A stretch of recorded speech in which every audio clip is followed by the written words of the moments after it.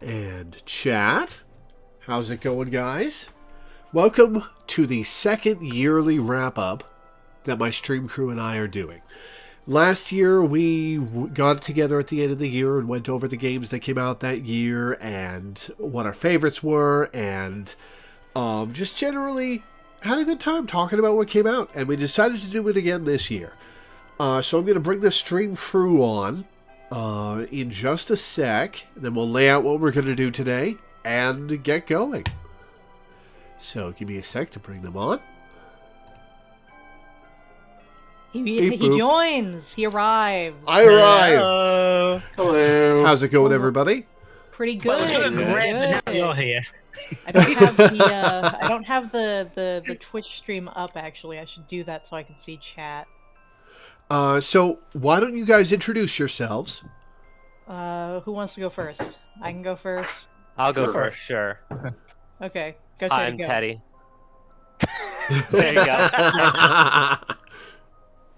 Hello, ladies and gentlemen, and all things above and in between. I am Reader Love, Obsessive Reader Love, Nightflower Love, many names. But y'all can just call me Love. It's nice. And I join Lore on the streams that I pay for him to do. So you might have heard me before. Hello. She's also my Pokemon co-podcaster along with Teddy. Indeed. I'm Teddy.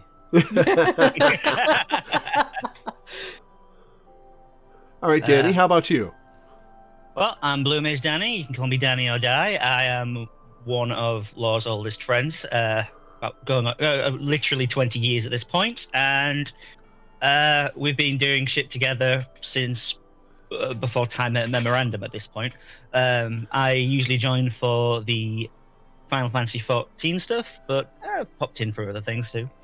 And Danny, I do want you to know that without the context of your Final Fantasy character being named Dyson, you can call me Danny or Die. It takes a very different context. Yeah, I was thinking that.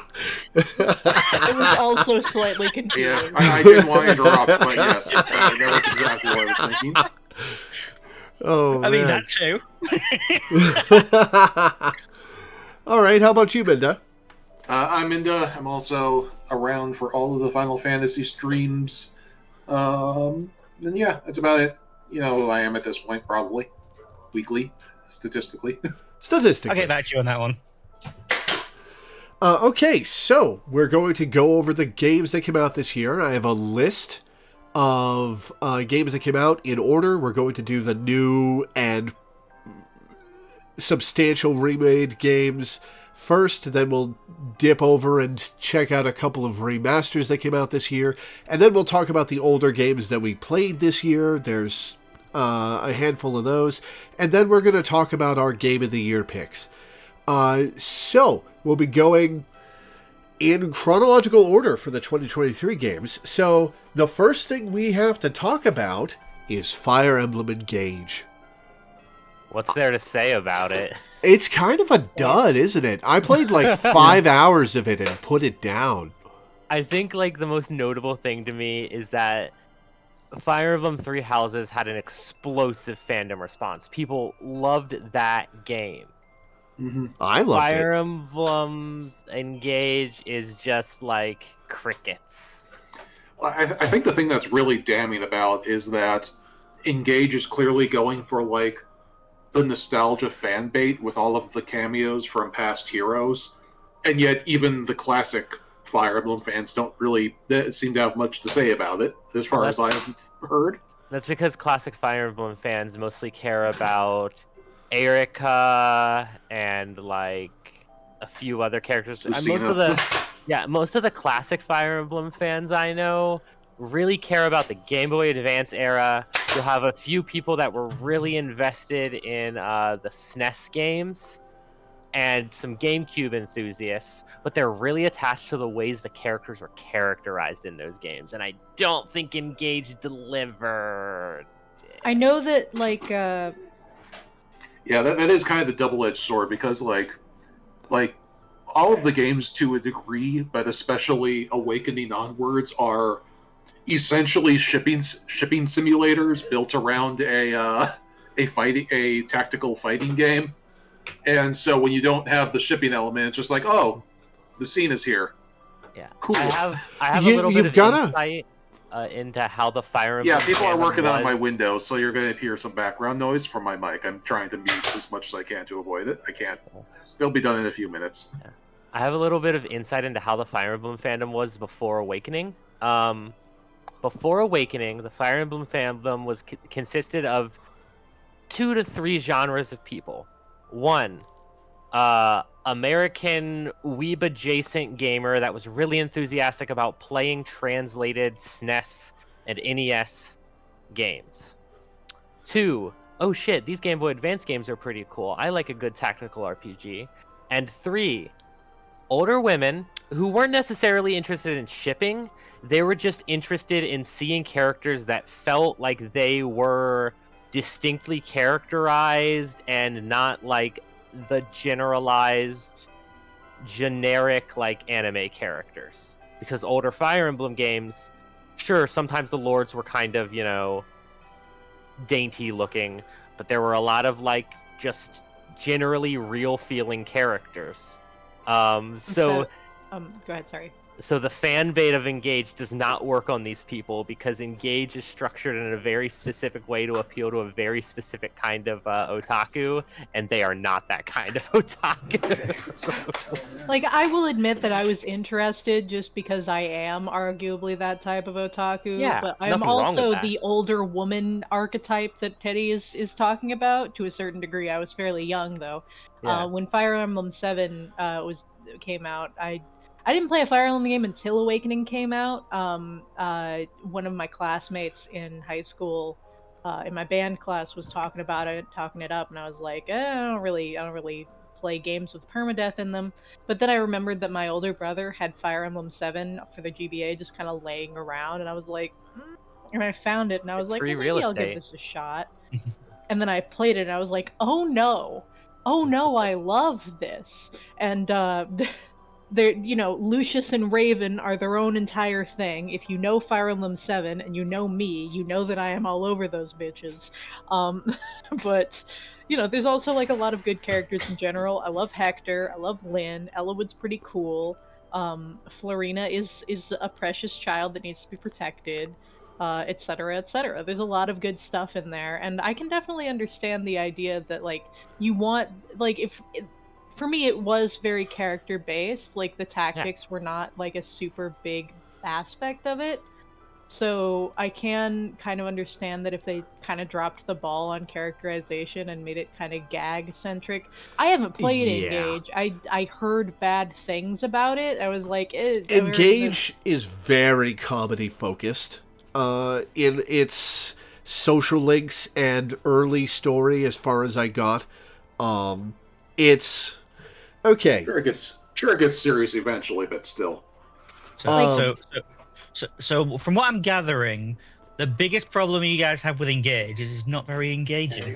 Well, notably, right? I did not play Three Houses. I had no interest in it.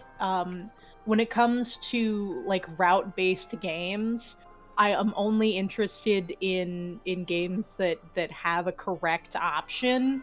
I'm one of those bitches who does not like having too many choices in a video game.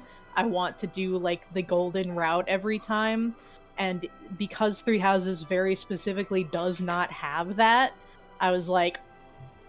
But notably, I am like more of a defender of Fire Emblem Fates than I think anybody else is. I like Fates. I think that the story is not actually that bad.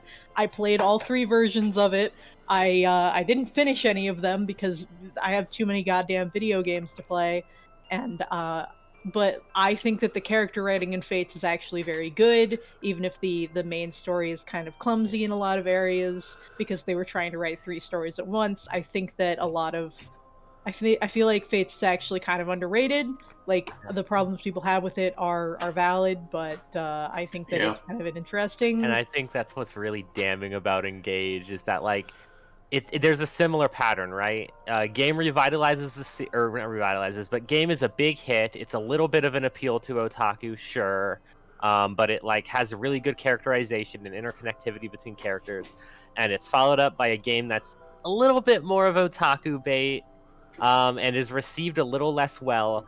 But the thing about Fates is that there are a lot of people that are very enthusiastic about Fates and like love the characters because the character writing is strong. I mean, and Engage happens, and it's like, oh.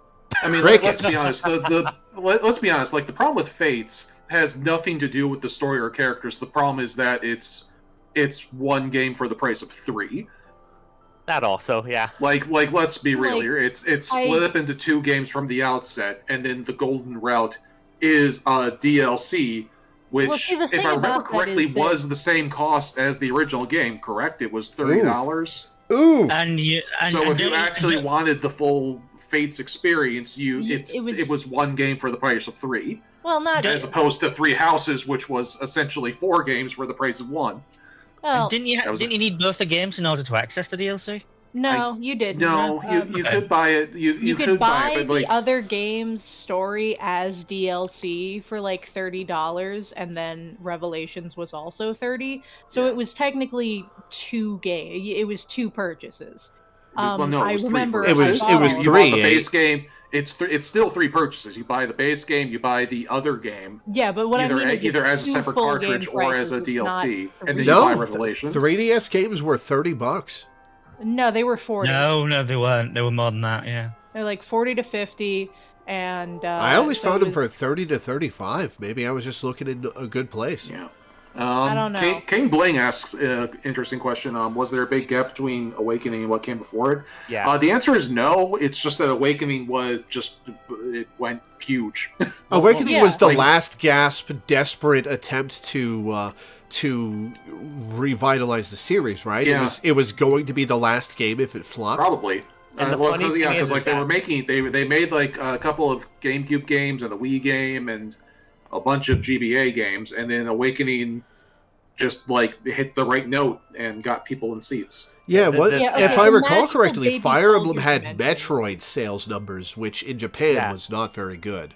The games have always been good. They just struggled to find an audience, and it turns out making your character design significantly more anime focused and putting some stronger anime tropes into the characters is what gets a lot of people's attention. And the shipping. Don't forget the shipping. Yeah, and the shipping. And I feel like they leaned into in the that. previous games. But no, here's the thing. Here's the thing, though. Awakening made the shipping actually important because you got to make babies.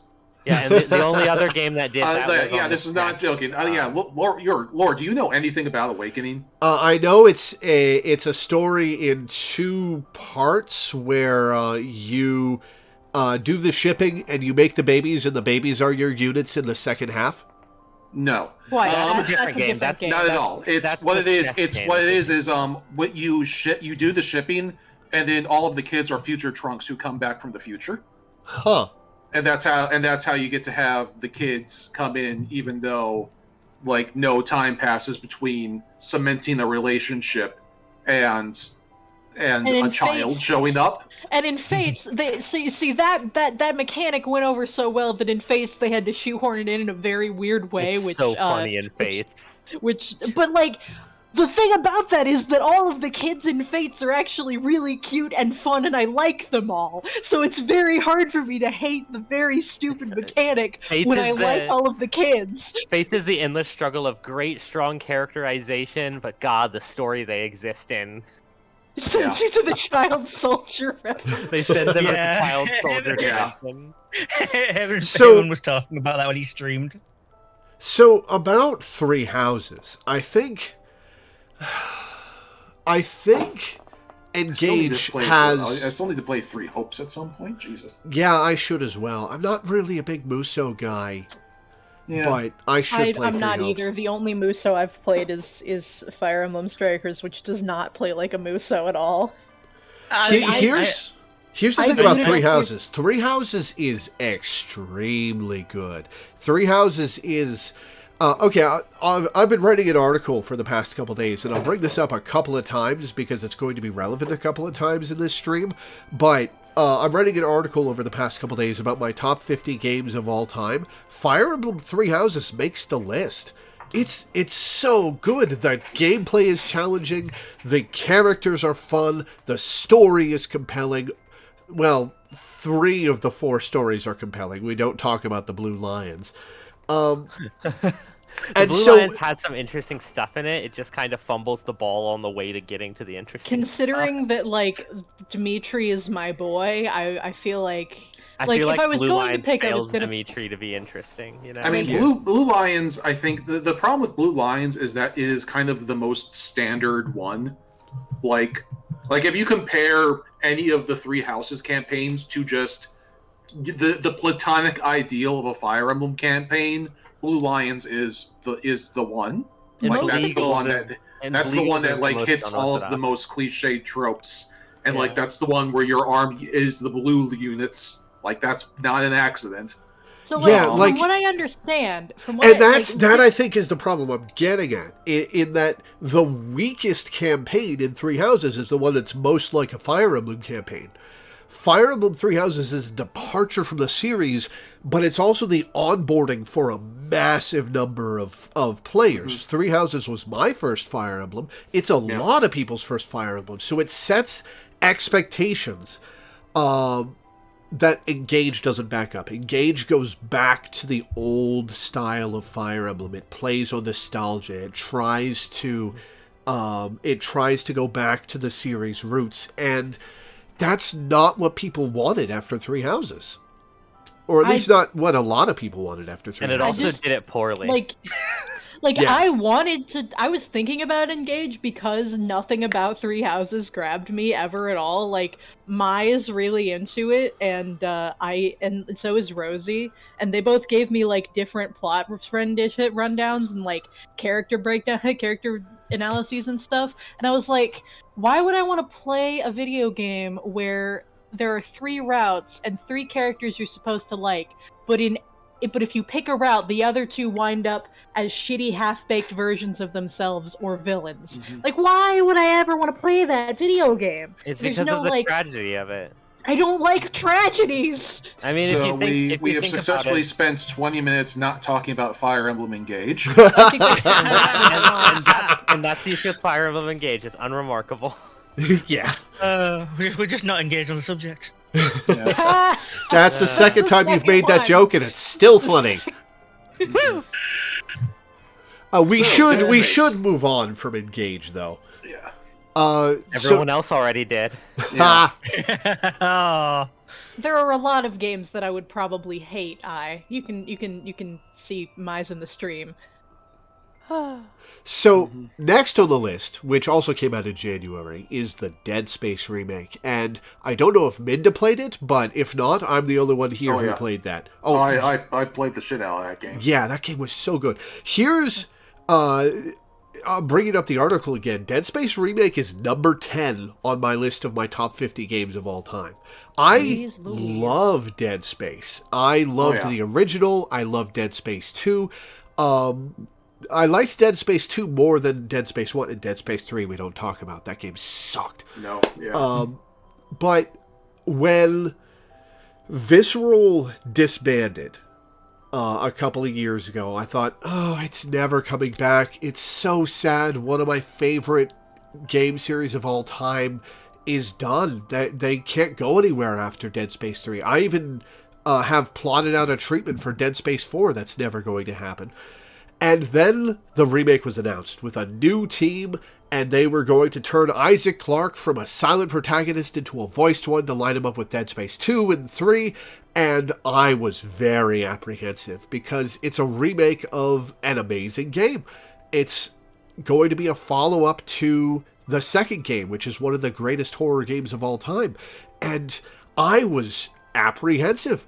And then it came out, and of course I bought it. I bought it day one, and I played the hell out of it because I'm a Dead Space fan, and surely it can't be that bad. And it blew me away.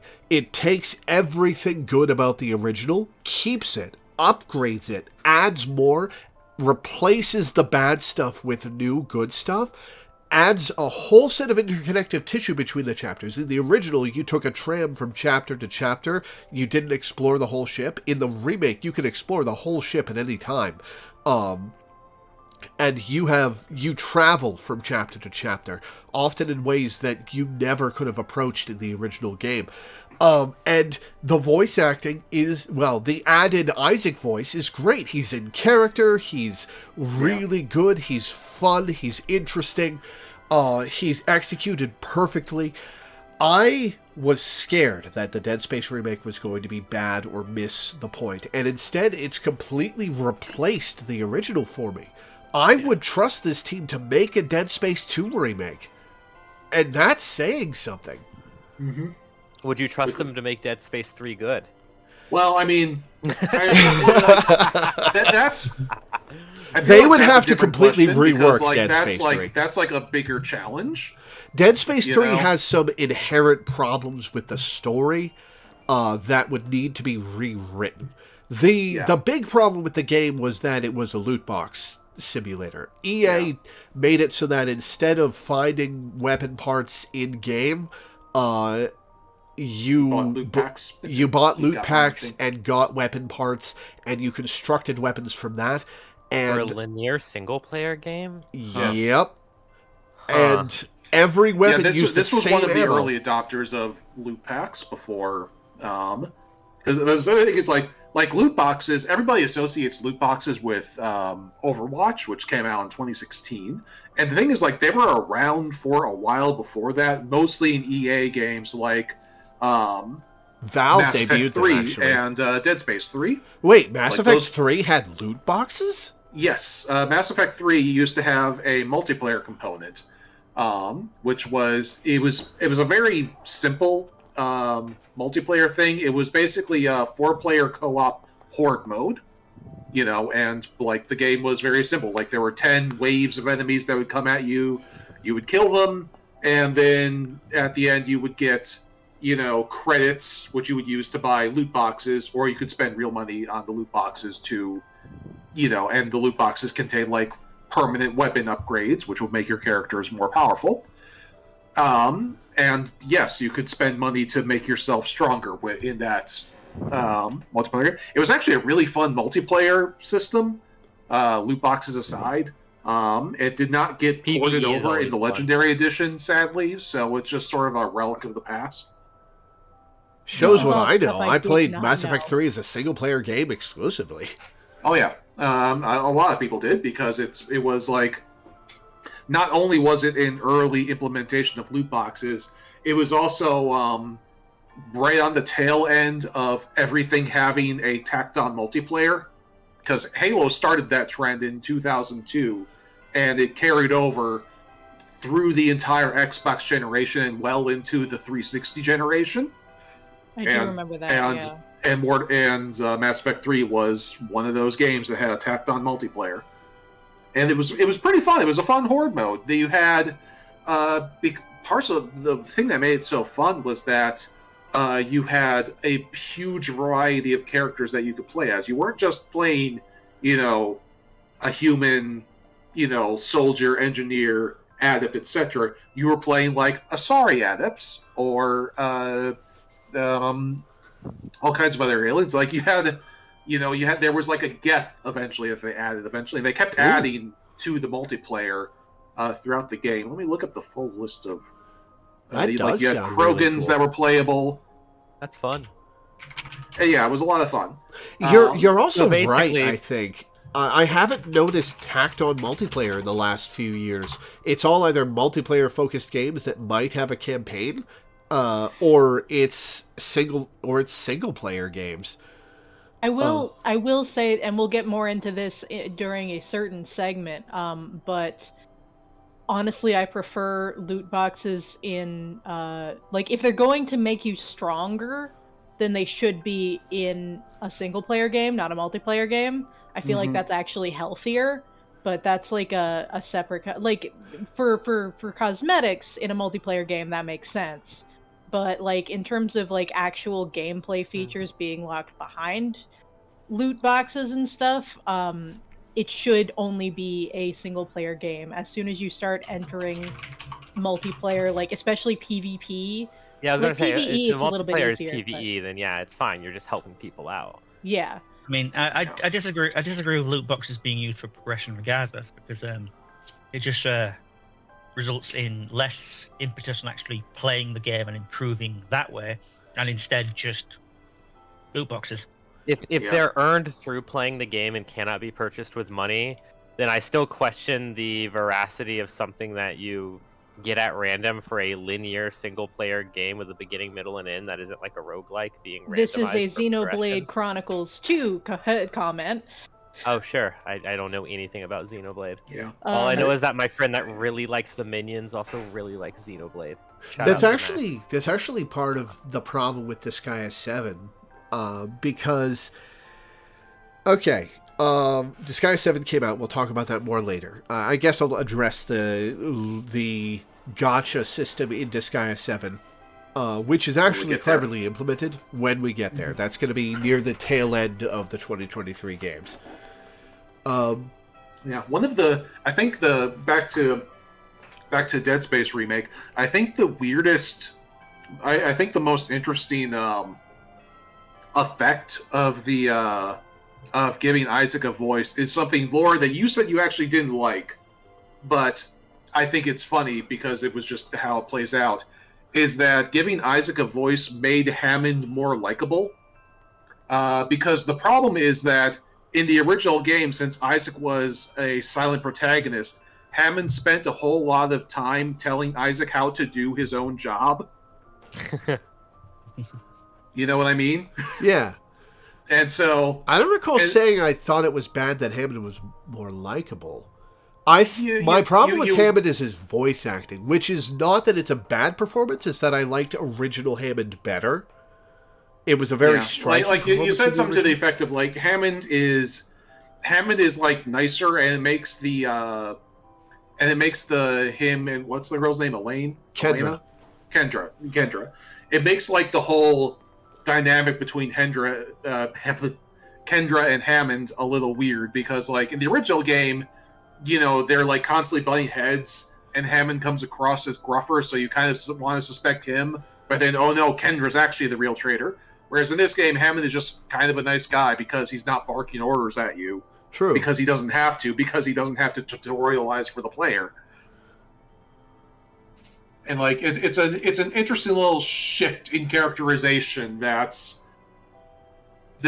like, it's, I don't know, it's funny that's a thing that's a consequence of giving Isaac a voice. It's interesting how the demands of game design and how it can be achieved often can change the way a character is characterized. Yes.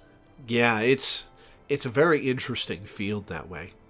I think if I have a problem with Hammond's characterization, it's that he's less present. There are a lot of things added in the remake that take Hammond away. And he's more present in a couple situations, but it feels like we get less Hammond and less time to explore his character than in the original. Kendra's fantastic, though. The way they managed Kendra was fascinating. Yeah, and they like flip-flop her all over the place to make her like way more integrated into the big twist at the end, which... the big twist at the end is masterfully done. I prefer it to the original version. Yeah. Okay. We don't have to go too in depth. I mean, I'm not going to play the game. It's a 12-year-old spoiler, but it's also like it's one of the big spoilers in horror game history. Yeah. So Apparently, it's a well-kept one. It's a Darth Vader is the father kind of thing. Well, I mean, Darth Vader is the father is not a well-kept spoiler. I have never heard about the spoiler of Dead Space, so okay. Not that I mind hearing it, but you know. I don't know who all is in the chat who is interested in the game and hasn't played it. And now I'm just thinking about the opposite of a well-kept spoiler, where a primary game element just isn't mentioned by the fandom, even though it's super prominent in the media, which is Jenova in Final Fantasy VII. Yeah. The fandom could not give a shit about Jenova for the first 10 to 15 years of it existing. Yeah. Really? Which is wild because it's such an interesting good part of the game. Yeah, it's seriously. The cool space virus. So if nothing else, it's memorable encounters because of the a memorable penultimate boss because of the music. Yeah. Yeah, and it's more involved in the game than Sephiroth is. Yeah, Yeah. but the fandom couldn't seem to give a shit, which is so funny because that means when I played the game as a fully formed adult, I'm like, there's a cool fucking space virus plot in this game? Wait, what? Yeah, I remember- Part of knew Final about Fantasy VII is the thing. Yeah, Like I I remember- knew about it because most of my involvement with Final Fantasy VII before I actually got into it was like being aware of Sephiroth as a character I would probably be interested in, and so I kind of knew that there was like a space alien thing going on, but like I did not know the full details of the situation until I started getting really involved, and now it's like, no, this is the very important aspect of his character, That they just kind of put as like a side thing. Oh, and he has like a space alien mom. It's whatever. Yeah, and, Yeah, and, well, and like, it's just, like, it's I just- would- it's just- it gets to the point that even some of Genova's acts get attributed to Sephiroth. Yeah. like to a Well, and certain actually, that's an degree- interesting thing. Like, I remember watching, I think it was Plague of Gripes years ago, did a video where he was just chit-chatting about the state of Final Fantasy VII after playing the remake. And he said that when he first played the game in 1997, his impression was that Sephiroth didn't really exist. All the times we see Sephiroth in the game is an illusion conjured by Genova. They do kind of imply that. And honestly, just looking at the original game itself, that tracks. true. That makes a lot of sense. does, It yeah. doesn't make Basically- sense in any of the other multimedia stuff that's come after that. Yeah, Yeah, it's basically because- Genova being like, "Ooh, Cloud, it's me, Sephiroth. Come to the Northern Crater Yeah. to fight me." And I had now always Genova gotten the herself impression back. that Ooh. Genova and Sephiroth had kind of mind melded, and Yeah, I think Sephiroth that's was the in vibe I got, control. yeah. A lot of people argue whether Sephiroth was in control or Genova was in control. I think it's more like Yeah, the the way vibes you- Sorry, go ahead. I think it's more like the way that the sun and the moon, sorry, the Earth and the moon interact gravity-wise. Like they orbit each other, and the pull of each other's gravity means that it's the center point between them isn't like a lot of people think it's not in the center of the Earth, but it's actually closer to the surface, towards where the moon is. Mhm. So Makes sense, yeah. like one of them is definitely pulling They more of the twist strings. each other's personalities, Yes. which is why it goes from "I'm going to eat the earth and move on" to "I'm going to drink the earth and become godlike." Yeah. Yes. Sephiroth is very important to me specifically for very understandable reasons if you know who I am. But Hey, Thor, thanks for the sub. Thanks. Space yeah, virus mom Sephiroth, I mean, a moment. lot of people who played Kingdom Hearts just know Sephiroth as the cool, weird final boss guy, super boss guy. And I mean, that's how I knew him from as well. And then, like, I kind of heard about the space alien mom, which is, like, the thing that I knew.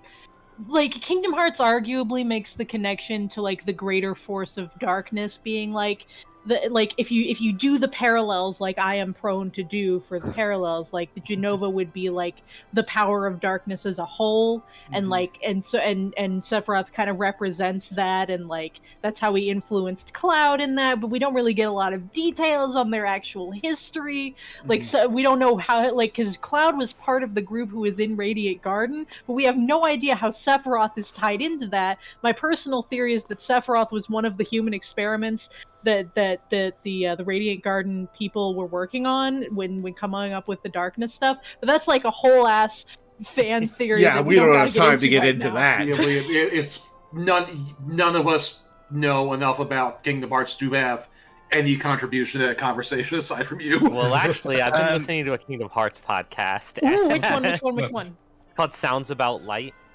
I'm going to have to look into that. I As can long link as you. I can link I you have later. not. I played all the Kingdom Hearts. Oh. Yeah, I played Kingdom Hearts 1 and 2.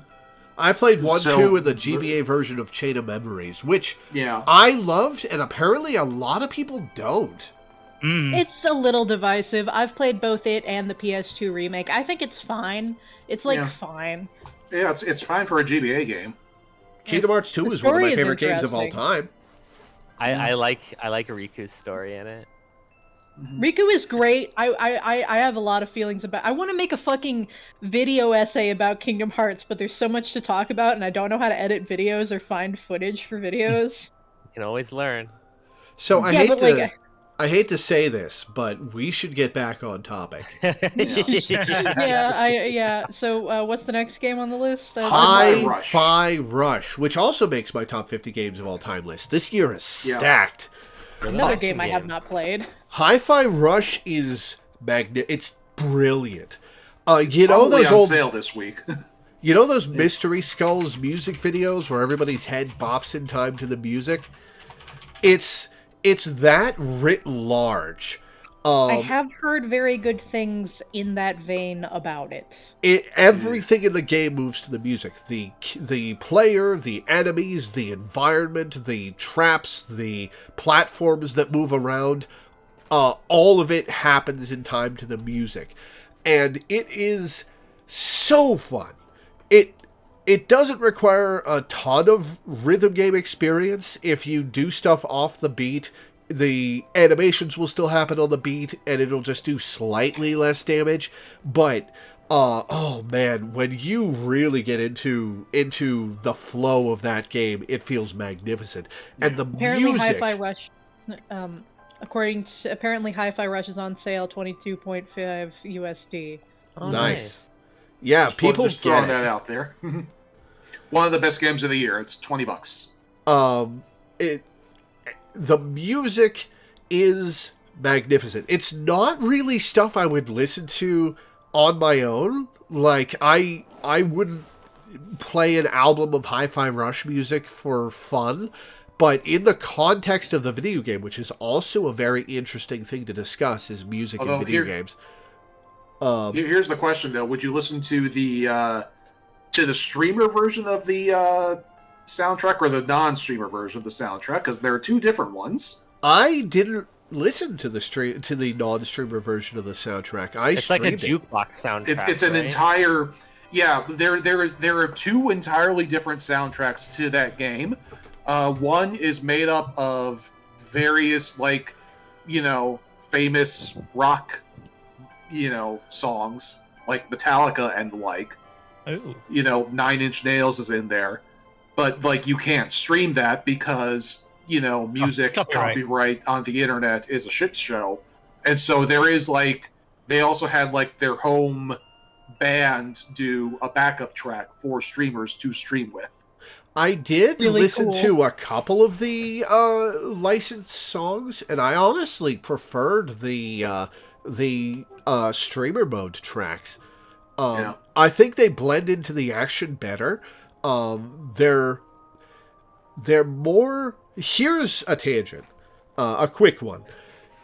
I think that the soundtrack of Dragon Quest XI is kind of an atrocity.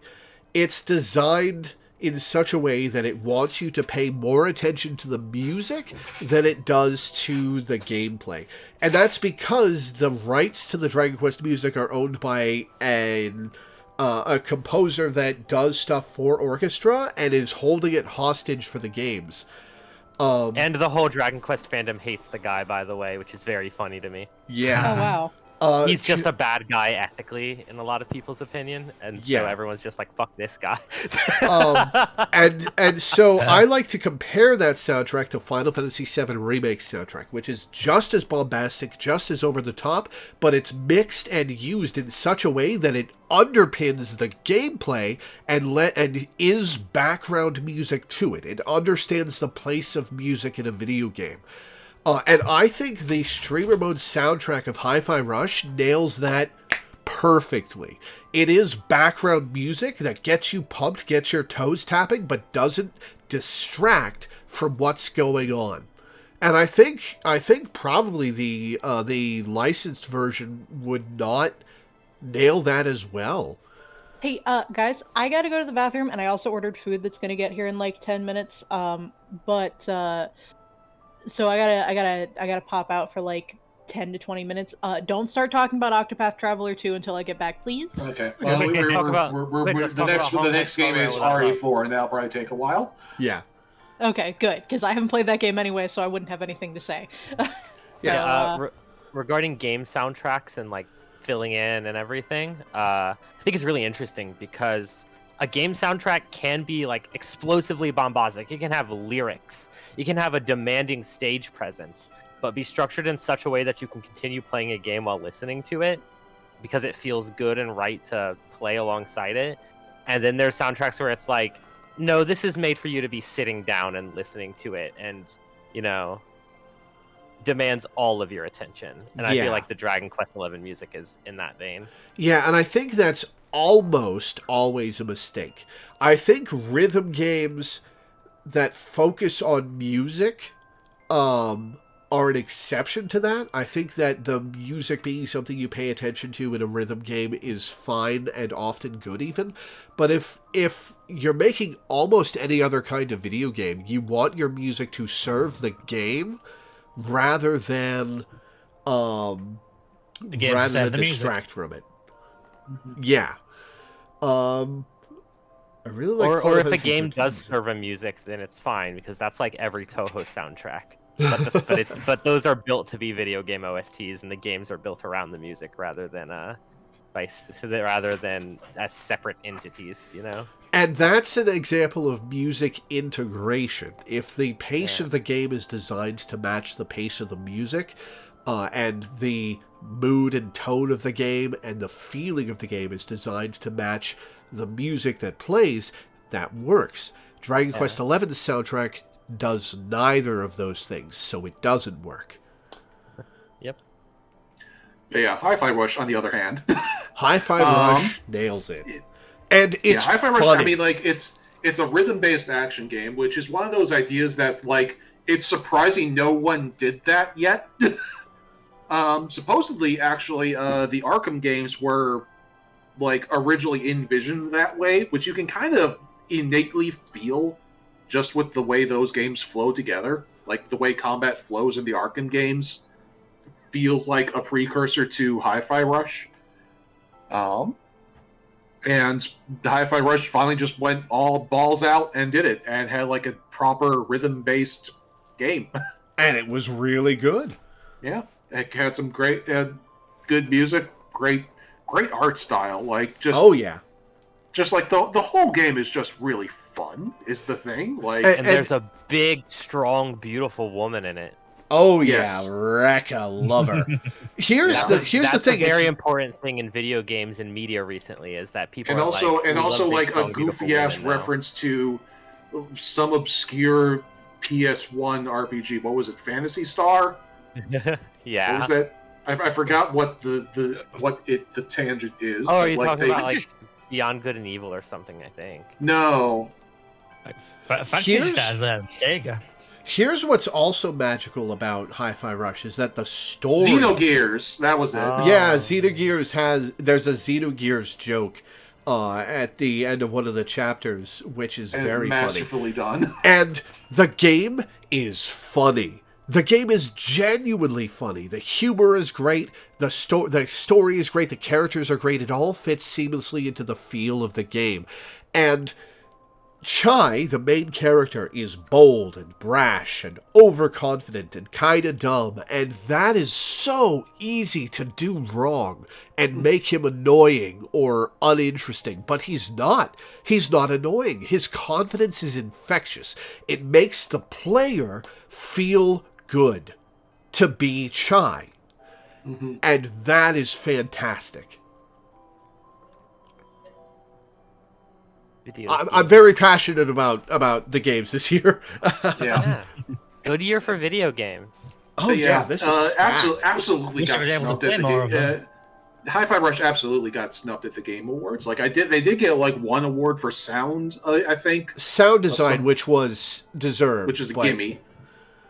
Which is like, it's something, but like no big nominations for like best action game or game of the year or anything. And like, I think it would have been a Game of the Year I saw contender people in any arguing, other and I year. think it's a little bit of recency bias and a little bit of budget bias. Like I also think the Game they Awards didn't want are to put very a budget legitimate. title up next to Alan Wake and Baldur's Gate 3 for some Yeah. reason. I also still- think the Game Awards just aren't very legitimate. It's that Jeff's, too. it's Jeff's Yeah. funny panel of friends deciding what games they like and pretending that our input matters. Yeah, I still don't get how Cyberpunk got the reward for best ongoing game because it got one DLC. Yeah, that was pretty ridiculous. If it was an award for best improved game, sure. Oh yeah, Sure. that transformation was magical. I haven't even played the games, and I know that transformation was a huge redemption story. But best ongoing game? No. Yeah, it's No. not a piece of DLC isn't an ongoing game. Game Awards. Yeah. And not to mention somebody did the math, and it was like 48 minutes of awards in a 3-hour show. The rest is all ads.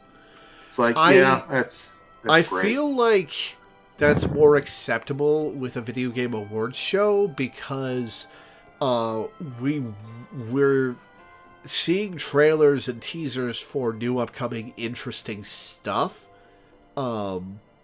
Is interesting. It's one of the reasons you can tune into something like this. So I find it acceptable that there's a lot of stuff, but the ratio, that's a little weird. Yeah. I don't know. Anyway, they were rushing winners off the stage. After Christopher Judge's talk. speech last year, I don't blame them for being a little trigger happy, but they were too trigger happy with the get the fuck off the stage music. Well, especially because they cut off a few people in the middle of like Neil, especially Neil Newburn, the voice of Astarion for Baldur's Gate 3. He was making a really heartfelt speech and getting played off in the middle of it. It's like, oh, that's just a bad look. Regardless of time, and then when Baldur's Gate 3 won, they were in the middle of thanking the people who died while they were making the game because, it was a big studio. A few people, passed away due to COVID during the production. And they were thanking those people when the music started playing them off. And it's like, ooh, you've turned yourself into the supervillain real quick, brother. Oh, yeah. Your award. Anyway, enough negativity. We've got a bunch more games to get through. And Resident Evil. third game in a row that's on my greatest games of all time list in the article I'm writing. Resident Evil 4 Remake. Which is... Tops the original game? Yes. Okay. And I'll say why in a minute, but Resident Evil 4 Remake is one of the most dangerous games I've ever seen made. Yeah. It was so dangerous to make this game because Resident Evil... Yeah, we're just going to remake Citizen Kane. Yeah, basically, we're confident in our ability to do this. Basically, yeah. You're remaking one of the most important, let alone great, one of the most important video games of all time. Resident Evil 4 changed the face of the industry and invented a whole approach to third-person action games that is still having reverberations to this day, 18 years later. The whole industry modeled itself after Resident Evil 4. It was a paradigm shift. And the game was really good on top of it. Dead Space is essentially Resident Evil 4 in space. Yeah, and Dead Space improves on Resident Evil 4's controls, I believe. I believe that Dead Space is a strict improvement in the gameplay thing, though it's not for everybody. Yeah. It was very funny how in the last year we all of a sudden got all of this. We got the Dead Space remake, the RE4 remake, and also that I don't even remember what it's called anymore. The one that was made by the one that was quote unquote made by the creators of Dead Space. Callisto Protocol. That was in December last year. And so all three of those games hit practically 1 month after the other. It was Callisto Protocol in December, Dead Space in January, and then we're so back. And then Resident Evil 4 in March. Yeah. All the games in more or less all of them more or less inspired by the same era of horror games, and two of them were great. Yep. I think, and this is going to be a very controversial opinion.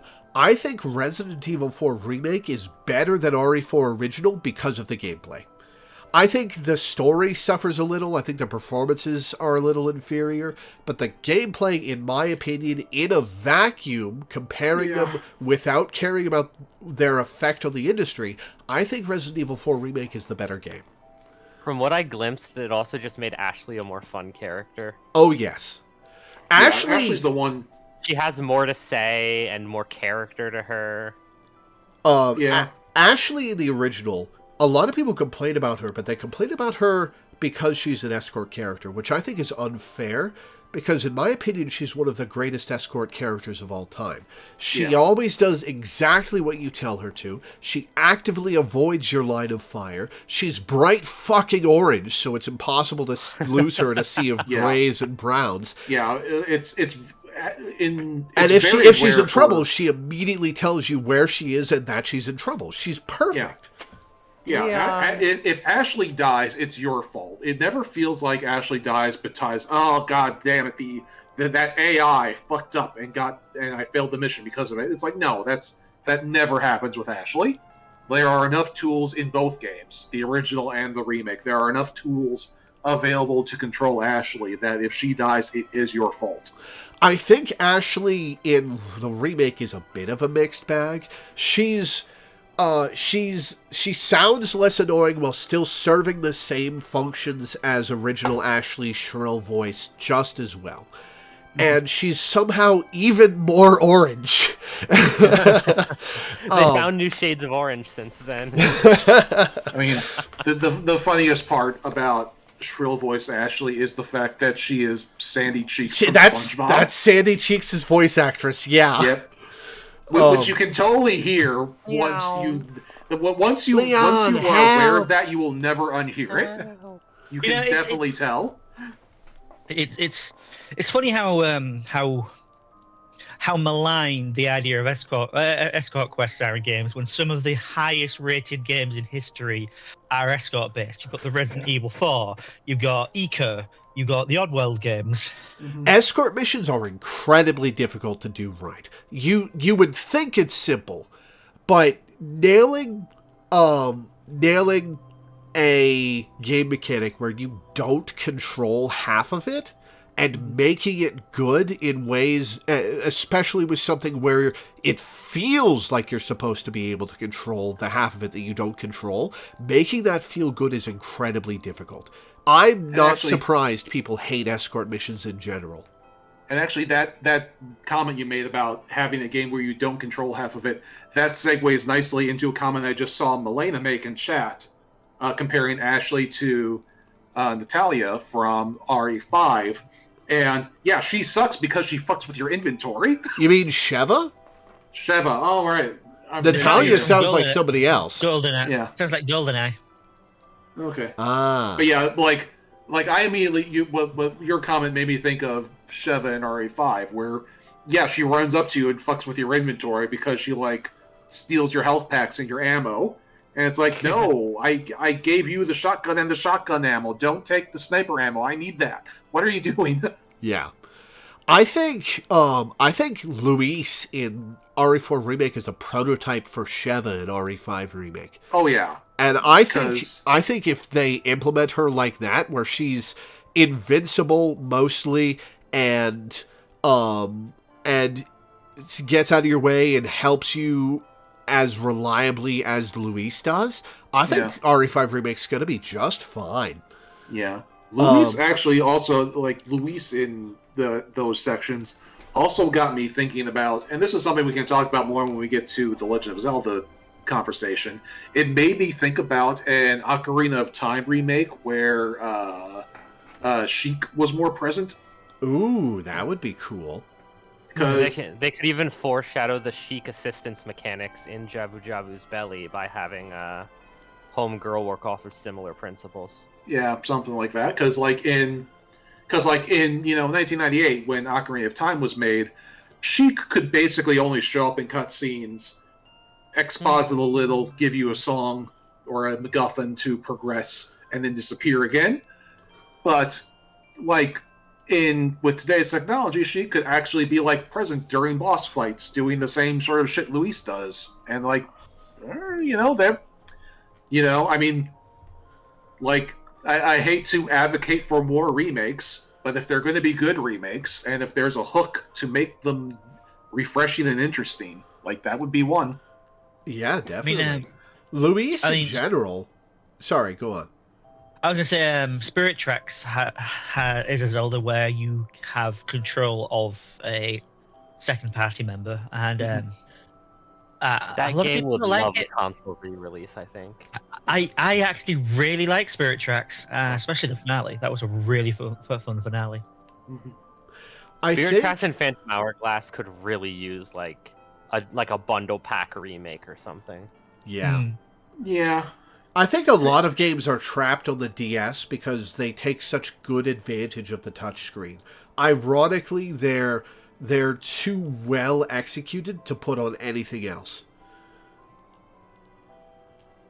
Yeah, but if it was a remake situation, they could just rework the touchscreen mechanic. Well, also, like Phantom Hourglass was built around the pacing set by a timer, which is very much like a mobile thing. It's like we are envisioning a player playing this game during like a 10-minute subway car ride, and so they have a timer to do, so much stuff in 10 minutes before they have to get off the train. I am back.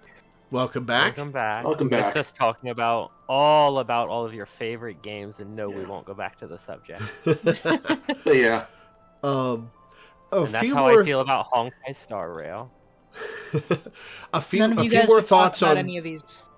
A few more thoughts on RE4 before we move on. Yeah, I think Luis is almost the best part of the game. His new role, his new voice acting, his new script, his new allyship, and especially his new death are fantastic. Luis's death and his new background. We get more insight into his background. He's a lot more connected to Leon's experiences in the remake, but I think the true and like his death is one of my favorite deaths in all of gaming. Mm-hmm. It's so good, but I think the true star of the show is the gameplay improvement that is the knife. In the original Resident Evil 4, the knife was a box-breaking tool and something you busted out to attack downed enemies if you wanted to save a couple of bullets. It wasn't that useful if you were fighting a group, and it didn't do that much damage. It was just kind of there, and I didn't like it that much. In the remake, the knife is a defensive option. You can block melee strikes, you can block projectiles, you can stab an enemy that grabs you, you can sneak up on enemies that haven't noticed you and kill them with it. It's a multi-tool, and it's handled so well that I think that's one of the MVPs of the game. It's such an improvement over the original. Yeah. Oh, yeah. Absolutely. All right, it's Love's show now for a couple of games. Hell yeah, baby! Octopath Traveler 2. Who here besides me has played it? I haven't, but I do want to say Octopath Traveler. Thank you. Yeah. I've not played it, but I've played the first. I've not completed the first. Played quite a bit of it, but my opinion on the first is the gameplay is great, the characters are great, but I don't like how unconnected they all are. Like they start traveling as a group, but they just have absolutely no connection with each other. It's like you're playing 8 D&D character backstories before playing them in a campaign where every character didn't collude with each other to make their characters interconnected. You'd be pleased to know that every single issue in that every single issue you could have with the original Octopath Traveler has been addressed to, I think, a fairly decent degree in Octopath Traveler 2. Each character still has their own story, but they also have specific team-up stories with other characters before the big final story, where not only is everybody involved and has various different lines to say. There's a cool epilogue where you get to interact with everybody. But since everybody is traveling together for that part, you can switch out your party whenever you want. instead of having to go to the tavern for the final stretch, which is mwah, mwah. I do not mind playing Refrigerator Shuffle. It's like I play a lot of Pokemon to do similar stuff, so like even in old Pokemon games, I have to I have to run back to the Pokemon Center and switch out my Pokemon. It's not a big deal for me to play that, and actually the original Octopath is what made me really appreciate like that whole style of gameplay to a degree. Like I kind of like it, even though it's like arguably just kind of an annoyance. But the fact that at the very end, like after you've spent all the time like going back and forth to switch around your party, you now have everybody like actually traveling together is like, oh, that's so cool. It's like a very cool moment. And the characters are all just as cool, arguably more cool. There's a lot of very interesting intrigue going on.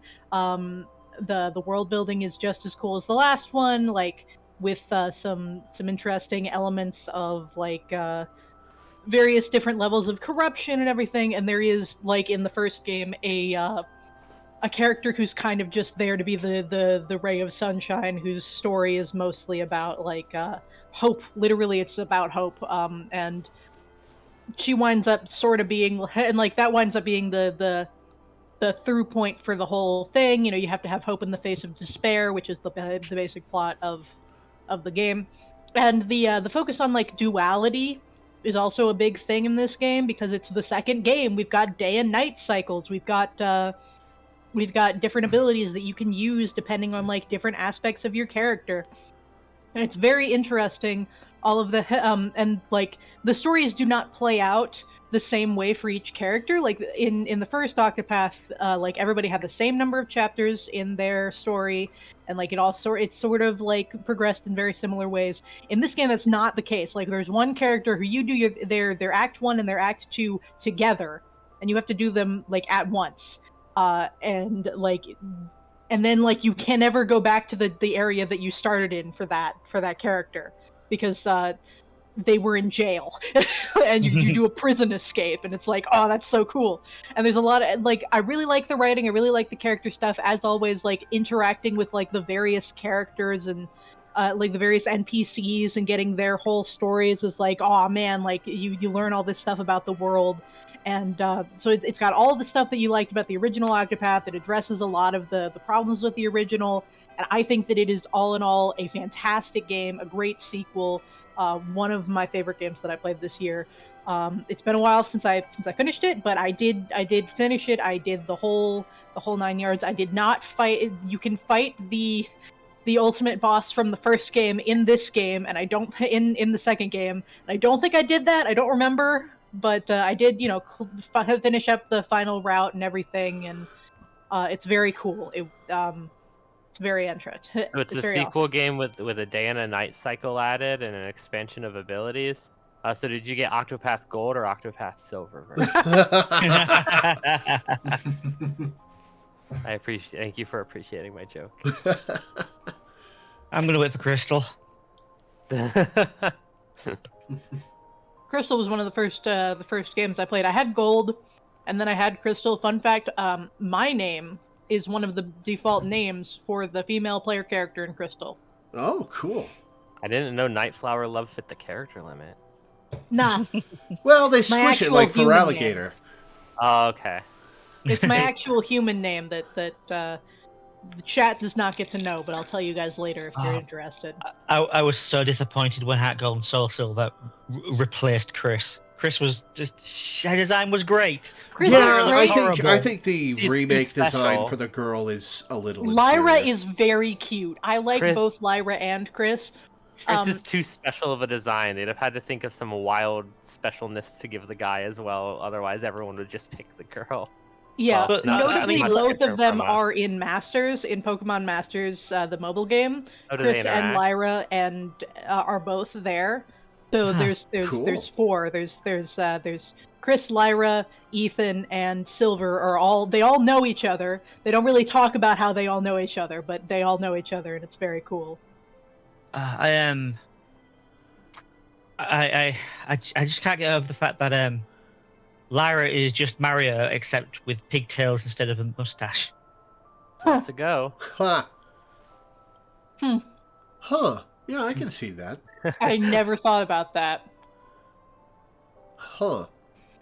You know, it's an interesting point when you don't get a reaction that's like astounded or angry or freaking out. You just get, huh. I mean, I like Lyra. She's very cute, and I played Heart Gold and Soul Silver arguably, like it's that and Black and White 2 were the two Pokemon games I have played the most.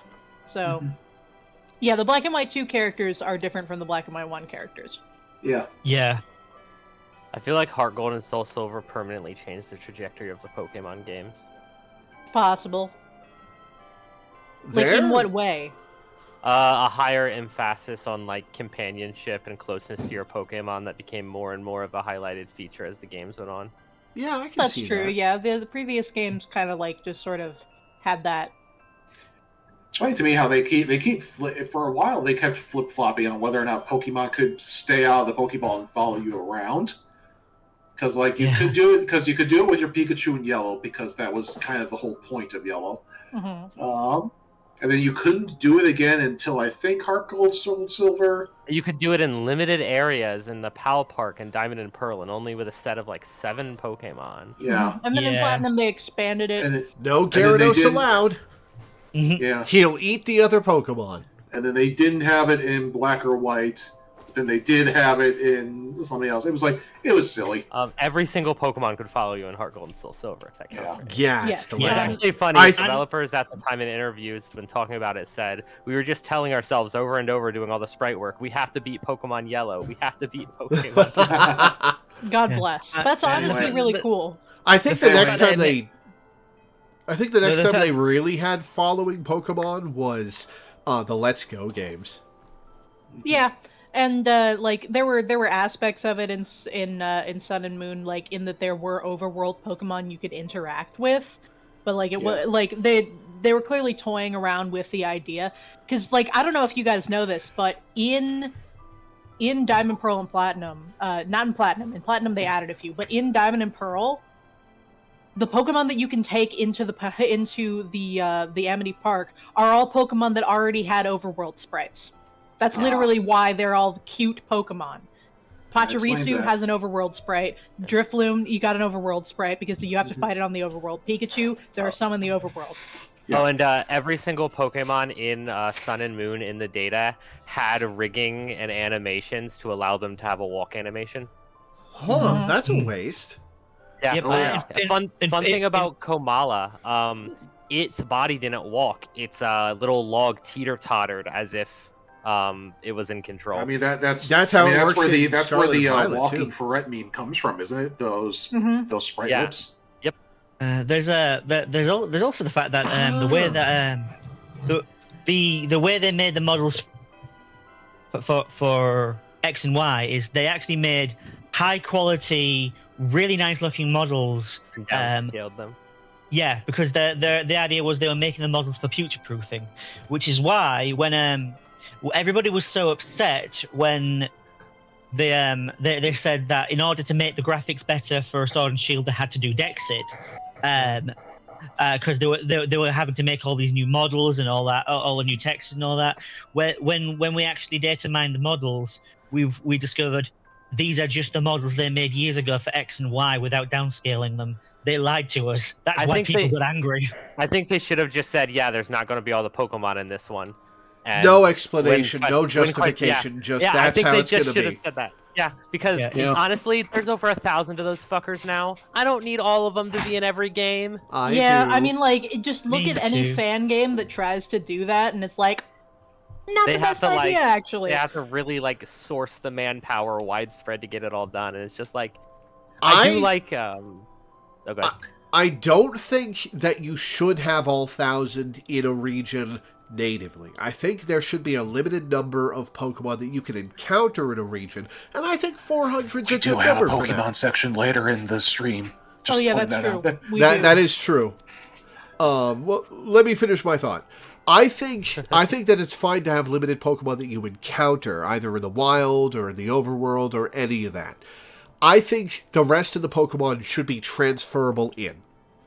That, I feel, is part of the appeal of Pokemon over the years, And losing that, I think, is a huge problem. And that's all I'll say on that until the Pokemon section later. I will make it just a small response, very short. Gotta catch 'em all was an American invention for the catchphrase, and it really seeded the way people had perspectives on Pokemon over here, didn't it? You will note that no longer applies. Like, they didn't put it on the box art for Ruby and Sapphire because catching every Pokemon in Ruby and Sapphire was a fucking nightmare because you couldn't transfer from Gen 1 and 2 to Gen 3. Yep. Mm-hmm.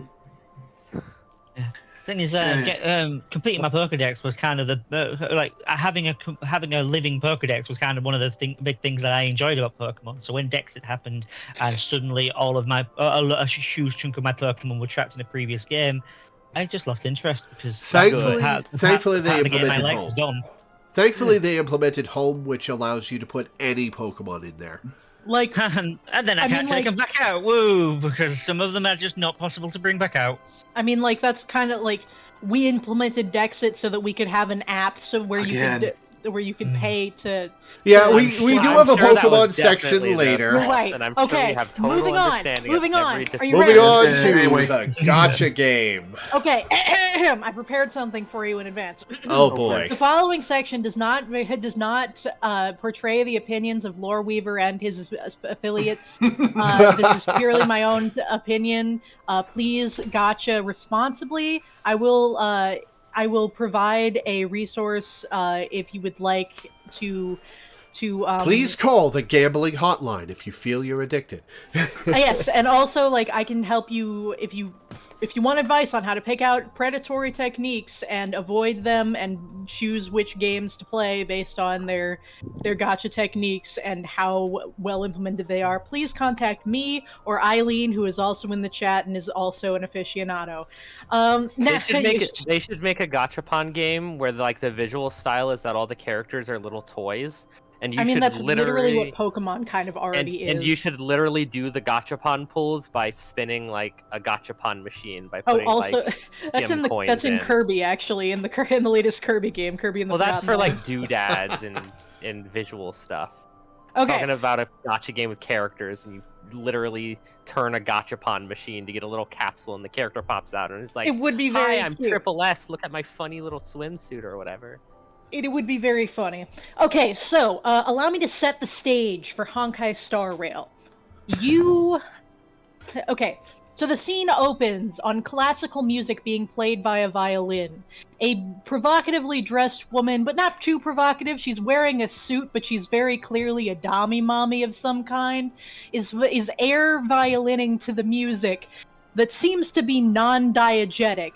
As monsters and people are fighting and fighting along a giant space station. She's going down this elevator and she winds up talking to this other person that she seems to be working with about some kind of script and some kind of other things that are going on and like playing, and she seems very detached from the fact that there's violence happening, and then people get in her way and she very seemingly crazily kills them all, and then she walks up to some kind of glowing thing that they don't really explain, and you are chosen, and you get to choose whether you want to play as a boy or a girl, and then the seemingly very dangerous glowing apparatus is shoved into your chest, and you wake up not knowing what the hell is going on, trying to deal with this, trying to help the people on the space station deal with the eldritch abomination forces that are trying to destroy it.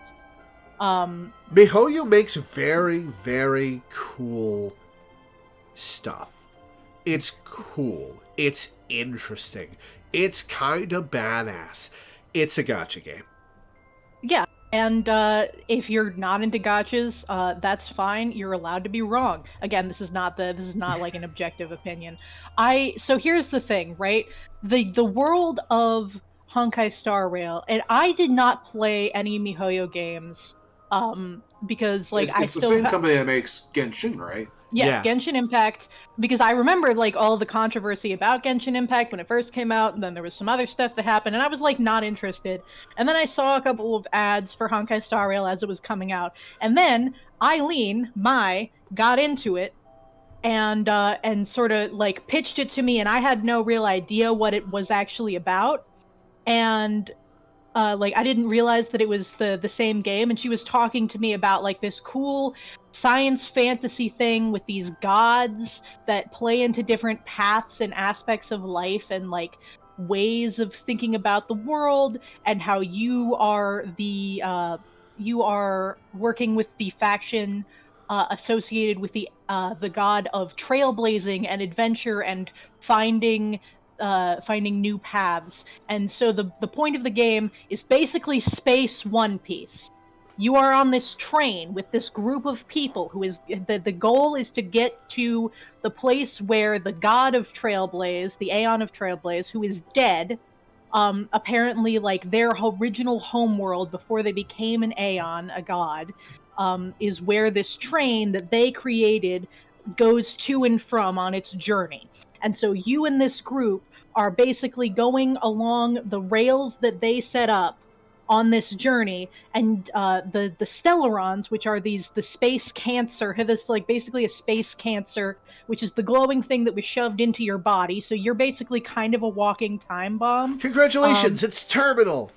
For a moment, I thought Laura was going to say, "Congratulations, it's Homestuck."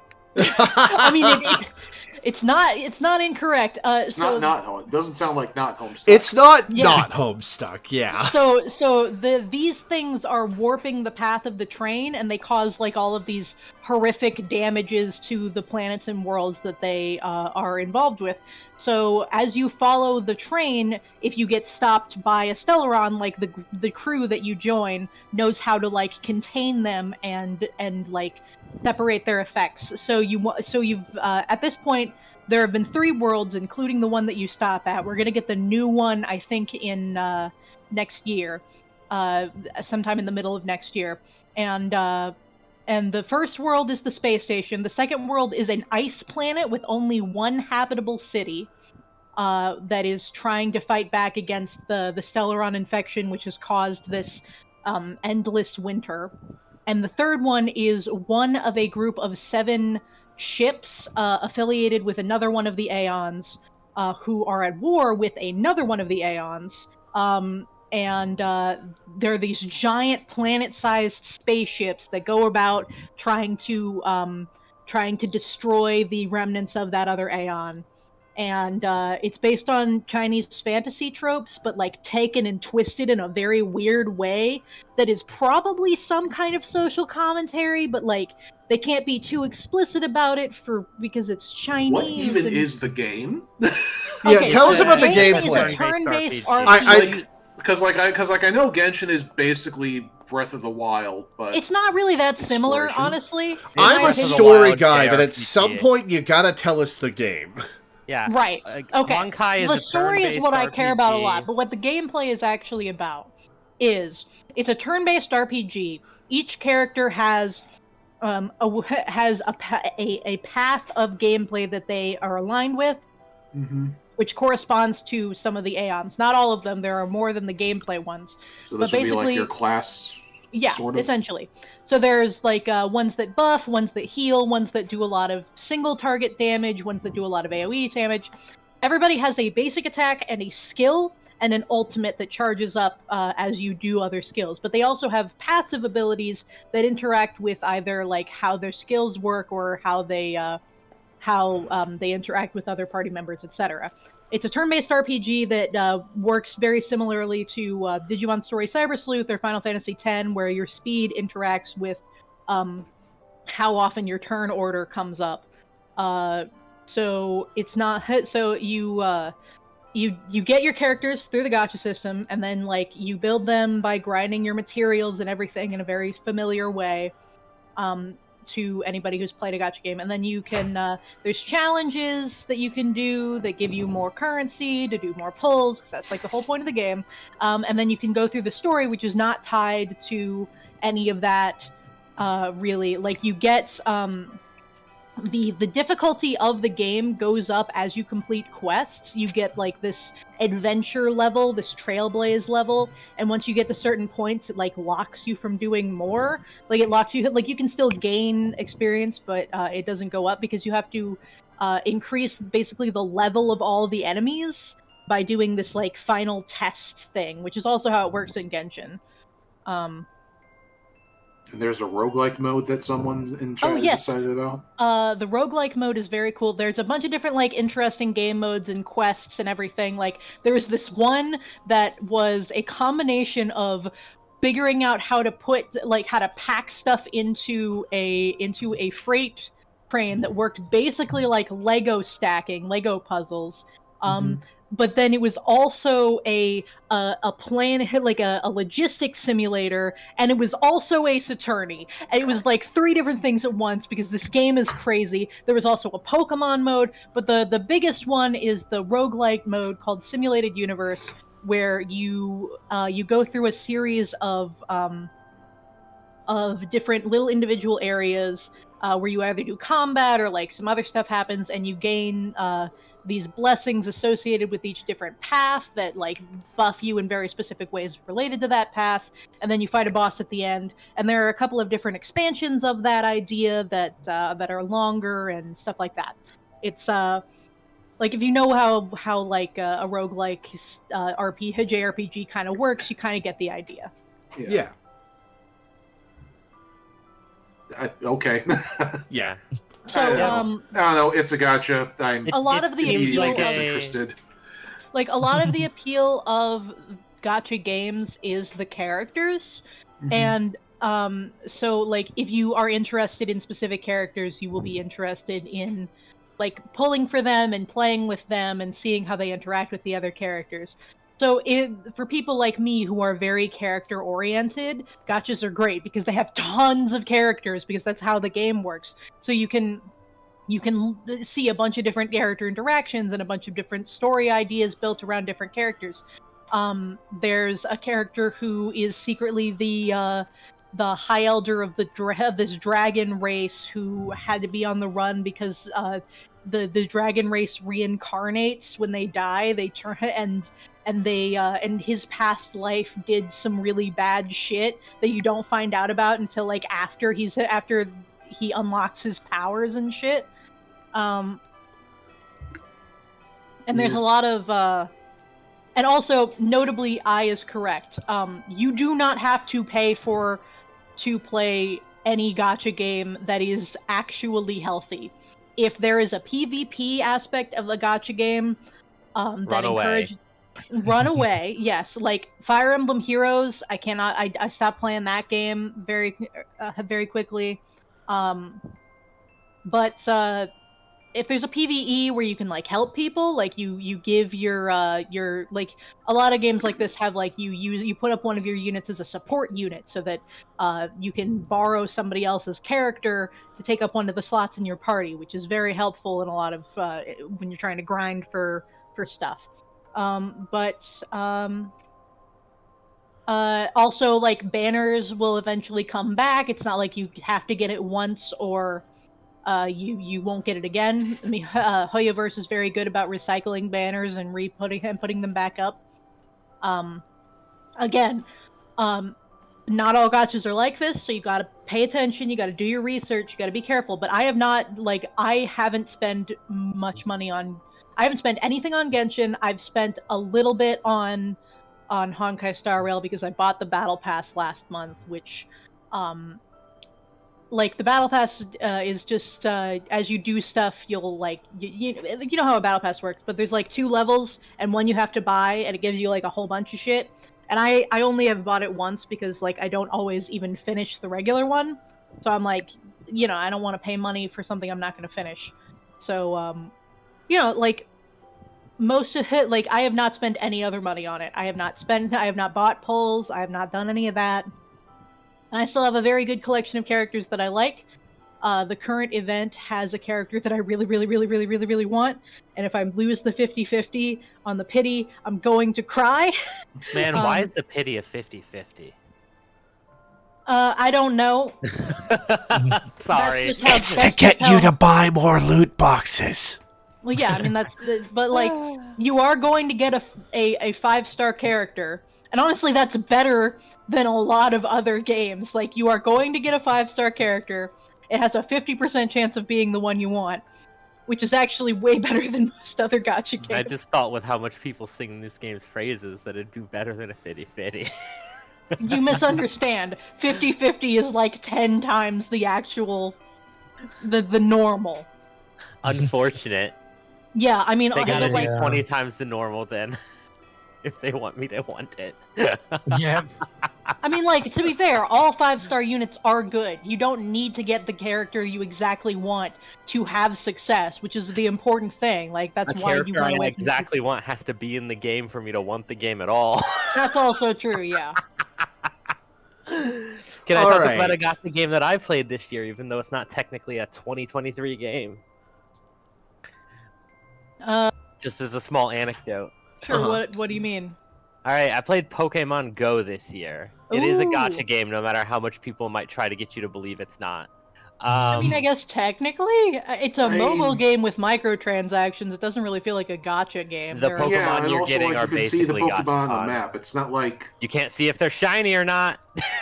Ooh, until I mean- Scarlet and Violet, you couldn't see if they were shiny or not. well, okay, but then like every Pokemon game is a gotcha game, and what are we even talking about anymore? Alright, I guess I won't say nothing at all then. Fine.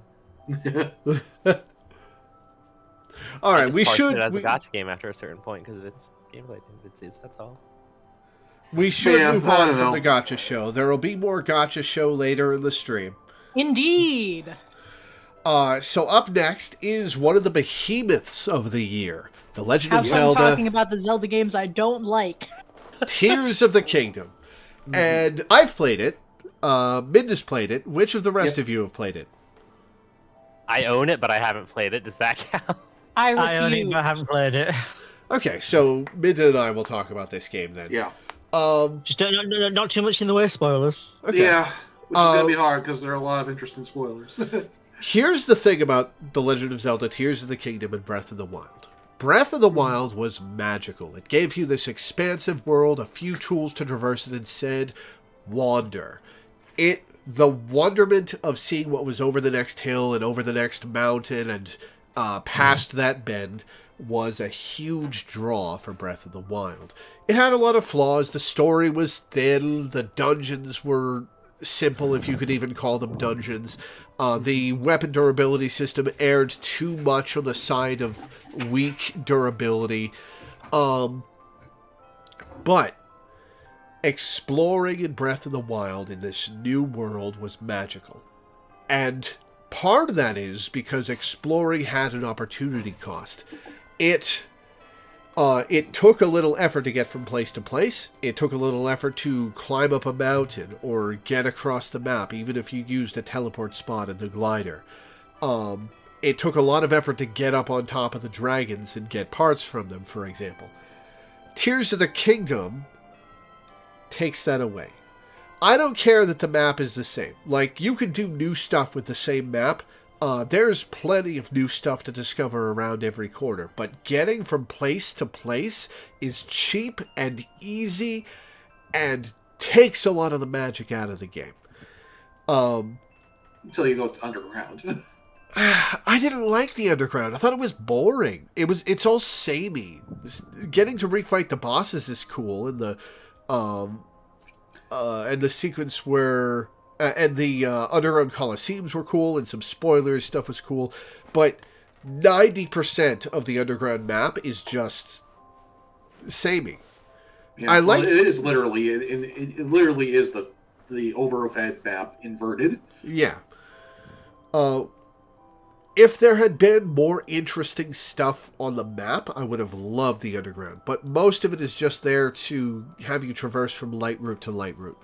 The Sky Islands are cooler. The Sky Islands are puzzles. Yeah, the Sky Islands are probably some of the most fun exploration because, like, there's never like a tutorial. It's always like, there's an island over there.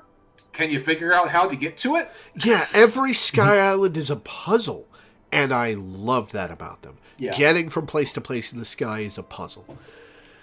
And often a really cool puzzle. Yeah. And The story is better than Breath of the Wild. It had some really good moments, and the final moments of it are among the most emotional experiences I've ever had playing a game. I've teared up just listening to the music of the final fall. It's spectacular. But what was I about to say? The story is like, I don't want to get into specifics because spoilers. Something that felt interesting to me about the story is that, like, this one more so than with Breath of the Wild, it felt like there was an intended order for you to unpack the story, or at least it was very easy to like fuck up the order, you know, and like find the memory cutscenes in the wrong order, and it's like, well, yeah, there was one memory that you guys directed me to avoid until the end. Yeah, probably a couple of them. Like one in particular was the big one, and it's just a very interesting thing because, like, in Breath of the Wild, it really did not matter what order you picked up the memory, and that was kind of the only story in the game, really, was picking up those memories, learning a bit more about the champions, learning a bit more about what Zelda and Link were. Yeah, the climactic memory only unlocked once you'd got all the rest of them. Yeah, and then the climactic memory, which should be saved for the end, only unlocks at the end, as it should be. Yeah. With this one, there are several plot threads that are being juggled around. And depending on what order you do things, like 75% of the plot points you uncover will be total anticlimaxes. You know, or at least that is entirely possible to render the story up until the end, you know, when you still get that big emotional payoff to everything. You can render a large chunk of the story redundant just by exploring things in the wrong order, and that is weird because then they have to go and it's like, well, does this game need more structure? Well, if you do that, then you ruin the whole rest of the game, which is about exploring the map in any order you want to. So there's a give and take there, and I don't know what the right answer is. So I find it an issue that is systemic with open world games. A lot of the time there is just zero direction, and I don't know why a linear game is always such a dirty word these days. This is something we were talking about just before Lore went live, which is that there was an interview recently where the director of Tears of the Kingdom kind of scoffed at the idea of Zelda ever going back to the old school linear RPGs like, you know, Wind Waker, Tears of the King, or not Tears, Twilight Princess, etc. So you guys do think that Zelda games are RPGs? I've actually had this argument with some people. I don't. Well, I mean, I don't think it's an RPG. I think it's an adventure game. I think it's an adventure game, and I think that a linear adventure game is just fine.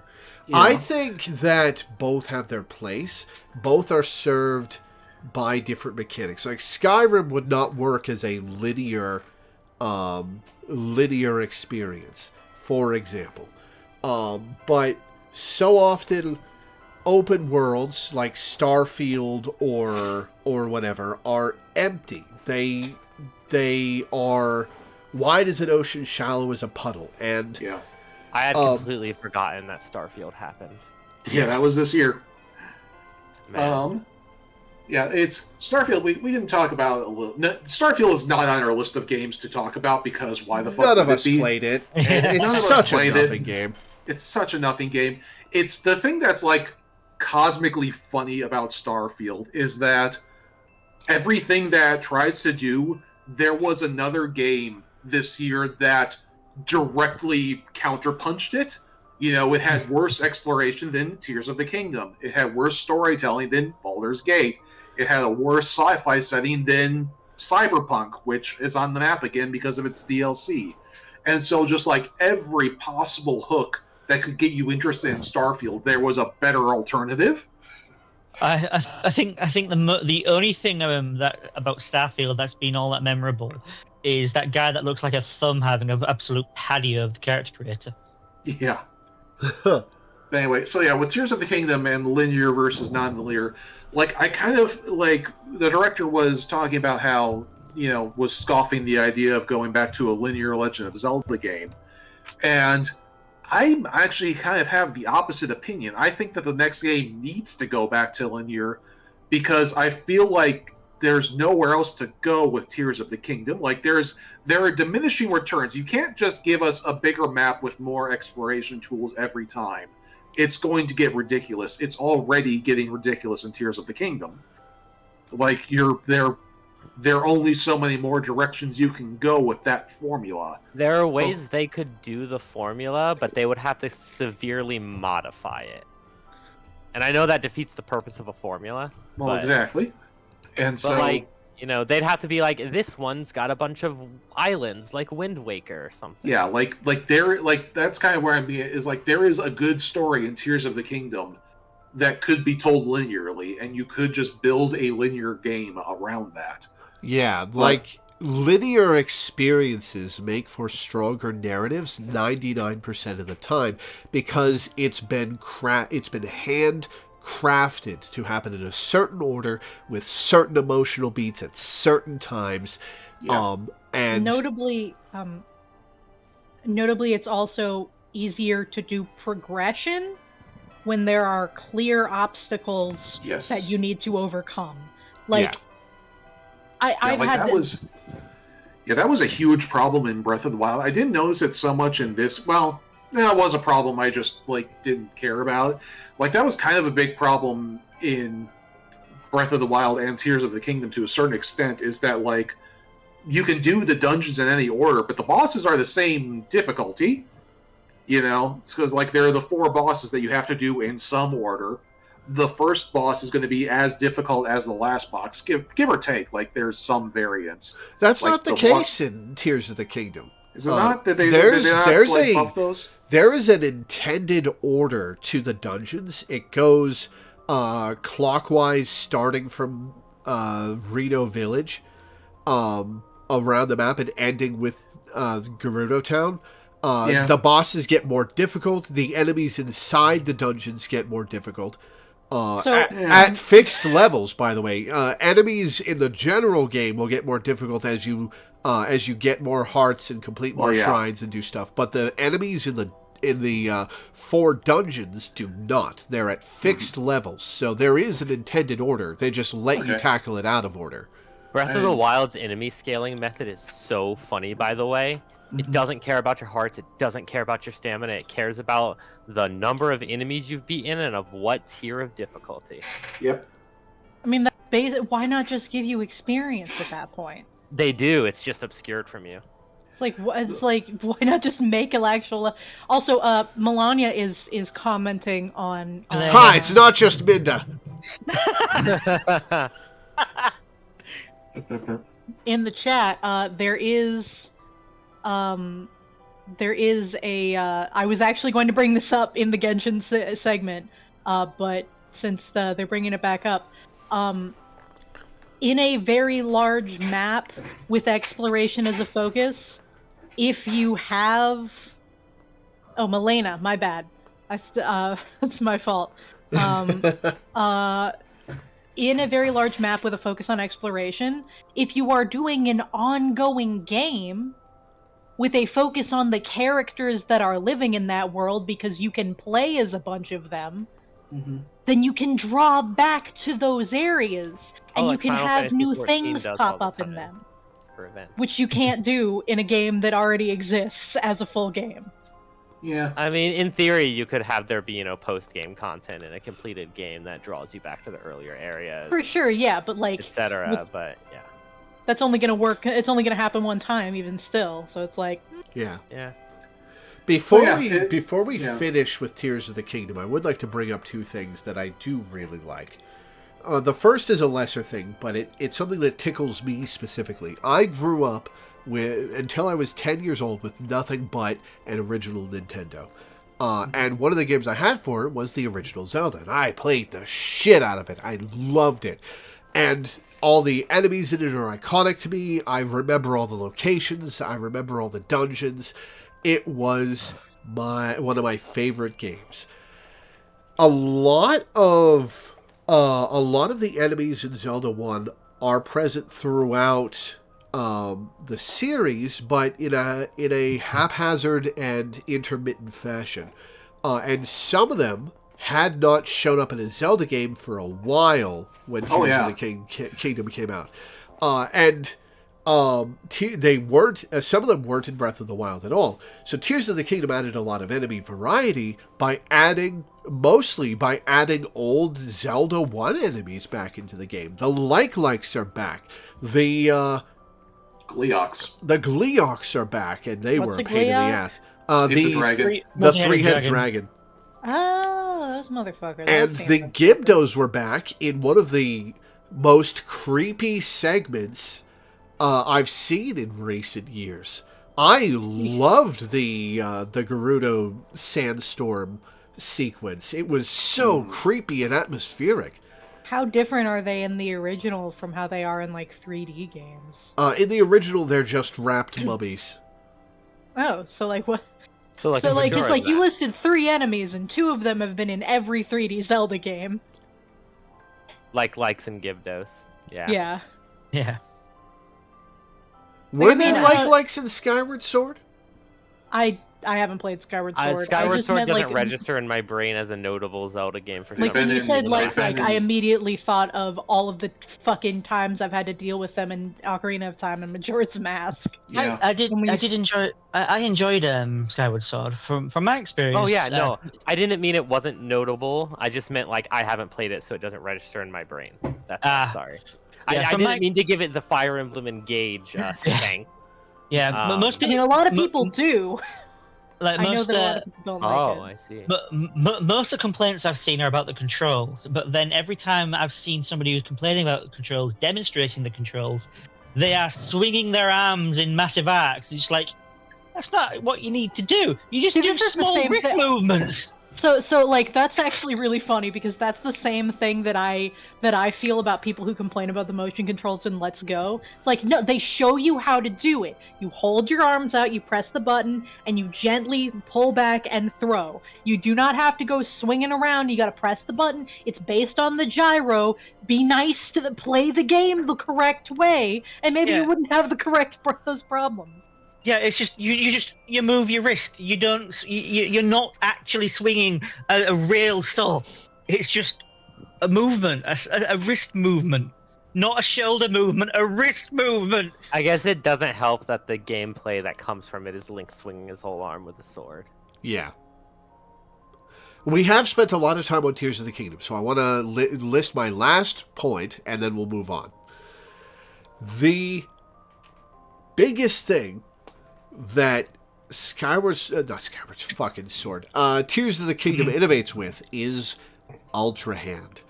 Ultra Hand and fusing on physics objects together and getting them to move and work as vehicles or environment things is insane. There are industry professionals with 20 years of experience making video games who look at the Ultra Hand mechanics and go, what is this insane wizard magic? How did they do that?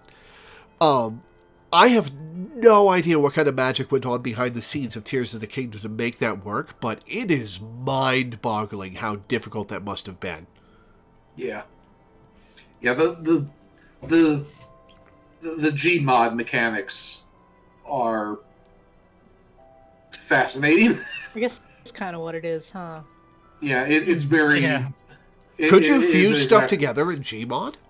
Yes. Huh. Yes. But then they would like clip together and go.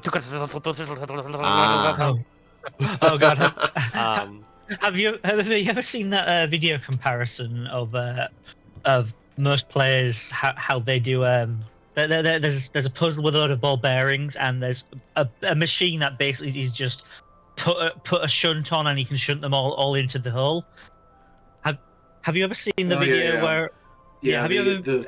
The Dark Side Phil video where he is completely he Which just was completely Amelia Watson, yes. Yeah, he just completely ignores the big ass machine right there, right next to the, and then proceeds to start complaining as he picks up like all of the 40 balls one by one. Yeah. Yeah, while saying, "I can't believe they designed a game like this. How could they make a puzzle like this? It's just monotony." It's like, He can't be as stupid as he presents himself, right? Yeah, it there are has to be times a where I bit. genuinely question that. Yeah, like I mean, there was the time he accidentally streamed himself masturbating, and the time he sold his Wait, girl. who are we talking about? It doesn't matter. Someone who does not matter. And he also sold his girlfriend's private details. So he's pretty stupid. unfortunate. He's just got it's Darkside Phil has been around literally forever, pretty much as long as video sharing has been a thing. Which is kind of the reason why he had a foot in the doors, because he was one of the first. He was one of the first people playing games on YouTube and posting videos about it. And every few years he pops up out of the muck because one of his clips goes viral of him being stupid, and then he descends back into obscurity, and we don't need to talk about him anymore. I wish we wouldn't talk about him, because apparently he's the inspiration for how annoying the puzzle helpers are in God of War Ragnarok. They thought people were as stupid as Darkside Phil, and they needed the helpers to answer the puzzle 30 seconds in. Yep. Yeah, he did take 2 hours to jump over the fence in the tutorial for Bayonetta after it zoomed in on the fence. Yeah, he's one of those kind of guys. Anyway, we've been going for 2 hours. We need to hurry up. Yeah. Before we move on to Final Fantasy 16, I want to slip a game in here because it came out during the summer. I got it for Christmas, so I've been playing it a lot this week. Have any of you heard of Dredge? I have. I hear it's really good. It is very good. It's a little cheap indie game, $15, $20, whatever, give or take. I'm not sure. You're a fisherman, right? Exactly. And you fish up eldritch monstrosities? Essentially, yes. So it's essentially a fishing game. You got a little boat. You go out, you catch fish. Your cargo space in the boat is like the Resident Evil 4 Tetris grid, cube grid. Oh, and so cool. and so different fish have different shapes and sizes, and so trying to Tetris your fish into your hold is a mini game in and of itself, and that's pretty fun. It's never been said before today. Yeah.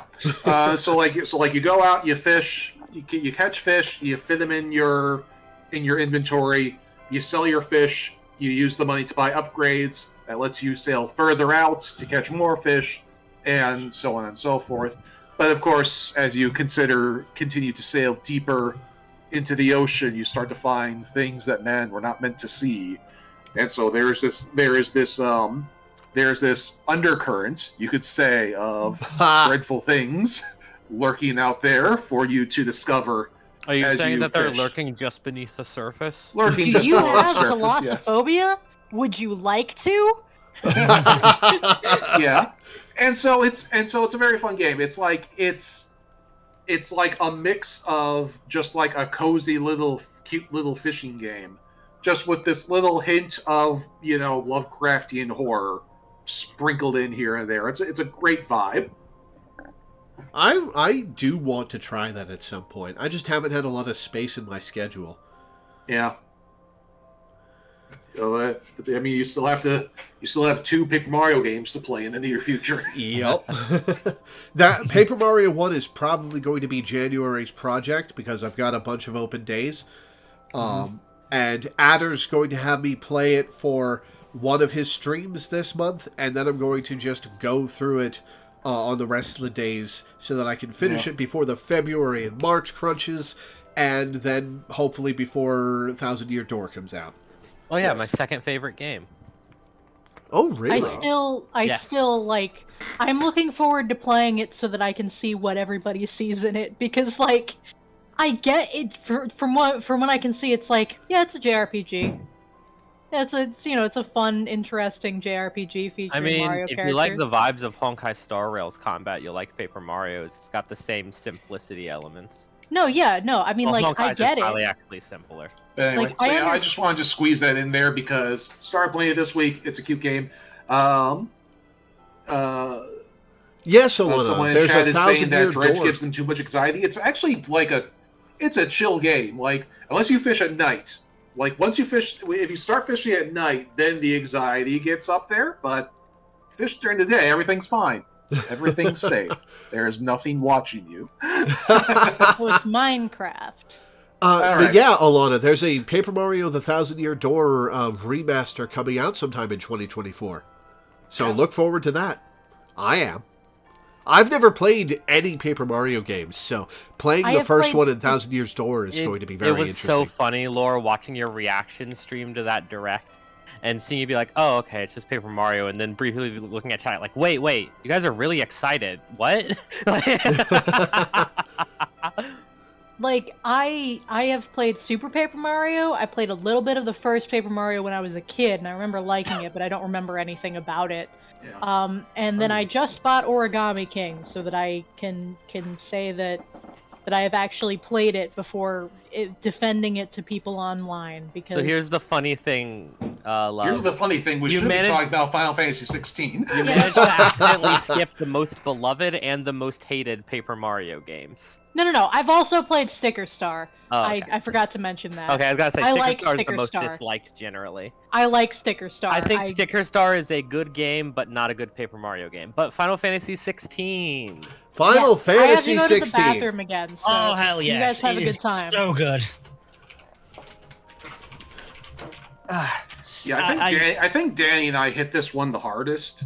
Laura played it for a while and then dropped off because it was too grim.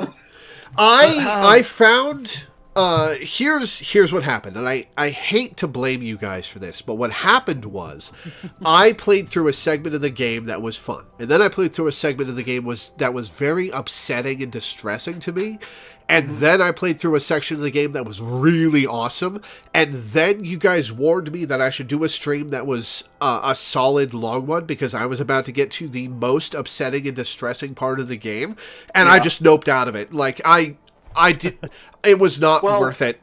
I for feel me. like here's the thing. That was feel free to blame me if you want. I feel like if I hadn't warned you, you would have just noped out after that stream anyway. Yeah, fair enough. That's like having seen your reaction to previous low points in the game to that point. You would have stopped either before or after the segment. I mean, what we were trying to say is you were right at the end of the big build up before the roller coaster to the highest point of the roller coaster where it dips and gets awesome. I feel really bad that I didn't finish it, but I don't want to. Does that make sense? Yeah, but it's so good and it's so. I'm hopeful. not saying it's bad.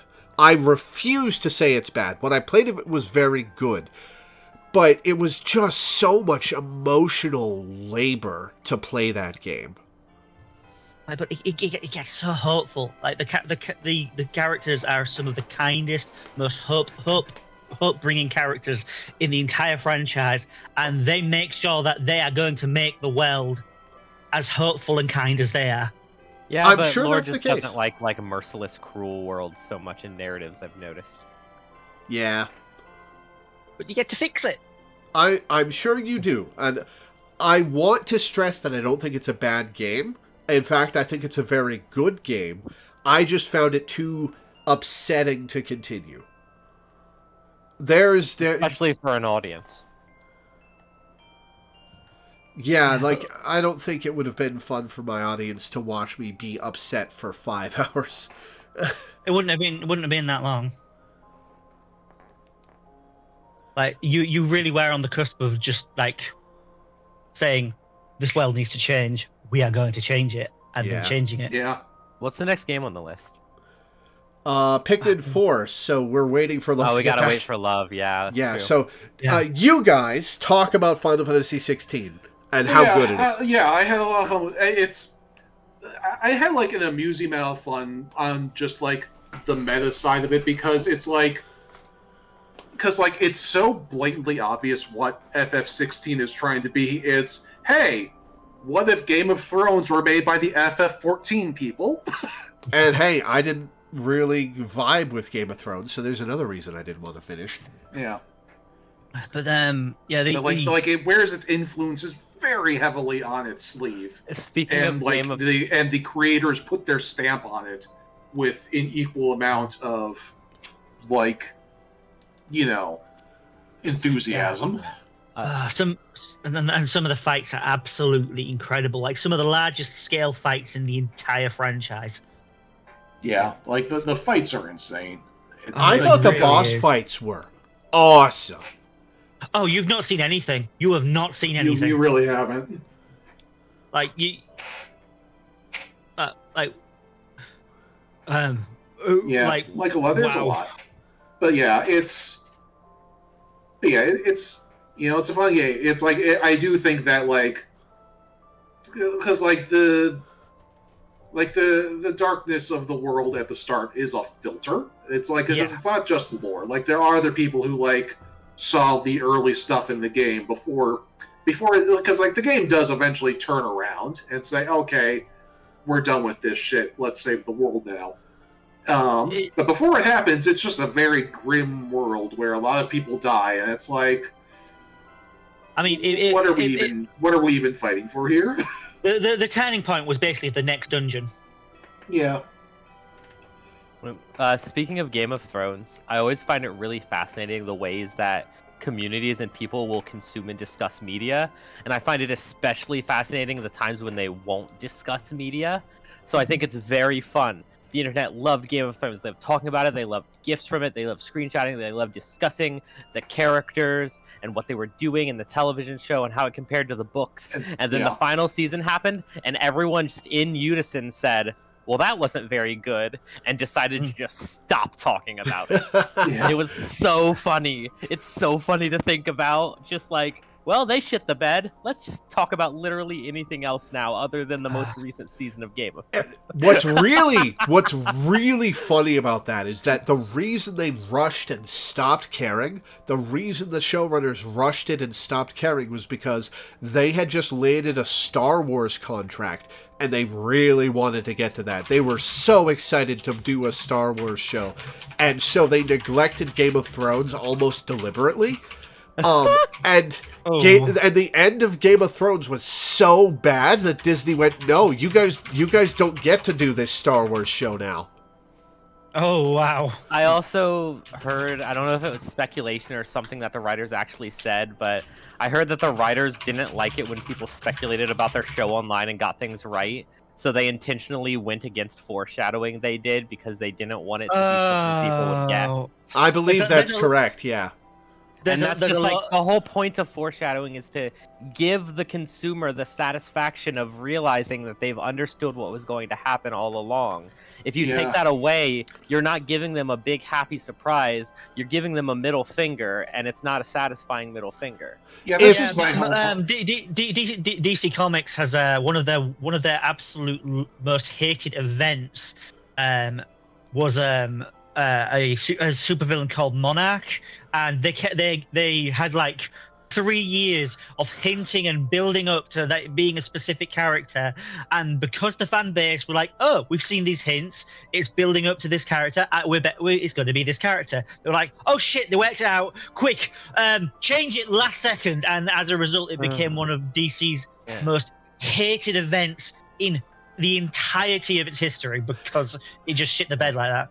The thing about stuff like that is that if you're misdirecting and you're giving obvious hints towards one character, but hints where if you tilt your head a little bit, you'll see it's another one, and then it's the one that isn't the most obvious, that's a satisfying payoff. Yeah. But if you just change your mind and say, well, people guessed and it has to be a surprise, well, that's just betraying people and just revealing that you've basically been and also more to the point, the bigger issue with that kind of writing is that it tends to create plot holes. Usually the new culprit, the new twist that you go with, ends up just not making sense. If you have been building a story and building a twist and building a plot line such that your fans have sussed out what's going to happen and are really excited for it to happen, congratulations, you are telling the story correctly. Yeah. I think the funniest case I've seen of people guessing what was going to happen, and this was in a case where it wasn't a continuous thing, it was something that was already released. So it's not like the creators could change it. But in the Something Awful Let's Play for Danganronpa, in the thread, someone guessed right away, was like, oh, this motherfucker, you can't tell me for a second that they didn't do it. And then literally in the next post, that character gets killed off. And it became a meme. It became a meme in the community, like, oh, yeah, something weird happened that we can't explain. Must have been this character. And then when the Let's Play finally got around to the reveal of who the mastermind was, and it was that character, everyone in the but all of the foreshadowing was there in the story and present. But it was just really funny to see the Something Awful thread, just everyone explode like, what the fuck are you talking about? Including the person that made the offhand guess being like, I was right? When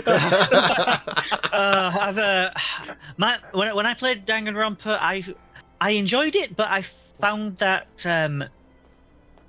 everything Let's was a be little careful obvious. about spoilers for Danganronpa, by the way, because of course. Yeah, that's why I I'm- was sure to not include the mastermind's name, because I'm like, I know better than that. Thank you. Yeah, I found all the mysteries a little too easy to solve. Like, not even in the case of like the foreshadowing made sense. Like, I just like, no, I've kind of sussed out each mystery in like 15 minutes. Yeah. Did you pick up on the foreshadowing for the mastermind before it was revealed? Some of it, and Yeah. I kind of figured it out like the a little bit before the game is about to tell you, Which I think directly. is like the perfect timing for figuring that kind of thing out. Yeah, Like, I think that's like, how a lot of like foreshadowing and clues are built. It's like you get that piece where you can make the conclusion a good like hour or two before the reveal is, so you can have the time to be like, oh. Yeah, I think Danganronpa is a little too liberal with its hints, though. I'm gonna quote. Danny says, "I think Danganronpa is a little too liberal," and then in parentheses, and ellipses. For the first one, I mean, I haven't played the sequels yet. Um, Kind of a one sec. batshit Love series, is but it's saying fun. that she'll be a little bit longer. But yet we'll. We just want to move on to Baldur's Gate. Yeah, we'll do Baldur's Gate 3 and then talk about Pikmin when she gets back. I'm going to take a quick break. I'll be right Okay. back. Well, you have nothing to say about Baldur's Gate 3 anyway, right? Not yet. I intend to play it because I have access to it on my best mate's Steam, so I Oh, will cool. play it at some point. But We'll avoid Not quite yet. spoilers, but Yeah. thank you. yeah. Right, be back in a bit then. I guess Um, as a preface to us talking about Pikmin 4 later, though, man, Pikmin 2 was like a definitive game for me growing up, so it was weird going back and playing it again in preparation for 4 and being like, oh, this game is cruel. This is a very cruel game, and I never realized just how cruel and mean and just merciless this game was at you wow. as difficulty. Because I had done like an Iron Man run of Pikmin 1 where I just accepted all losses, right? Uh-huh. I was trying to do that for Pikmin 2, but then the game just like put me in a situation where it just decimated a large amount of my supply of stuff, and I'm like, I know the soft reset button input, and I can undo this. But it feels like the game's difficulty is built around it's almost like it's built around resetting, and that's when I was like, oh, this game's just mean. It's not actually hard, it's just mean. Damn. Pikmin 4 fixes that though. It's Yeah. a little bit better balanced, and Anyway. it literally made. Anyway, we are literally not trying to avoid talking about Pikmin 4 right now. Yeah, we gotta save that for love. So yeah, well, once again, so I think Laura and I hit this game the hardest. Yeah, I love Baldur's Gate 3. I'm trying to decide if I want to name it my game of the year because I haven't finished it yet, but it's incredible. Yeah. And you and I yes, have a very Solana, different- Karlak is extremely kissable. You'll enjoy her. I I have a very limited experience with Dungeons and Dragons. This is an interesting thing because, like, you have almost no experience with Dungeons and Dragons. I know 5th edition, especially inside and out. So we approach this game from very different places. I have some exposure to Dungeons and Dragons. I have always enjoyed hearing about the rules and rule interactions and various lore tidbits ever since I started reading Order of the Stick. God, that would have been 15, 20 years ago. And I've always enjoyed that. So, yeah. What? I mean, it started in like 2000, 2001. Yeah. And I've always enjoyed that. And my buddy Sean, my housemate, loves D&D. And he's regaled me with tales of his campaigns, and I've asked him questions about the mechanics. And I've played one session of Pathfinder 1st Edition. So I have a basic understanding of D&D and D&D adjacent mechanics and lore. Mm-hmm. So I went into this knowing it was a D&D game and thinking, oh, well, this will be fun. I wonder how much like the actual game it will be of what I've heard of the actual game. And I expected it to just have D&D mechanics, right? Like the spellcasting, the turn-based stuff, the combat mechanics. But what I was not expecting was for the environment to come into play. You can do all sorts of weird shit in Baldur's Gate 3 to influence battle, to influence characters, to trick your way into specific situations, to approach situations from different angles and different bases. From what I've seen, it feels like it wants to have the spirit of playing a tabletop RPG instead of just, here's the book, we're just making it a video game. Yes. Yeah. Well, like, here's the thing about all that environmental stuff. All of that environmental stuff those are things you can do in the tabletop. People just never do it because it's a shit ton of extra work on the DM to keep track of, like, okay, well, this is a ledge to a bottomless pit, and, like, this terrain, you know, it's like not everybody has, like, 3D terrain on their tabletop, so it's like, so trying to keep track of elevation of you can climb up this ledge onto this ledge. Yeah. Like, that's just something you can do in a video game, because you can just have your character run, and they will run as far up the cliff as they can run. In fact, in an early dungeon, you're encouraged to knock enemies into a pit full of giant spiders. Yes.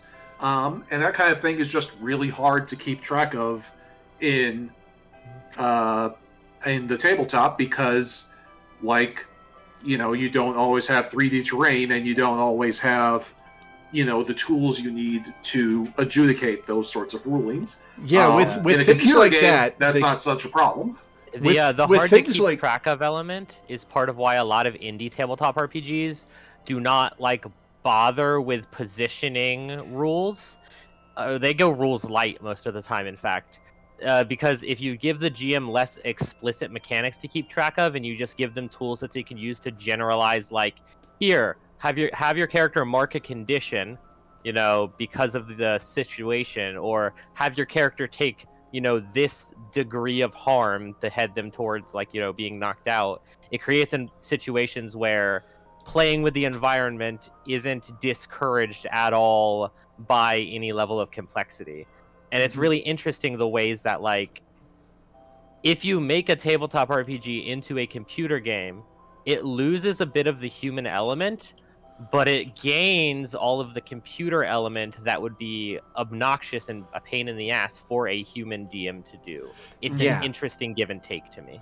When you have complex battlefield situations, or even a complex, like, an inn full of people that has a bunch of different NPCs stand in different spots that you can interact with, the more complex it is, the more visual aids the human brain needs.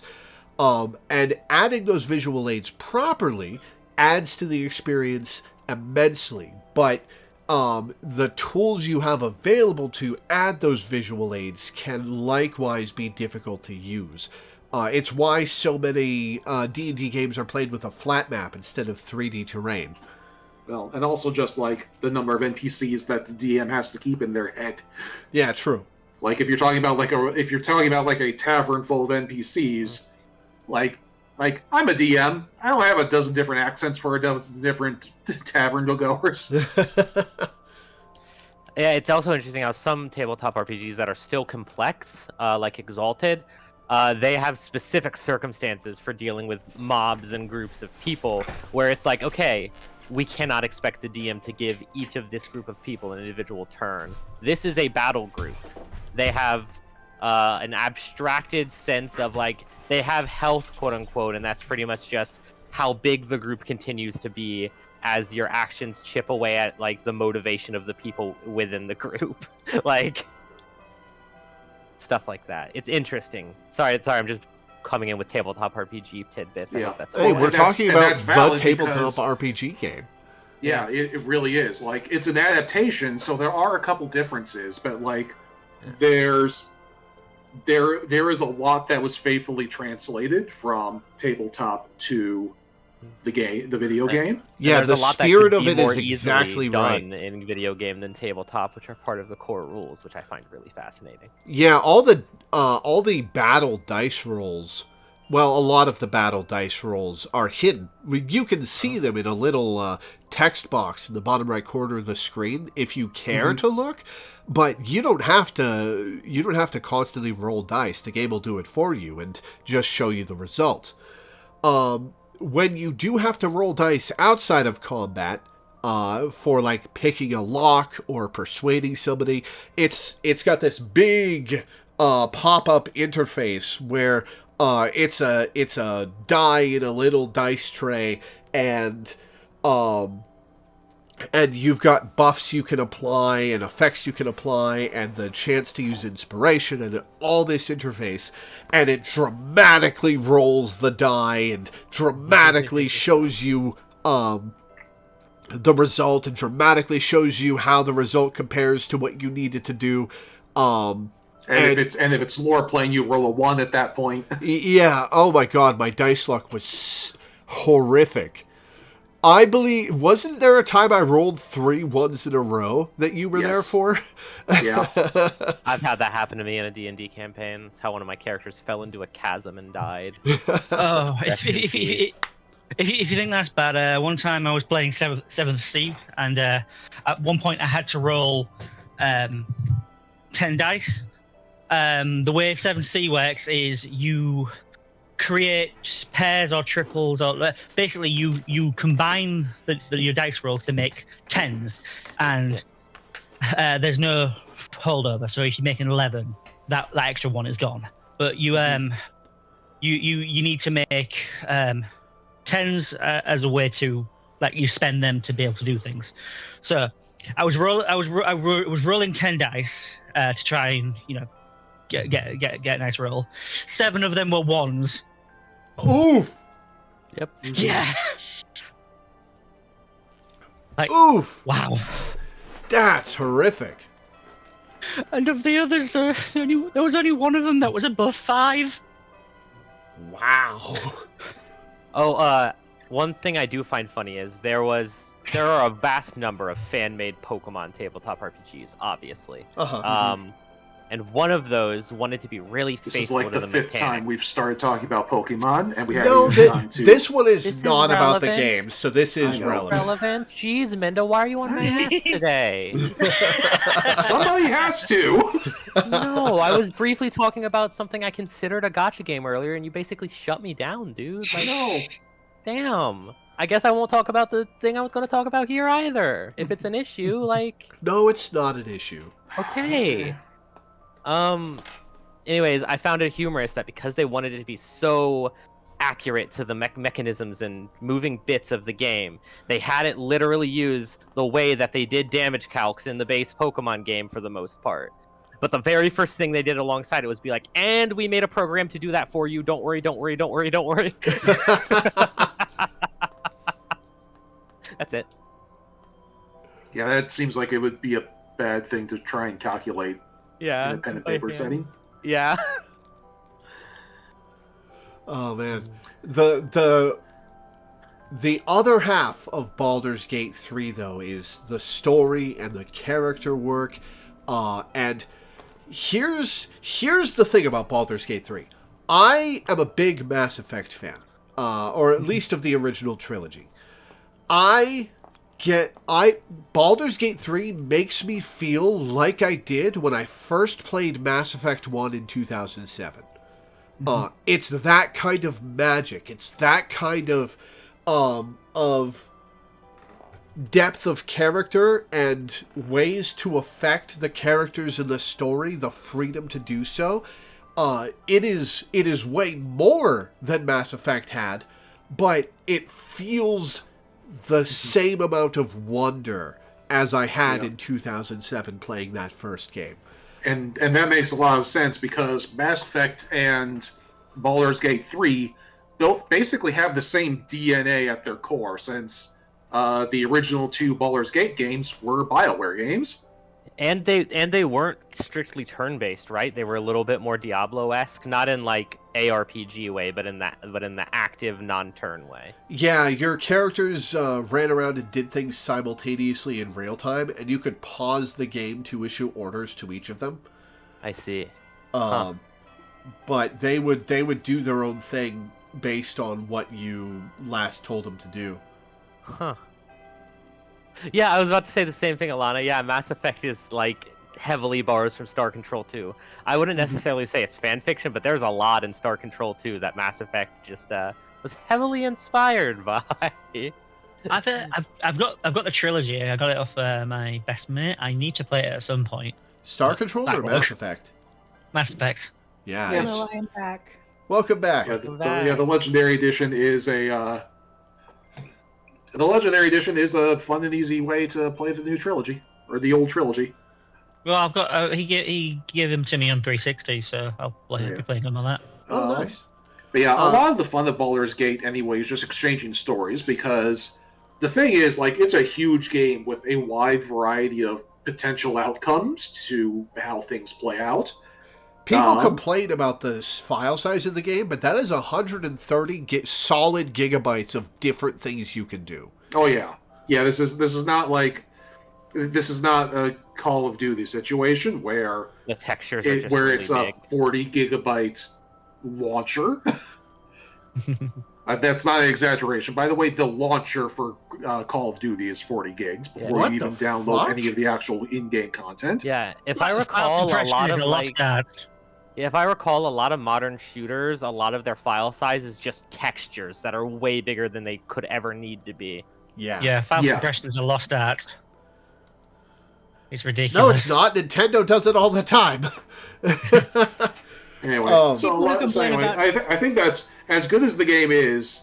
Like, there's the only way to really talk about it is to just like dig in and start doing it. It's like, hey, remember that time when? Hey, how did you deal with this? It's like, how did Karlach react to such and such? And that's gonna get old fast, especially since only two of us are here. So let's rewind back to Pikmin. Well, yes, one last thing. I do want to mention one thing in that you can play a created character and you can romance any of the various companions that you can recruit in the game, not just the 6 origin characters, but you can also play as the origin characters and romance anyone else. And so they wrote like 60 romances, several, a bunch of them from both sides. Yeah. I mean, more than that, because there are other romanceable characters besides the origin characters. Yeah.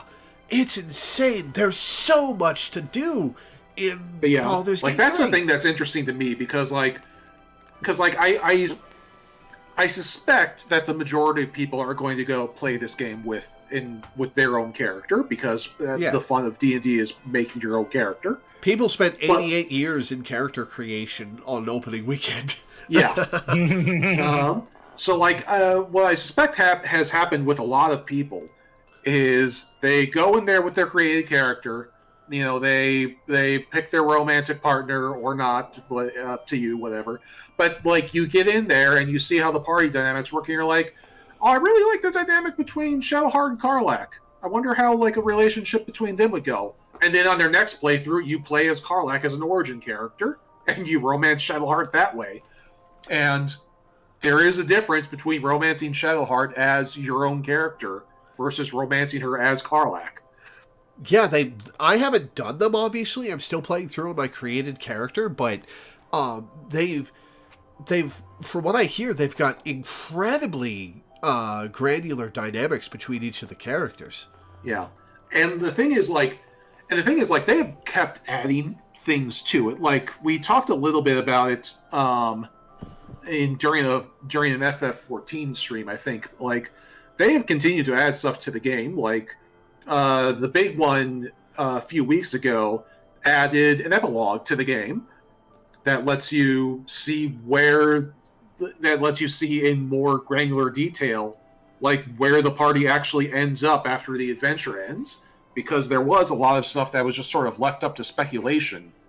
You know, like there are a lot of plot threads that end on an ambiguous note, but not so much anymore because you have the epilogue chapter to see how the people are doing. Which they released for free, by the way. They've committed Yes. to not doing any paid expansions. Everything they release for Baldur's Gate 3 is going to be free.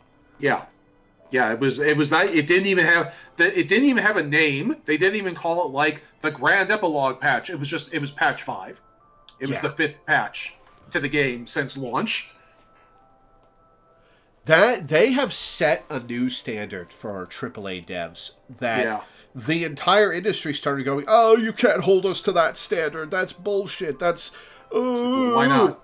Why not? Why not, motherfucker?" You can't hold us to the standard of a checks hands indie studio. Well, I don't know if it's indie so much as it is like single A. I'm not completely sure, but it's technically double A.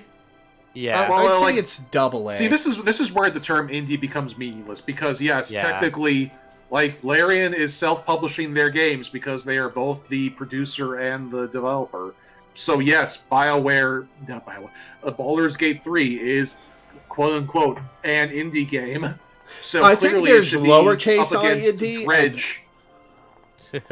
So there's lowercase I Dredge versus indie and Baldur's uppercase Gate for indie game of the year. It's like this is ridiculous. Yeah, there's lowercase I indie, which Baldur's Gate 3 is, and uppercase I indie, which Baldur's Gate 3 is not. I think that's a divide you have to make when thinking about indie games. Yeah, but it's just like, I think the video game industry needs some major reformatting in both consumer expectation and like developer ambition. I honestly think we need, if a game's going to be big, please, for the love of God, let it cook for a good amount of years. And please don't feel obligated to make it big. Hey, Haven comments. I played during the Companions Are Way Too Amorous bug. Bug. So I ended up rizzing up Shadowheart by accident because I said hello. Yeah, there's a sex percent speedrun category on speedrun.com. And you can have sex with Lae'zel within like 5 minutes of opening the game. Yeah. It's gotten longer, but like since they patched that out, but yeah, originally there was like a 3-minute speed run of getting Lae'zel into bed. She is so horny, even after the patch. Like, her writing is horny. She is nakedly horny for the player character, and in denial about it. Shadowheart is too. She's just slightly less obvious about it. I'm reminded of, I can't remember which Fable game it was, but bear in mind, I tend to be a complete dick in games that let me. I can't be that kind of person. I'm also a chronic good boy. Yeah, I'm a good boy in real life. I can be a dick in game, but there was this one point where it was like I had to cross this swamp that no living soul has managed to survive crossing in decades because of all the undead and monsters that have taken home in there. So I went through this swamp of impenetrable death, got to the other side, had a one-night stand while I was there, and while I was having this one-night stand, my husband walked in and was like, "How?" So, He smelled it on the wind and he was like, "Oh, this motherfucker." wilding out here. I swear to God. I remember my experience with an early Fable game was I was like a teen. I didn't know a lot about myself. And I was like, oh, haha, yeah, it seems like you can romance anyone in this game, like even random NPCs. Wouldn't it be so funny if I romance this random merchant guy? Because haha, funny. And then I couldn't figure out how to get him to divorce me, so I thought if I just beat him enough, he'd leave, and he never did. Oh, So my no. God. I got Oh, all no. the like evil horns and tail accoutrements and stuff, and I was like, why isn't my husband leaving me? There's two more little quirks about at least Fable 2. Wasn't divorce an evil act in Fable 2? Yes. Divorcing somebody was like 250 evil points. Killing somebody was like 50 evil points. As a result, the fastest way to become a maxed out good is to keep marrying people, then murdering your spouse. They did not think this through. Yeah. I have so many questions, and I want no answers to any of them. I also Anyway, RPG experience. There's also this one moment where there's like an 8-year time skip. I had a husband when I did the 8-year time skip, and my husband waited for me the entire time, even though they had no idea that I'd been captured. Put in this prison. They waited the whole 8 years. Then when I got back, I had to go do an adventure. Came back a week later, and they divorced me for being away for too long. To be fair, if I waited for someone for 8 years and then they disappeared for a week, I'd be like, honestly, okay. that's actually fair. That's a like, little sorry. fair, yeah. Sorry. I think we have tapped out on Baldur's Gate 3. So Ted, you want to talk about Pikmin? Yeah, Sure, talk about I Pikmin. accidentally talked a little bit about it earlier. I described about how, in retrospect, replaying Pikmin 2 and trying not to soft reset, the game's very, very, very cruel. You know how sometimes in media people will have evil twins? Pikmin 4 is Pikmin 2's nice twin. It's like, yeah, I put the soft reset in the menu in case you ever need to use it, but the stuff I'm going to pull on you won't be quite as mean.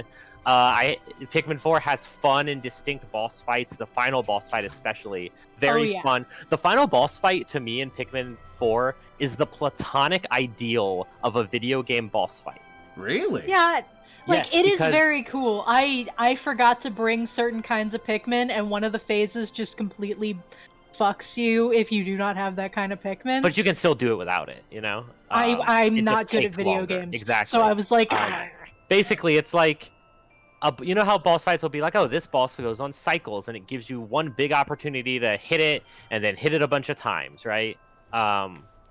Pikmin 4 kind of does that, but also in between the cycles, there are these small little opportunities for you to activate the rush down, basically.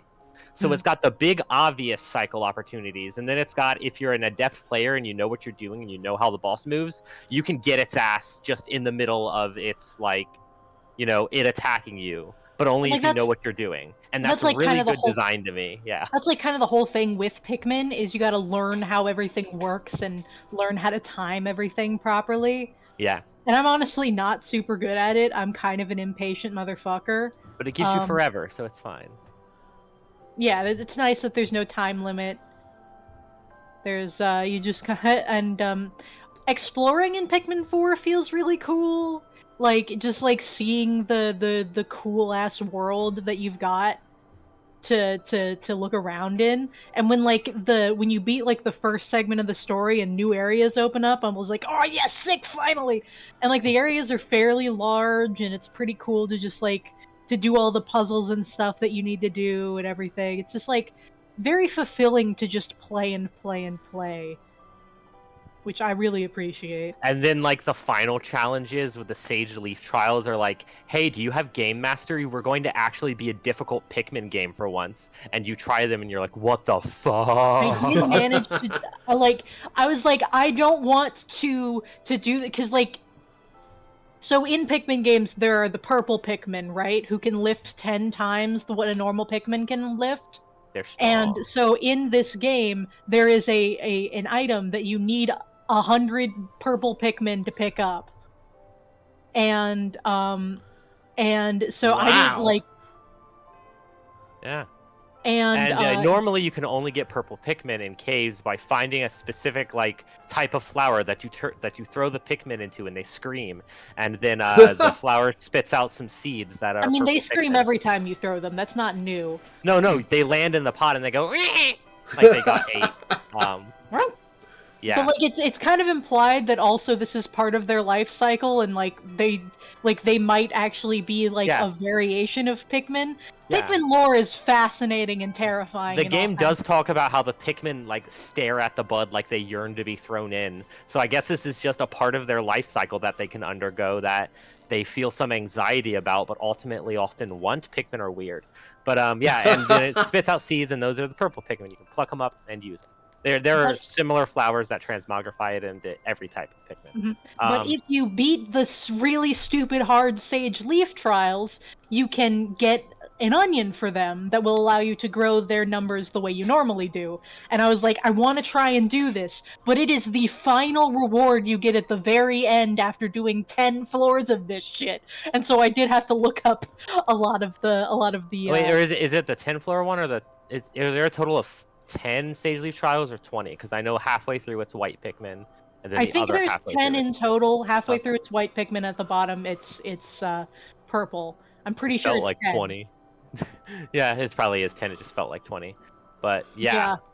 Basically Pikmin 4 I feel is kind of, it's the Pikmin games at their best. For sure. Yeah. If you have ever thought about maybe trying a Pikmin game, yes, play Pikmin 4. You can play it if you're bad at Pikmin and finish it mostly. All of the extra challenges are, demanding and want you to understand the mechanics and time management, but they're not required to beat the game, and the rewards they give can be achieved. Every Pikmin game at once when you play Pikmin 4, because there is even a mode that lets you play Pikmin 1 in the end of Pikmin 4. And that one actually does have the 30-day time limit.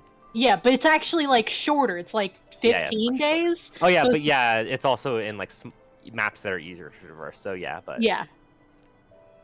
And you have a dog. The dog is possibly the best part of the game. We love Ochi. Dogs make everything better. Yeah, we love Ochi. You can ride on his back. He can charge into enemies. You can upgrade him to be the most broken thing in any Pikmin game ever. He can you can make it so that he can drag 100 weight by himself. You can make it so that he can pick up 100 weight and swallow it and barf it back up. Yeah, so that he doesn't even take up a lot of space. He just kind of trudges along a little slow, but not that slow. It's goddamn. Yeah. Wow. It's a good dog, good puppy dog. He's the best dog. We love There's a type of Pikmin, rock Pikmin, where most of their damage is in their first time impacting an enemy, and after that they just kind of throw themselves at the enemy at a slower pace than most Pikmin do damage. The fully upgraded dog with a bunch of rock Pikmin on its back create a situation where you charge an enemy, you hit it, and up to 100 rock Pikmin all do their impact damage to an enemy simultaneously. And this thing murders most bosses in the game. Wow. Sounds fun. It's a fun game. Yeah, play Pikmin 4, it's great. All right. So next up on the list is a game that I'm pretty sure only Minda has played, Spider-Man 2. I think so. I want to. So I'm the only one here who's played Spider-Man 2. Did any of you play the first game or the Miles Morales game? I played both of them. Okay, so you have some context, which is good. So the thing I've heard about Spider-Man 2... What? I almost forgot to say one last thing about Pikmin 4 that I really liked. It's really short, I promise. I really like how hard it went on the sci-fi elements. Yeah. Oh, nice. It just goes full-on sci-fi horror, etc. Okay, go on. So the thing I've heard about Spider-Man 2 is that it's very good, but it's very good in an of course it is kind of way, and not in a surprising way in any way. It's just this is a good game. This is a really good game, but nothing about it is shocking or the most memorable thing in the world. Yeah, I'd say that's true. The most interesting thing about it is, as a Spider-Man fan, playing in this world where Miles and Peter exist at the same time, because if you know anything about the lore, that's unusual. Yeah. In fact, in general, this instance of Peter Parker is a very unusual version of Peter and his history, because you have Miles and Peter together, and that is confusing, and even characters in the game comment on it, so that where they're like, okay, so if he's Spider-Man, does that make you Spider-Boy? No, I'm just also Spider-Man. But isn't there also a third Spider-themed superhero in the plot, or am I thinking about the wrong Spider-Man game? There are in fact two, arguably. The stinger for the game hints at a third Spider-Person entering the picture, likely as a playable character in the next game. And then you also have Venom, who is kind of their own character. That's what I was thinking of. Yeah. I will say Spider-Man does consistently have good games. One of my favorites was Ultimate Spider-Man, where you've got you've also got Venom as a playable option. I remember as well. Ultimate Spider-Man. That was a fun little. That was an Xbox One original Xbox game, I believe. Yeah, PS2, it was Xbox and GameCube and PS2. Yep. When I was a kid, we had the Spider-Man 1 and 2 for the PlayStation 2. Or was the PS1 was the original Spider-Man game where you were just on the rooftops and stuff? Was that a PS1 game? Yeah, that was PS1. Yeah. Okay, because I remember we had both of those, and I played a lot of them despite not liking either of those movies at all. In fact, they scared the hell out of me. Oh, I don't like the Raimi movies. I do like that. Not a good Peter. I do like that. One of the things I remember. What? I do like that it seems when they decided to make Spider-Man games, they immediately recognized that the most fun sensation you could imagine would be swinging around. Yeah, that's the That was just their thing. immediate, this is what people are going to have so much fun doing. And they were right. Yeah, and it took until the Spider-Man the movie 2, which is just such a funny thing that not only was it a good movie tie-in game, but it was the best superhero game for a while, until Arkham, I think until Arkham Asylum. That was probably the best superhero game on the market. Honestly, I thought it was very quickly surpassed by Ultimate Spider-Man. Which Spider-Man game was the one? I liked Ultimate Spider-Man 2, but it was that game was except for even when you consider the inclusion of Venom, that game felt smaller. There was less. There was less to do in the city. It was literally bigger. They added Queens. Okay, I suppose. I don't know. Raises Spider-Man. It was also originally canon to the comics, although that got retconned later. Yeah. They tried their best to make it canon to the comics. What did you need to say, Lore? Raise his hand. I'm a Marvel Ultimate Alliance fan. Oh, that is good as well. Unfortunately, my disc for that didn't work properly. Which and also, Spider-Man I was just seeing a review. Apparently, the Midnight Sun is on sale, and so a bunch of people are playing it. And it's actually surprisingly good. I bought that, and I haven't had the chance to play it. Also, Teddy is trying to say something, so let's let Teddy say something. Yeah. Okay. Which Spider-Man game is the one with the really weird morality system that makes no damn sense? Web of Shadows, I believe. Web of Shadows, yeah. I see. Still a good game. That's the one where you have that's the one where the morality is based around the black suit. So making black suit decisions is evil, and making red suit decisions is good. But then it's and by the way, if you don't kill the bad guy, that's a black suit decision. It's what do you mean?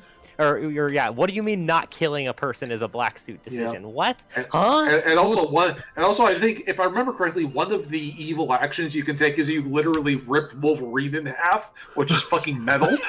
Yeah, and then.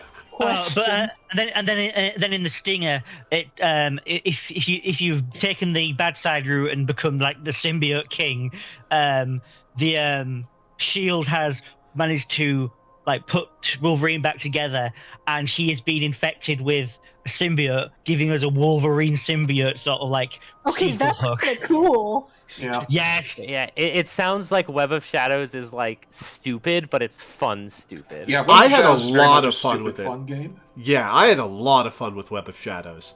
And yes, but Spider-Man 2, yeah, it's very good in all of the ways you expect. It's surprisingly competent at being both a Peter sequel and a Miles sequel. Like they both get a decent amount of screen time. What's interesting is like I've only had time to play through the game once, but like when you're free roaming, most of the time you are free to choose between Peter and Miles for free roaming. Obviously, for story missions, you have to pick one or the other for story reasons. Like you can't play Miles during the point in the story when Peter gets the symbiote. Like obviously, right? Yeah. But like for the free roaming, which is the majority of the time of the game, you can just pick your favorite Spider-Man and stick to them. And so I bet the game has a very different feel if you stick with one over the other, or if you try to like keep it even throughout your play experience, because like there are like little side quests that you can do either as Peter or Miles, and like their characters shine through when you do this. I assume they play slightly differently, or they do. They have slightly different powers. Yeah. Yeah, they have slightly different powers. Like Miles just has better powers than Peter. Yeah. Like canonically, like it's straight up. Right. He like I'm trying to remember. Like he has like some kind of venom shock power. Or yeah, something? he has venom shock. It's stupid that they called it venom shock when venom is also a thing. Why didn't they call it like spider shock?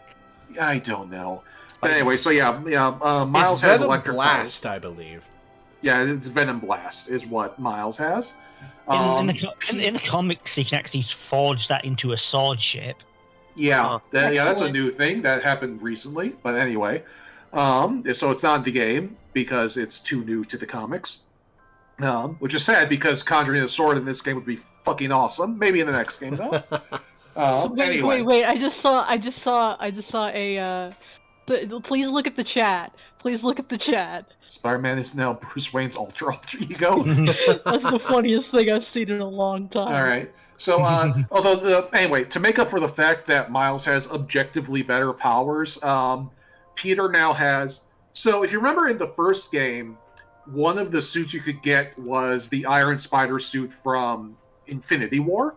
It's not from Infinity War. It's from the early 2000s in the comics. I know what it's from originally, but the actual costume that was in the video game was the one from the movie. Ah, I gotcha. And I think that they really cottoned on to the fact that the robot arms that you got with that suit was the best power up in the game because it was. And so now in this game, those are just a default part of Peter's kit. Like he just has the robot arms, the Iron Spider robot arms by default, and he pulls them out for a few special moves.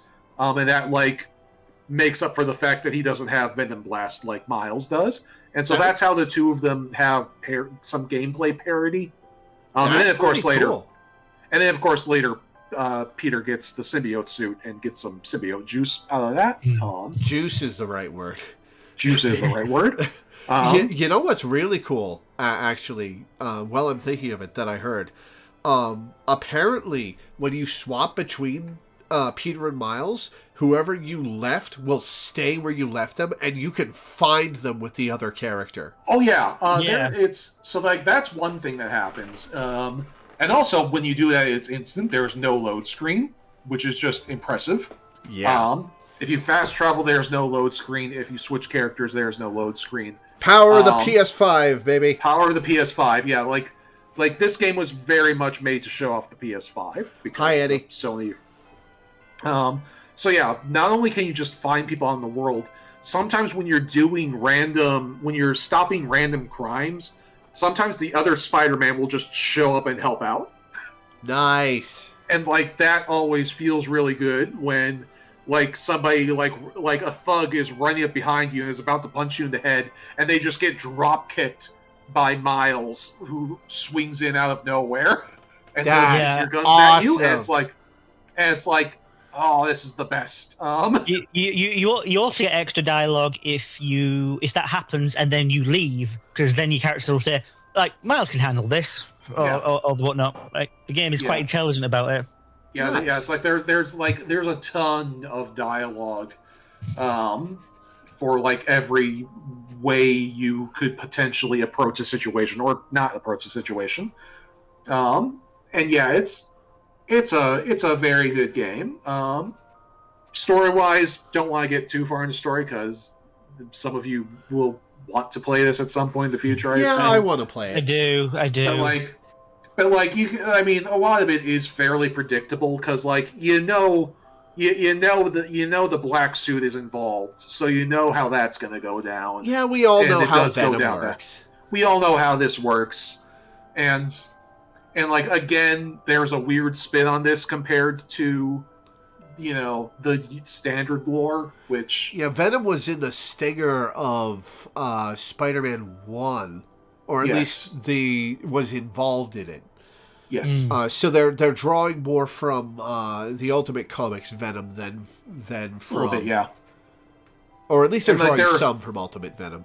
Yeah, they're also like at the end of this game, there are a lot of hints at things to come in Spider-Man 3, which probably will not come out for a while because Insomniac's next game is going to be a Wolverine game.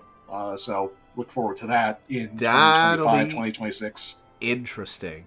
Have you seen the shenanigans about the leak? People are complaining about the graphics, even though it's nearly 3 years away from being released. Yeah, that's an alpha build, guys. It's not even it's pre-alpha. It's pre-alpha. Gamers love to complain about graphics, but then we'll turn around and say gameplay is the most important thing in any game.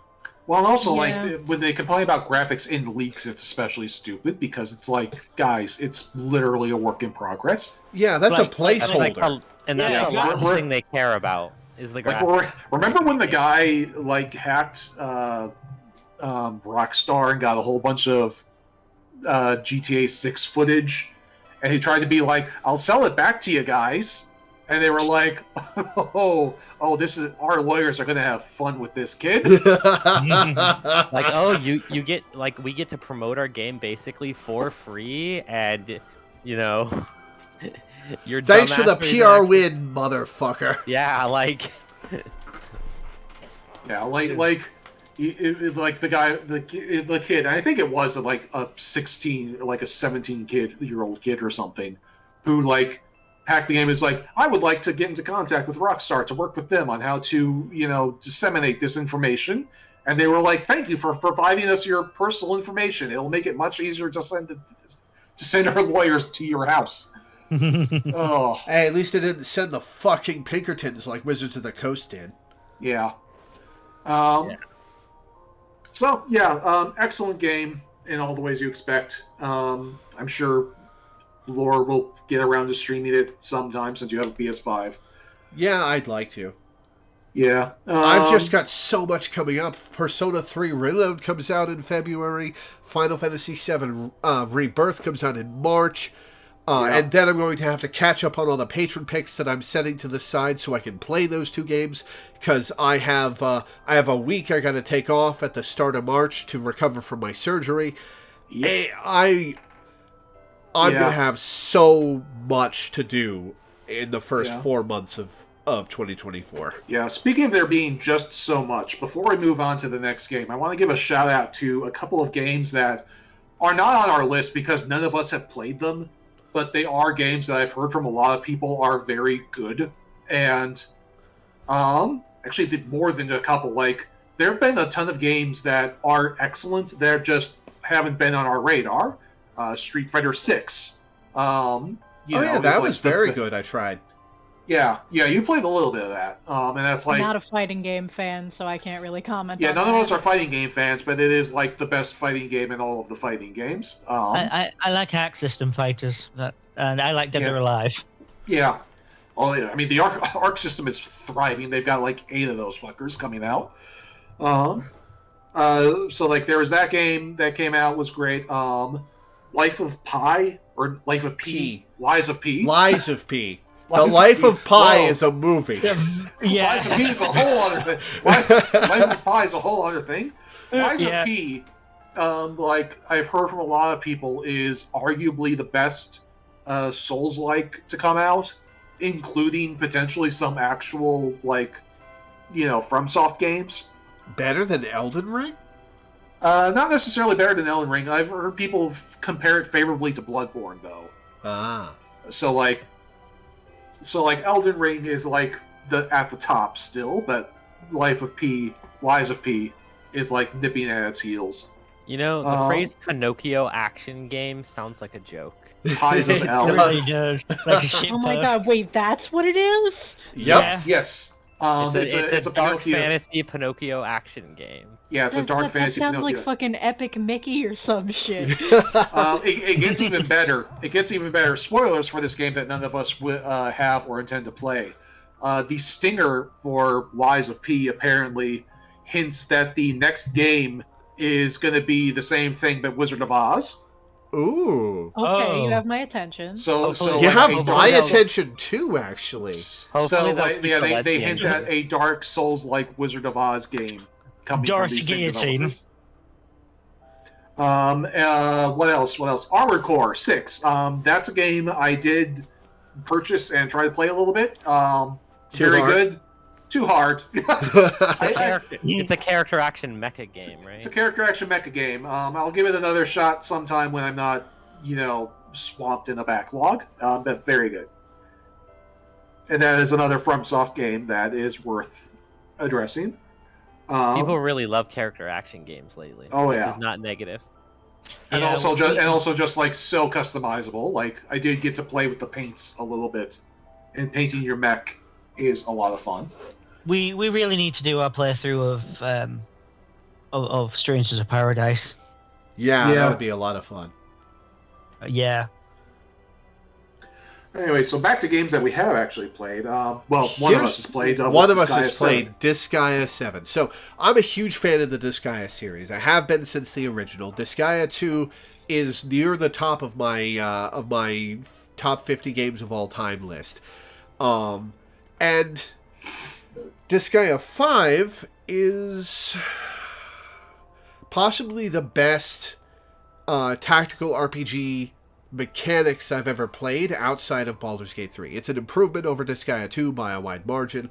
It's just that the story kind of sucks and the characters aren't interesting, so Disgaea 5 doesn't make my top 50 list. Disgaea 6 was really bad. I got 2 chapters in and put it down. It was so bad. And it had a weird focus on AFK stuff where you would shut the game off and leave it overnight and open it back up and your characters would have leveled up.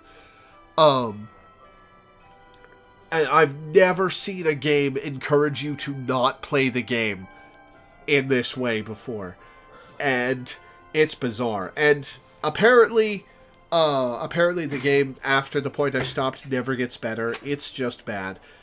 So, when Disgaea 7 came out, after 5's story being crap and Disgaea 6's story and gameplay being crap, I was apprehensive.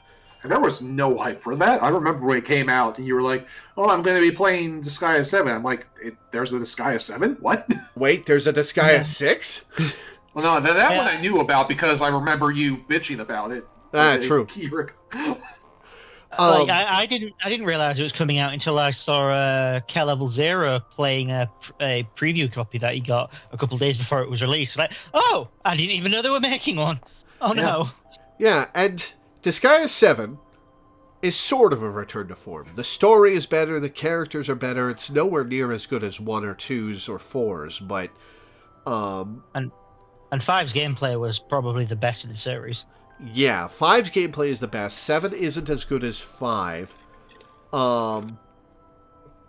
But it's a return to form. Playing the campaign was very good. With some caveats. The level scaling is really weird. The way the enemies are set up, the game is designed so that you have to overlevel to stand a chance. Stats-wise.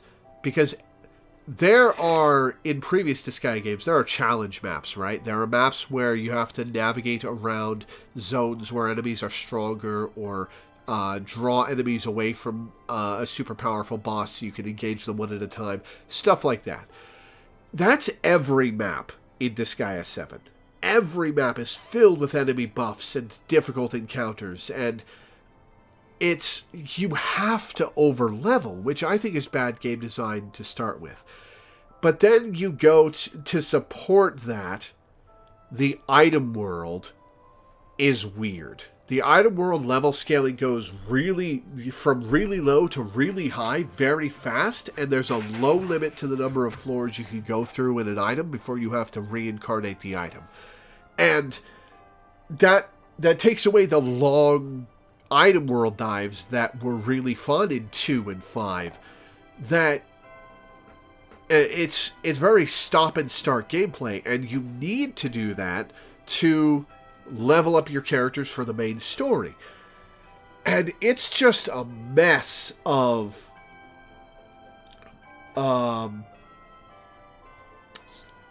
it was just a mess of game mechanics working against each other. And it's...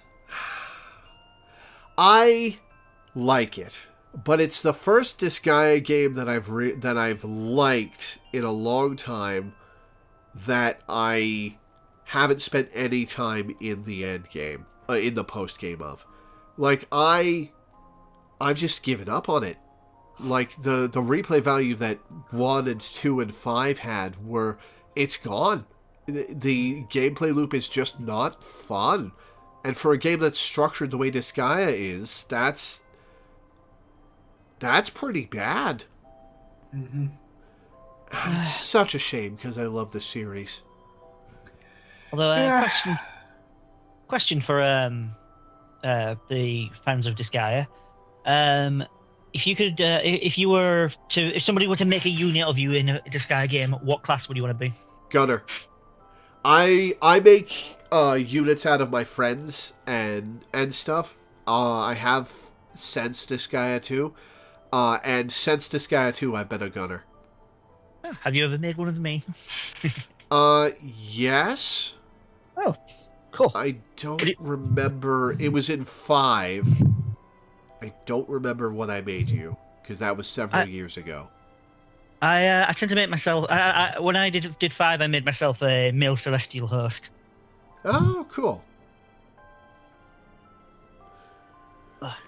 The game 7 does add some cool classes that I do like, but Terity in chat, my buddy Eddie, who I know in real life, is my pretty in every game. Fair. But yeah, Disgaea 7, a resounding okay. Yeah. Better than bad. Yeah, I've seen the animations for Disgaea 7, and they are much better than Disgaea 6's. Oh, they were so stiff and boring in 6. Yeah, and slow, and they didn't even use any camera shake, which they've been using since Disgaea 1. Why would they not continue using that? Disgaea 5's sprite work is beautiful, and Disgaea 6's character models are like something from the Xbox 360, if that. Yeah. It's... Oh, why? What? Right, I'm going to take another break. I'll be back shortly. Sorry, Teddy, go on. It boggles the mind. Yeah. Very strange decision. 3D modeling can't have been less expensive than the sprite art. 3D modeling is cheap, or 3D modeling that doesn't look good is cheaper than sprite art. Oh, is it? Yeah. Huh. Yeah. There's a reason that Pokemon transitioned to 3D. Well, there's also a reason why everything that does animation went to 3D. Because when you have a 3D model, you can just... Because, like, when you have sprites, you have to, like, actually draw each individual piece of sprite art, each individual frame of sprite art. you have the 3D model, you can just have a 3D model and make it move around, and you have a movie. Fair yeah, enough. there's also like there's also something to do with like how the unions work from what I heard, but that's like one thing that I heard one time. Yeah, oh well. Okay, so the last brand new game on our 2023 list, since there was nothing in December that really came out, Super Mario RPG Remake, which I played on stream for the first time this year. I'd never played the original, and I thought it was charming. I thought it was very charming. It was a fun throwback to the SNES era. I thought the characters were. I thought Bowser was great. Bowser was a lot of fun, but after all the hype I'd heard about Geno, he was just kind of there. Yeah, no, that's kind of the joke is that like, I mean, he's cool looking. He's like this like from what I understand, he's like this mysterious otherworldly emissary kind of guy, but like mostly he's a cool RPG character, and Mario fans are mad that they don't get to use their cool RPG character and other things. He's I got have a never cool understood design. Mario RPG fans. Like this is the same reason. Like it's the same kind of thing where like I understand that Thousand Year Door is like a good, charming RPG, but is it really worth causing, like, being so angry about, like, a sequel that doesn't live up to it that you make a 7-part video essay about it? Like, this is not this is a Sugar Conroy call-out post. I love him, but holy shit. The thing about Thousand Year Door is that it's actually very satisfying when it comes to, like, its mechanics and complexity. Like, I've seen it. I tried playing the first couple, like, the first half hour. I've seen other people, like, play it. I tried to watch some Let's Plays of it, and I'm like, I am not being grabbed. It feels like a regular JRPG with Mario characters. Like, it feels fine. It's not, like, it's not bad. It's interesting, but, like... I think a lot of people also latched onto it because they played it in their formative years. Which I think is why people feel the way they do about Geno. Yeah, Geno was cool in their formative years, so they have a whole character built up in their head. Geno's so cool, is so badass, his attacks are so strong, and then Geno is just like slightly aloof in the actual game. I think the strong attacks thing is actually an important factor because like as we discussed while you were playing through the game, like the fact that they added splash damage to the remake kind of screws up the formula in a lot of weird ways. So, like, Geno was, like, originally, like, Geno was a must-have party member because he did the most single-target damage. And so if you were in a fight where you needed to kill things in a specific order quickly, you used Geno. And, like, the fact that he was a useful party member, like, actually probably helped with the attachment to the character.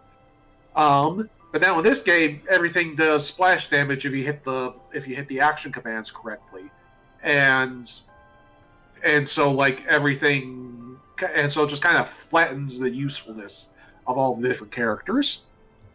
Which on one hand, I guess, encourages you to use everybody or to use your favorites, but on the other hand, it kind of takes out the specialization of decision making of who to use. It really does. Turns out game design is difficult and touchy and weird.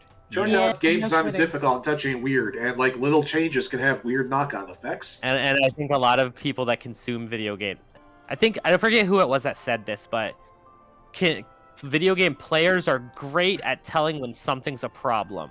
They are horrible at thinking about solutions. Yeah. Mm-hmm. And so, yeah, I think a lot of gamers think that a lot of things that they think are solutions are a lot easier than they actually are. Yeah.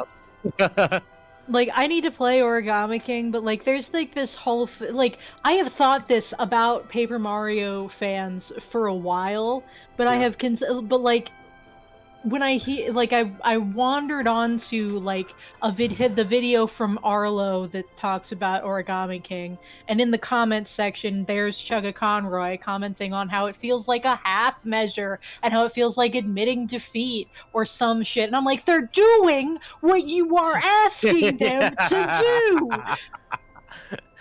Paper Mario is just a weird series because after Thousand Year Door, the gameplay changed radically for every single game, and like whether you liked them or whether you liked the new game or not, every game after that is radically different, and so like people are most attached to the first two because they are actually like a pair of games that go together because they have the same gameplay, and they're also like the first two, and they have like the best story and all that good stuff.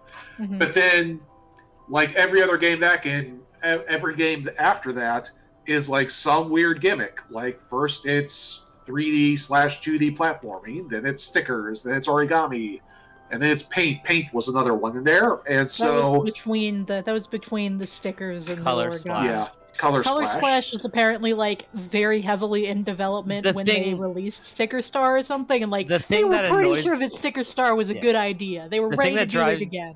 The thing that drives me insane about Color Splash is that they could have done something so cool with the card system and with the color system, and made it so that you can color the card differently for a different effect.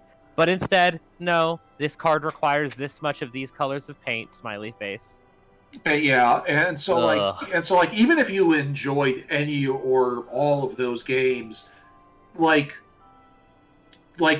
in fact, like liking any of those games is even worse because you want more of it in the next game, and you're not going to get it. The next Paper Mario game is not going to be about origami. It's going to be about I don't even know what. Yeah, but it's going to be about surviving it's going to be about like shredder. office supplies. Yeah, and like you're going to be finding staplers and scissors and shit. Okay, but that rules. Actually, I think they might have done that one already. But they did that in Origami King. Apparently, like all of the different bosses in that were office supplies, and they all had like RPG characters. Like from what I understand, Origami King did story and characters in a very good way that was very reminiscent of the things that people like about Paper Mario. It just had to have some limitations on like how unique the character designs could be, which is bizarre. Miyamoto has stopped meddling now. Thank God. Obviously they banished him to the theme park. Oh, really? That's probably why Super Mario RPG came back then. And Thousand Year Door, and I imagine that Thousand Year Door is going to sell so goddamn well that they're going to make a new one. The thing I always see people talking about Thousand Year Door, like the gameplay is supposed to be good. I do hear that, but the thing I always hear people talk about with Thousand Year Door is the characters. The unique and interesting and fun characters that are interesting twists on the classic Mario enemies. Like, I think there's a girl called Goombella or something who's a Goomba with a ponytail and a miner hat. And she's a really interesting and appealing design. Discussion because there's spoilers. Because I have thoughts on all of this. Yeah. I'm just glad that the Paper Mario fan community came around on Super Paper Mario and recognized that it's a really good game. I love that game. I love that game so much. At first, they were so apprehensive and upset, but then they were like, "Okay, but it's really good." Is the thing about it? Well, wasn't there a period recently? Wasn't there a period recently where, like, the higher ups at Nintendo were saying they're not allowed to have customized characters along the lines of Goombella and... That was Miyamoto. Yeah, that's Miyamoto. That's what we were talking about. Fair enough. And I think they have moved past that, which is why they are allowing the two most popular Mario RPGs to happen. But so like I'm hopeful that because like that's why I bought Origami King. I want to play it and I want to see if it is in fact that charm. Like it seems as though there are a lot of aspects that are very good about it, that are in line with the things people want out of a Paper Mario game, and it's just limited by those limitations, but it's still them trying to make the game that y'all want to make, like that y'all want to see. So like there's a character who is a Babam, and like they can't make him a super distinct design, but they made it so that like they took away his fuse and he's got like a whole arc about and it's like very interesting, and I'm like, yeah, I want to see more of that. And apparently like the all of the different office supplies have these anime personalities based on their thing. Like the scissors is like this super edgy Chunibyo Edge or Lord something. Scissors. Okay, that's fun. Yeah, it's edgy because he scissors, and then like the colored pencils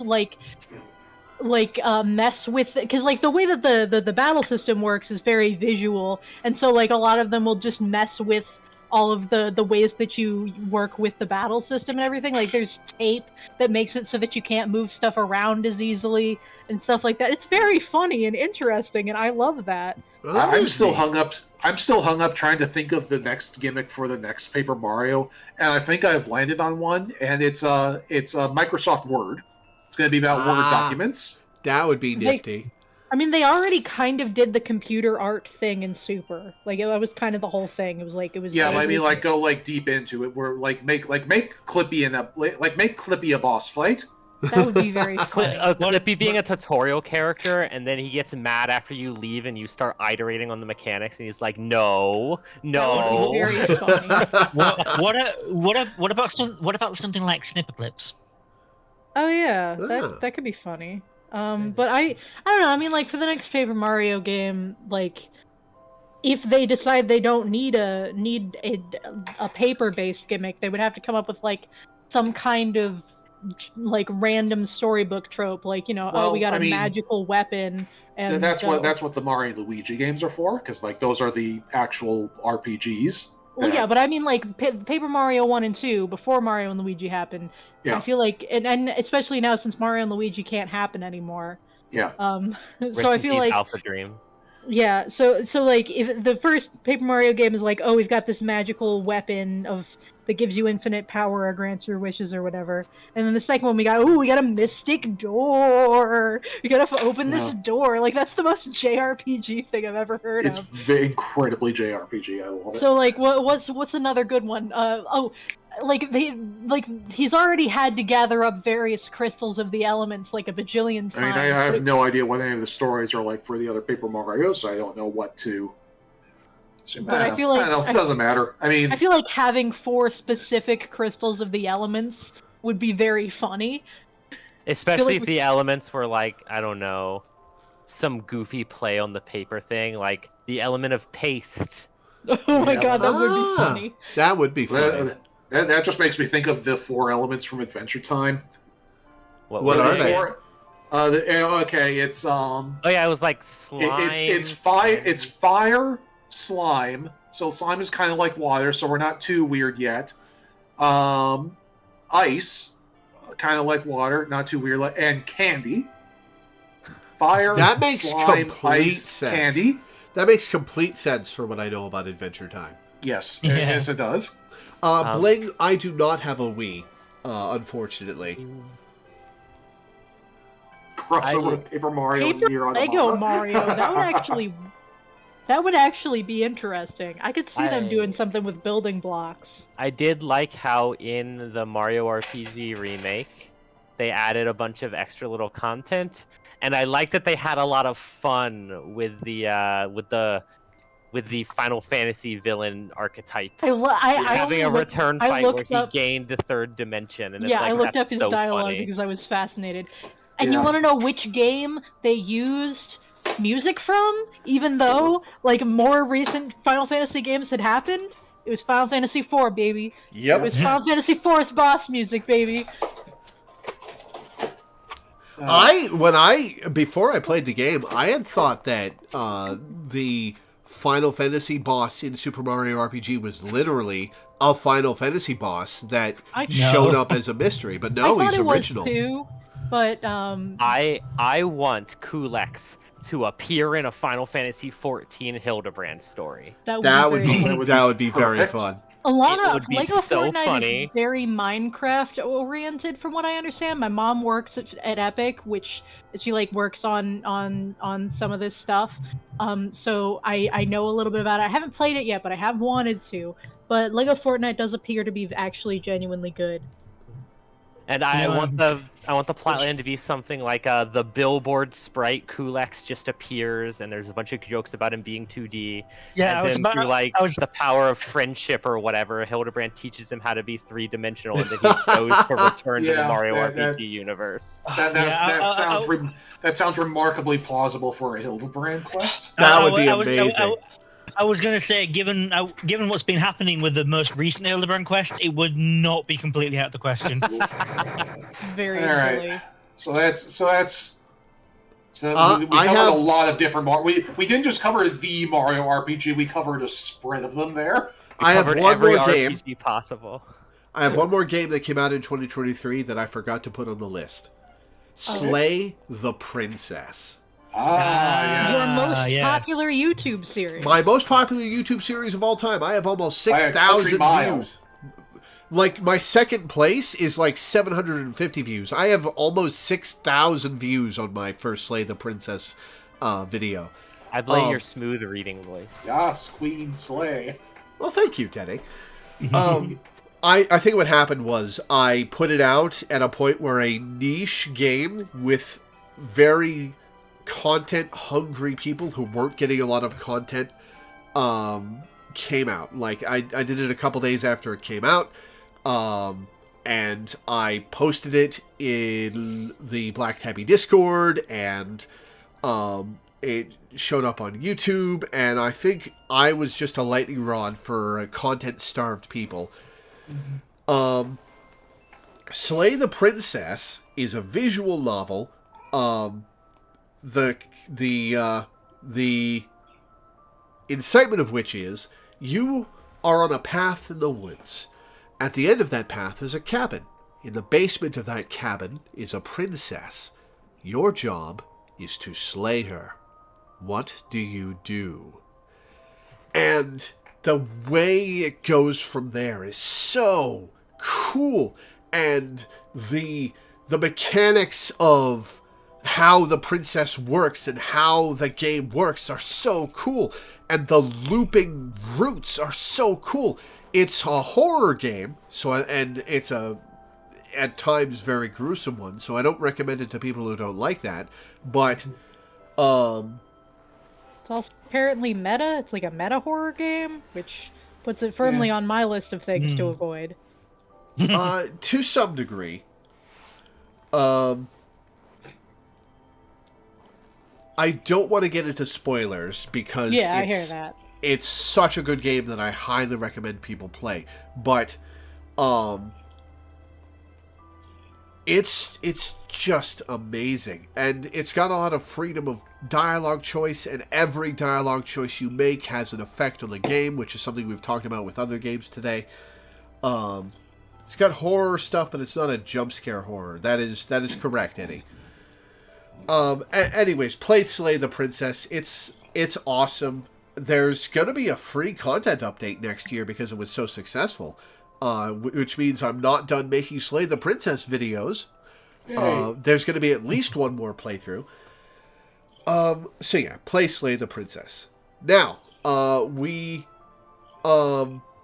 want to ask you guys, I'm down to keep going, but we've been going for 3.5 hours. Are you guys down to keep going for the older games list, or should we skip to the Game of the Year list? I'm good. I to keep keep going. I'm just chilling. Yeah, we can go. I'm down to keep going. Awesome. In that case, let's talk about the remasters that came out this year. First off, Metroid Prime Remastered, which, it's so good. It takes love a Metroid. shadow drop of a ridiculously high quality video game. Yeah, I mean the original's only flaw was it was a one stick game. Yeah, it was More or on the less. GameCube controller, which was the Wild West of game controller design back then. We didn't really have a standardized setup until the Halo. 360 era. No, we had a standard setup with Halo. It's just that not everybody got the memo in time. Yeah, true. I still remember in the early days of 3D games and shooters that people acted like a two-stick control element was a bad idea. Yeah, they Yeah. were horrified by it. There's that famous review that goes around every once in a while where it said the only thing scarier than the xenomorphs was the control scheme. Yeah, and the control scheme was the right analog turns the camera, and then it says I would avoid this and wait for the almost certainly superior Aliens, colonial marines.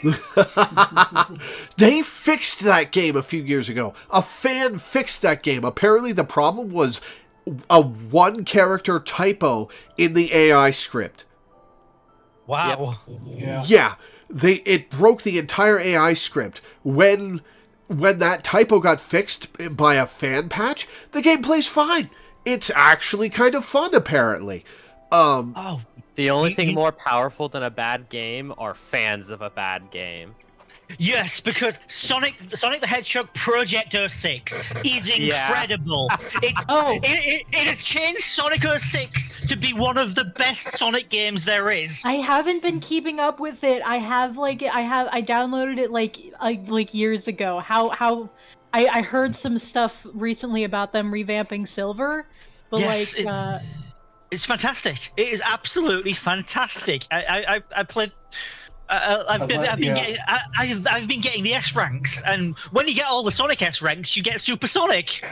Like, Oh yeah, so the fans are very powerful with games like this, unless you're talking about Starfield, and then it's no use. Hey! There you go. That was your one. That was the one. I gave that one to the Sonic fans. That's all you get from me. So I needed to, like, Sonic 06 has a very specific journey for me because I played it in middle school, and then I talked in middle school to people who were Sonic fans who did not seem to think that it was a flawed game at all.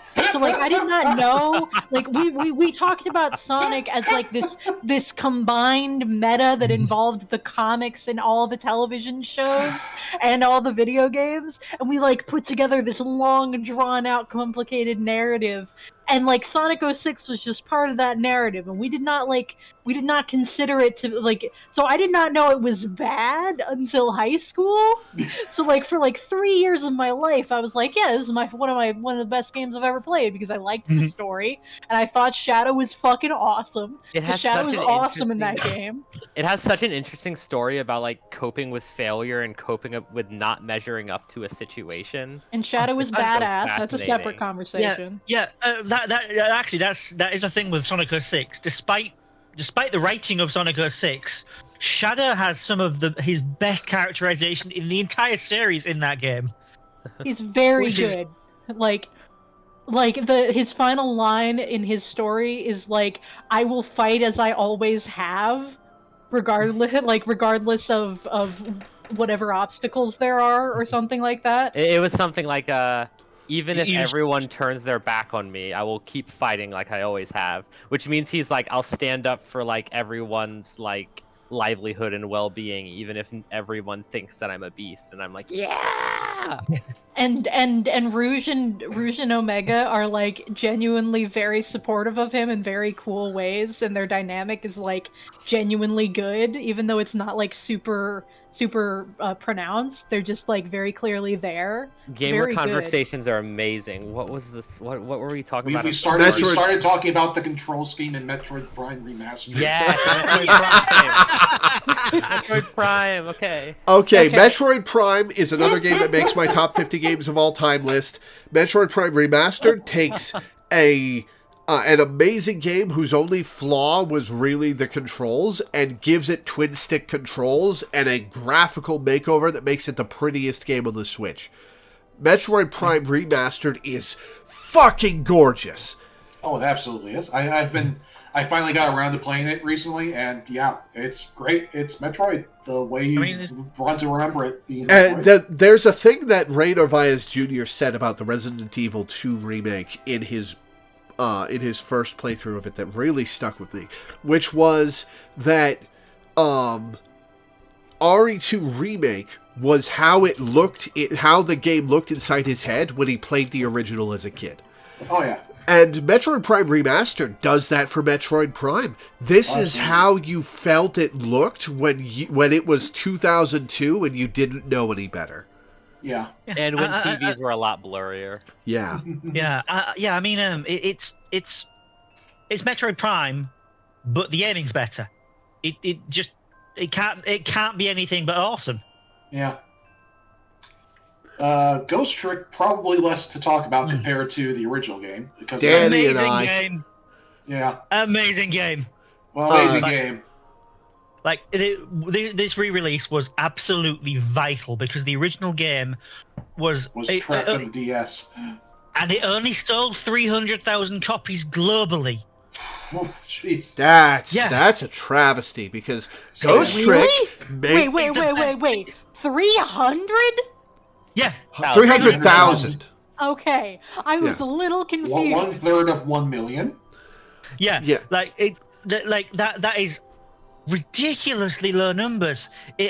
Fortunately, it's gotten a lot more traction with the re-release, and like it's gone from I might see somebody playing Ghost Trick once or twice a year to right now there are 3 people streaming it. Nice. The remaster.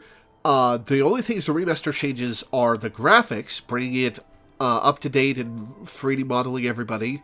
And the controls, where it replaces the touchscreen controls with moving the character around with the stick, and which you could do in the original anyway. Well, The remaster uses the same game engine as RE8, which is the funniest thing. Yeah, seriously, it's the RE engine, which is the most overkill thing I've ever seen in a video game. Yeah, they also updated the music, but not drastically. If you listen to if you listen to like them separately, you won't really notice. But if you listen to them one next to the other, which you can because you have a button to just cycle between the types in the music player, that's when you can notice that. Yeah, they've just updated the instruments and the like. A little bit more fidelity. Have you played this game, Minda? I have. I played it back when it came out in the remaster. It's like, yeah, it's Ghost Trick, and it's no longer trapped on the DS. Yeah, and it's and like Paper Mario 1,000 Year Door has been in a similar boat where like it's trapped on the GameCube. Yeah. More people have played it than played Ghost Trick, but it's still like the only quote unquote legal way to play Paper Mario 1,000 Year Door is to pull out a GameCube and go on eBay and find a cartridge, or not a cartridge, a mini disc. Yeah, I have a copy of 1,000 Year Door. It sells for like $200 or something now, doesn't it? Oh yes. Yeah. Let's see. How much is Ghost Trick going for right now? Probably less than it was. The prices have dropped since the remaster, at least, because it looks like it's going for around 50 quid now rather than 350. Do you guys ever think about all the media that is trapped on hardware that will slowly degrade over time? All the time. Well, and how some of the media is like game development history media that people desperately want and would shell out money for, but the collector is like, no. I want to keep it tracked on the degrading media forever. I mean, that's not even hypothetical. That's like... That's what's happening to the first episode of Doctor Who. That's every Square Enix game from the 90s. Emulate your video game. Do you guys remember how Final Fantasy VIII, when the time to re-release it came around, they had to do a remaster because they lost the source code because they got rid of the source code almost immediately after finishing the game. It's a real Doctor Who move right there. And the amount of companies that are doing everything they can to suppress game preservation, including for the games that they don't own. Yeah. This is why piracy is in fact ethical. And this isn't even getting into the amount of like early film animation that was created and then stored really poorly, especially in humid climates like Japan. And so collectors held on to something long enough that it quickly became degraded and pointless and worthless because it was destroyed by the environment when it could have been preserved the whole time. Media preservation is a pressing issue and really needs more focus. It's our history. Even the shitty crap stuff needs to be preserved because I am of the firm belief that we need to allow sophomoric art to exist and that we need to preserve sophomoric art. Do you know how happy I am that it is very easy to find a copy of the Earthbound Halloween hack that Toby made? And sure, it's of its time, but you know, there is value. Yeah. Because 20 years from now, Toby Fox's portfolio is going to be like something that's worth studying in like video game creation school. And his Earthbound hack will be worth being in that portfolio because it's so fascinating. Like, we'll be talking about Toby Fox in a second. Actually, he's next on the list. Actually, yeah, that's a perfect segue. Let's just jump right in there. Finally, Undertale and Deltarune, which I played for the first time at the end of December 2022 and January and February of 2023. Yeah. I bribed you into playing Undertale. What I indirectly funded that. I think I bribed Laura into playing Deltarune, and then you bribed Laura into playing Undertale. Yeah. We got him to play Deltarune first, which is hilarious, and then I was a sort of a unofficial Patreon pick for Undertale. He did them in sans order. It's fine. We also allegedly sans order. We don't. That theory hasn't been confirmed yet. Most people shoot the theory down anyway. I like it. I like the theory. I mean, that would also have been a good segue from Ghost Trick, because that's what I did with Ghost Trick. Sorry, what was that, Danny? I didn't mean to speak over you. I said that would have also been a good segue from Ghost Trick, because that's what I did with that. Yeah. I mean, I owed Danny $20. We all understand exactly how plausible the Sans timeline theory is. Undertale is a whole thing for me that I don't want to get into. I understand, okay. Love, you are the kind of person that with video games and other things, the way you engage with it is that you like to play by the rules. You like for things to have a strict and discrete set of things so that you can play a game and have a nice time with it while feeling like you did everything right and that the game was clear to you about what it wanted you to do, and it's satisfying for you. So I can see exactly why Undertale would drive you insane with the content it has. Yeah, it's not exactly that I want to be a morally good person in a video game. That's not what I'm saying even. You like it when a game communicates to you what it wants you to do, and you do it, and you're happy. Yes, that's basically the case, yeah. But, like, Undertale for me is more like, I have a very high, so my suspension of disbelief is a very specific thing that, like, works in a very specific way that Undertale grabs a shotgun and aims at and fires Swiss cheese into. Yep. And I'm just like, no, thank you, no. Yeah. It's about agency in a lot of ways, and like the fact that like the game, it's about knowing that the game is a game, but also and like being able to think about it as a game and know that your choices are not actually going to cause like a bunch of people to genuinely suffer. Oh no! So yeah, I can see why that would be a problem. Yeah.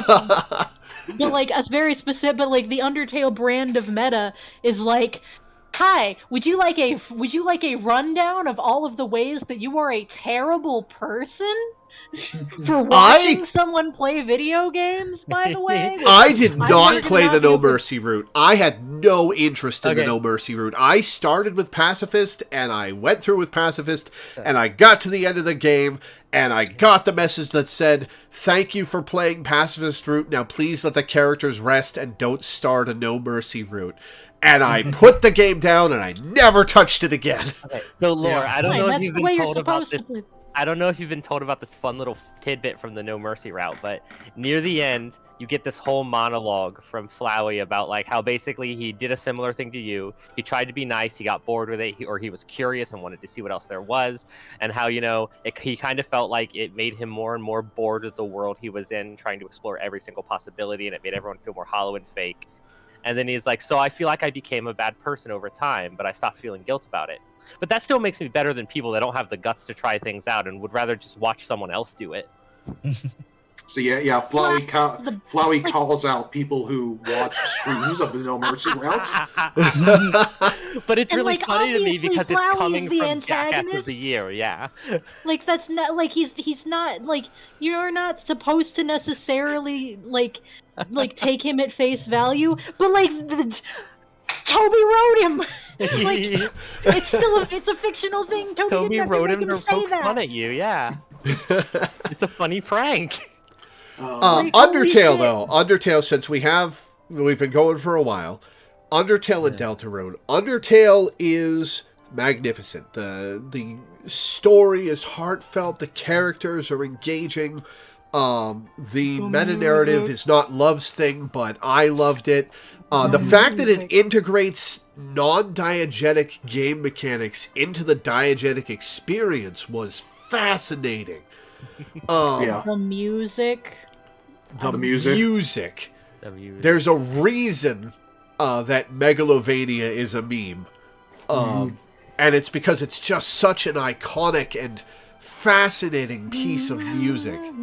Especially given its history, because it didn't start off in Undertale. It started off in the Halloween hack and then ended up in Homestuck, and then the funniest part about it ending up in Smash Bros.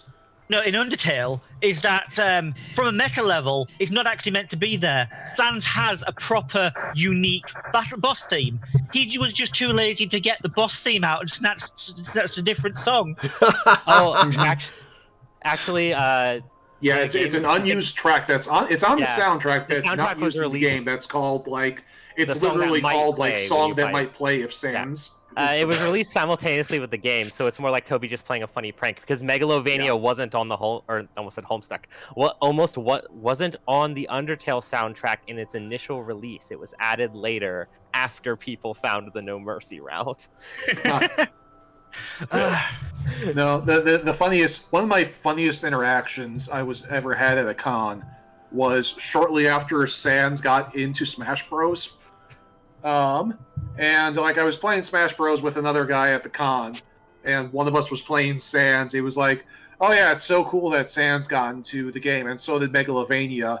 I like this version of Megalovania that's in Super Smash Bros, but I like the original better." And I said, "Which one? Which original do you mean?" He's like, the one in Undertale. I'm like, "Oh, buddy, let me sit you down and tell you a tale." A tale of a musician. Music track. The funniest thing to me, and this is coming from a gay man, the funniest thing to me is that the first time Megalovania ever shows up, it's next to the F slur. That's so funny. God, Toby grew so much since then. Although, in Toby's defense, he was actually trying to tell a story that used homosexuality, and was supposed to be the character's underlying self-hatred. Yeah. But it's just so funny to me. Yeah. So Megalovania is like a villain track, basically, right? Well, it plays in circumstances where somebody with an awareness or an ability of time traveling powers is trying to stop somebody that is about to destroy everything. It's that way in the Halloween hack. It's that way in Homestuck. And Homestuck. It's that way in Mother Alternate Worlds or whatever the Earthbound fan game it was in was included in, and it's that way in Undertale. It's very funny that that's consistent. Interesting. I don't remember exactly where it shows up in Homestuck because it's been ages. It's a Vriska song. It's in the scene where two things are happening simultaneously in the scene where Megalovania plays. One, Vriska murders Tavros, and two, Aradia ascends to God tier. Aradia ascends to godhood and uses her time powers specifically to stop Jack Noir momentarily from murdering everybody. Yeah. Okay. And it's been since then people tried to make it a Vriska's theme, but the actual Homestuck staff people ended up being like, no. I hard disagree with him on that. I don't care what he says. He's wrong. I still find it really charming though that I will fight him on that one. I still find it very charming though that the very relaxed, chill Megalovania track for Aradia's theme in one of the Homestuck visual novels, it's just titled "Yeah, it is." Yeah, I know. I think that's He's- very funny. And this is why I'm not reading Homestuck 3 or whatever, because I don't agree with the interpretations of that kind of shit. let me. I'm pretty sure it's called "Yeah, It Is." In response to the question in response to the question of, is that Megalovania? Not like, yeah, smugly. It is this character's theme. Yeah, no, Yeah. but he is also that way about it being that character's theme. So Yeah, Well- we should not get into the drama of Homestuck because we'll be here for I- fucking hours. So We'll be here for 3 years. So Deltarune, right? Deltarune, you might really fascinating. gel with, love. Like I said, I have my very specific meta issues about Undertale. I am hopeful. I am so hopeful that Deltarune is going in a way that I think it is. That is the meta in a way that I like, which is, hey, stories and people who make stories and people who read stories are all on the same team. We don't gotta like get mad at people who play video games in specific ways. We don't gotta get upset about like all these other things. Like, you, the player, are not the villain unless are not necessarily the villain just because you are playing a video game. And like, you can be, but it's also possible that there's other things involved. And like, there are reasons why you are doing that. Like, I'll also say that I never took Undertale's No Mercy route as a criticism of people that played the game that way.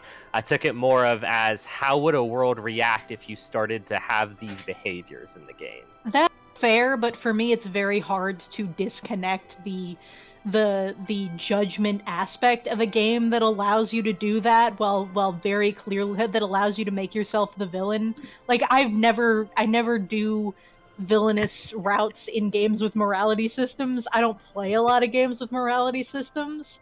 And it's Fair like it's so like it's kind of hard for me to really engage with that kind of thing in general, like, because I don't, especially because like morality is not something that you can do with route systems super effectively. Like, morality is complicated and fuzzy and stuff, and so like the fact I like that Deltarune does not super hardcore go for routes unless you are going out of your way to be as completely horrific as possible. And it's Like, hidden like a game FAQs guide. Yeah. And I mean, like, the game is arguably kind of about that. It's very much like about weird creepypasta horror shit in a lot of ways, which I think is kind of fun.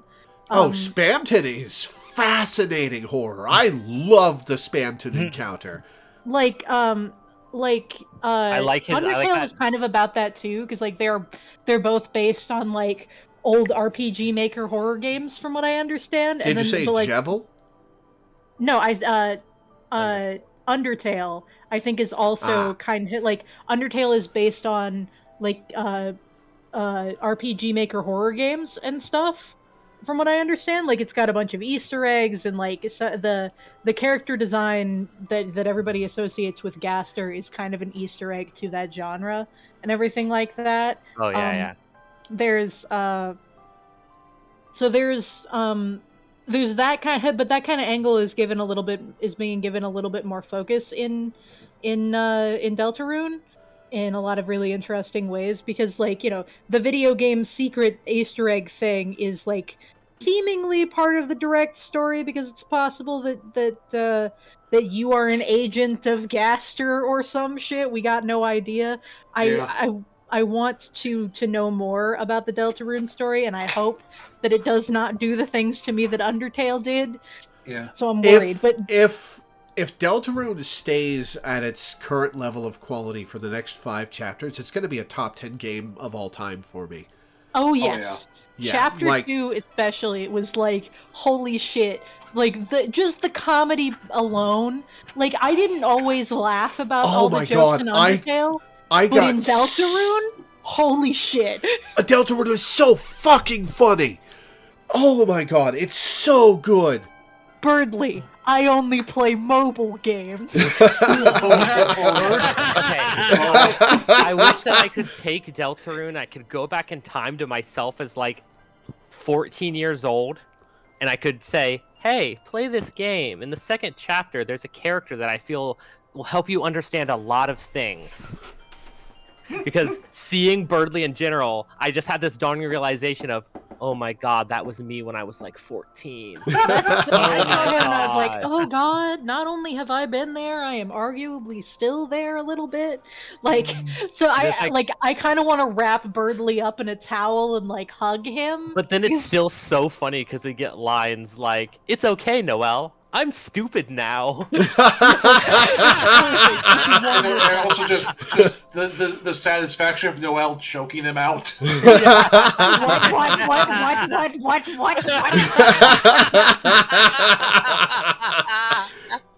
Oh my god, it's so good.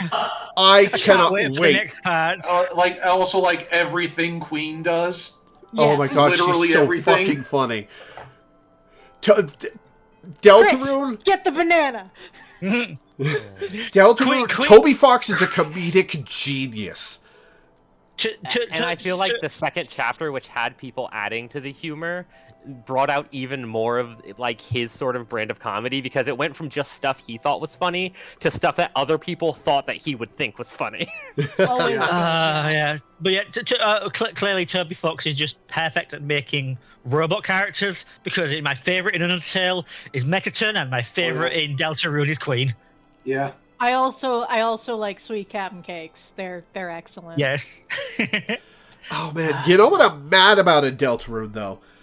I was one turn away from beating Jevil on my 5th attempt, and I failed, and then it took me an hour and a fucking half to beat it. It's so absolutely wild that you were that good at the game.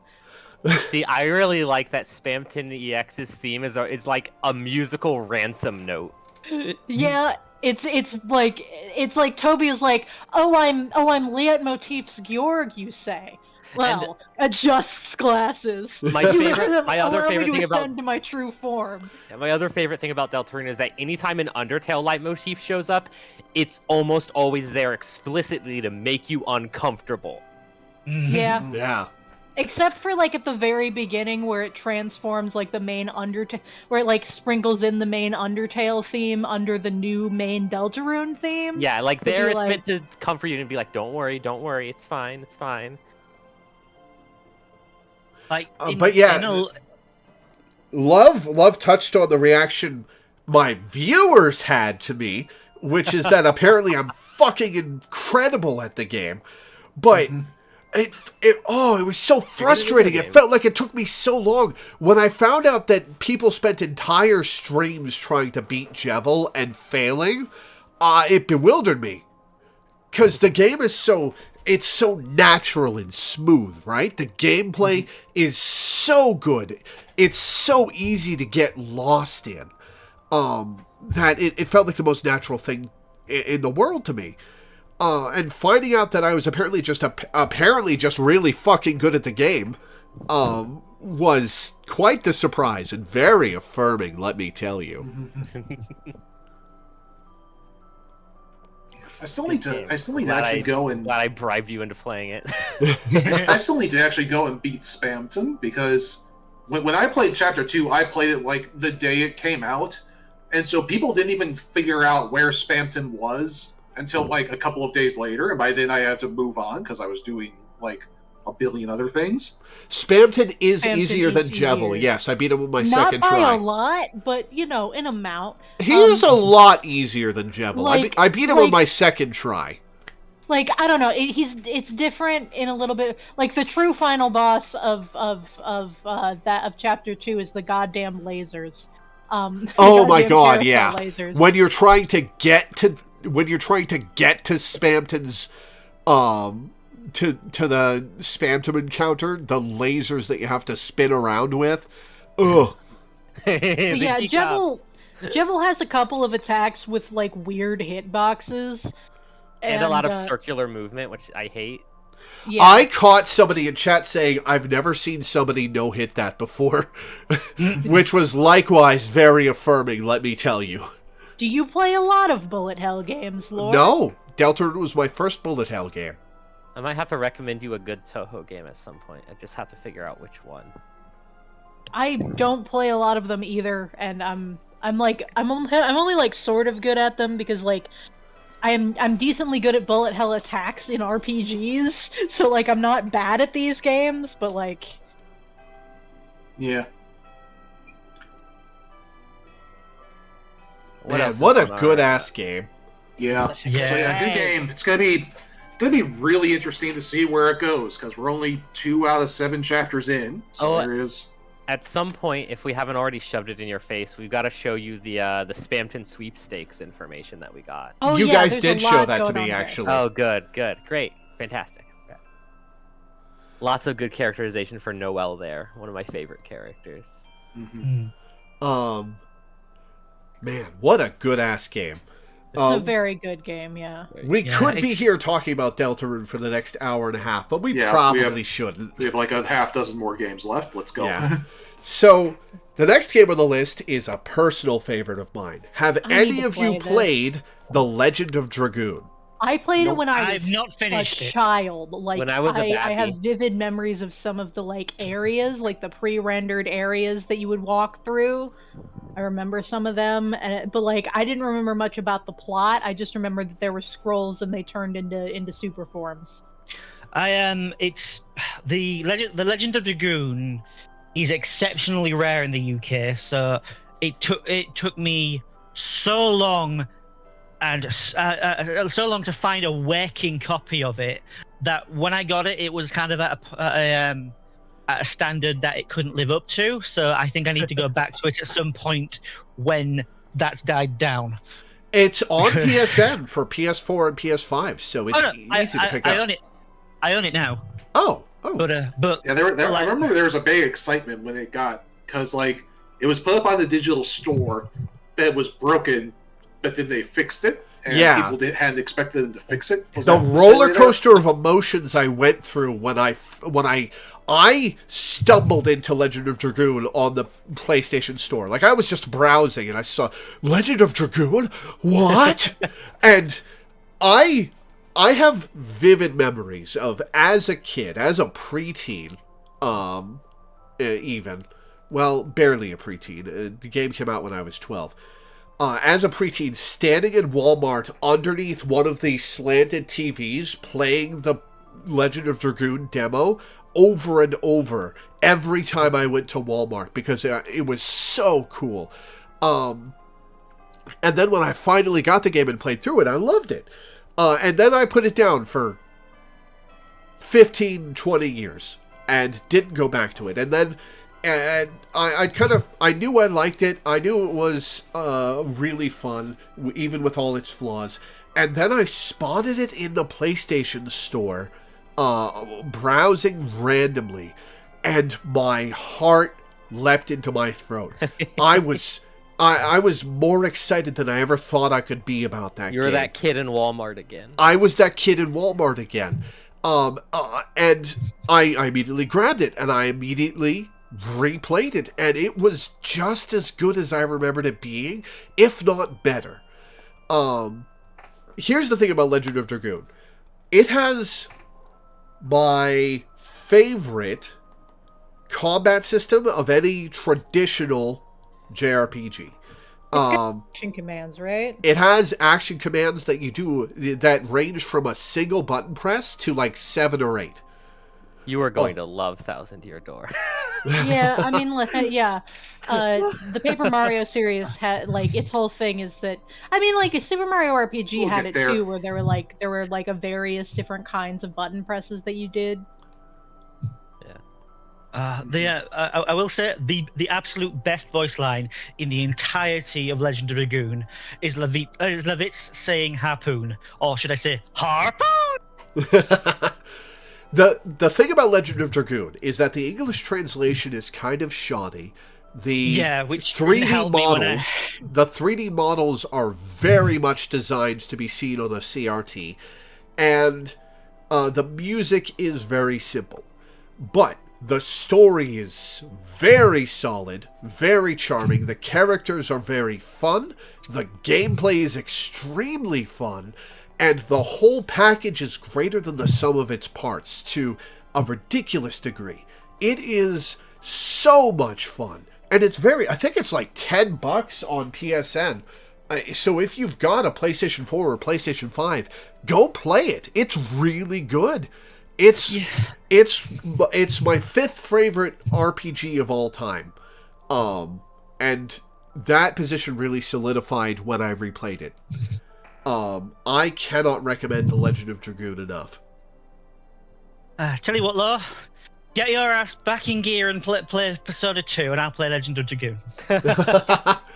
We'll see. I've got a pretty packed schedule coming up. Speaking of things that you wanted me to play, Final Fantasy 14. Yay! Yeah. We won't. We finished Heavensward finally this year. We won't belabor this game because otherwise, again, we'll be here for 2 more hours. When did you start playing this? Was it 2021 or 2022? It's been a year and a half. I think it was the tail end of 2022, if I remember right. It was like it was May. in summer. It was in summer, so it's been a year and a half. Yeah, year and a half. I started in May 2022, I think. Yeah. And I've been making my way through every Saturday. Tune in for that. If you guys like Final Fantasy 14, I play with fans when trials come up. I look forward to it every week. It's a lot of fun. Including I love playing tomorrow. with you guys, including Yay! tomorrow. Yeah. And we are inching closer and closer to the parts I'm super excited for. Yeah. It's Teddy. Are you ready for the thing that's coming up soon-ish? I think I know what you're talking about because you're because near this is going to be on the you. Ruby This Sea, is going right? to be. This is going to fall into Teddy a lot. Oh, the what? Um, If I'm thinking of the thing I'm thinking of, no, it shouldn't fall onto me. It should fall into somebody else. Well, I mean, like here, I'll specify in private chat. Yes, please do. Because I'm thinking of a certain fun set piece that happens.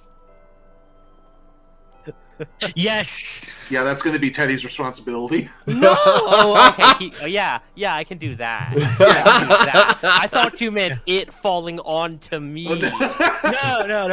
I can take second shift. Yeah, if I'm available and around. I think doing that to one of the healers would be a wipe. That's when you hear the mechanical keyboard noises. Let the revel begin. But yeah, Final Fantasy 14. I've been having a pretty good time with it. It's not yet something that I would play on my own, but I'm having a great time playing it with you guys and with an audience and experiencing it live on Twitch. Heavensward was great. A Realm Reborn was not as great, but still good.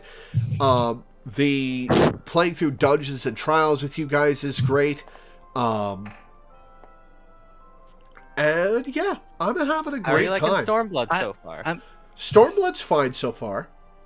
Yeah. I'm not very far in. The people so. who are confused in the chat, they are still talking about Final Fantasy 14. Yeah. Yeah, I'm very, very looking forward to when you reach Shadowbringers because everything changes. It's going to be so good. Yeah, I hear that's the one that's really, really good. Oh yeah. So that's the one that made me just pause at one point and be like, "Huh, I guess Final Fantasy 9 isn't my favorite anymore." All right, I'm getting hungry. We gotta wrap. We gotta. All right, what's next? Yeah, we'll speed through stuff. Scarlet Hollow, by the same people who did Slay the Princess. It's not complete. The first 4 chapters out of 7 are out. It's very good. It's a horror visual novel with some dating sim elements. You should play it. Pokemon Scarlet and Violet DLC. I still haven't done much of the Indigo Disc, but I can tell you that the Teal Mask was so interesting from a story and narrative perspective. Because, like, I don't know if any of you, like, I've had to discuss with you guys the Momotaro aspects. But from what I understand, right, and this is coming from like one source and some images that source used. Momotaro was originally just sort of like a fairy tale that everybody kind of knew, but like it became sort of this national story that everybody like really was familiar with.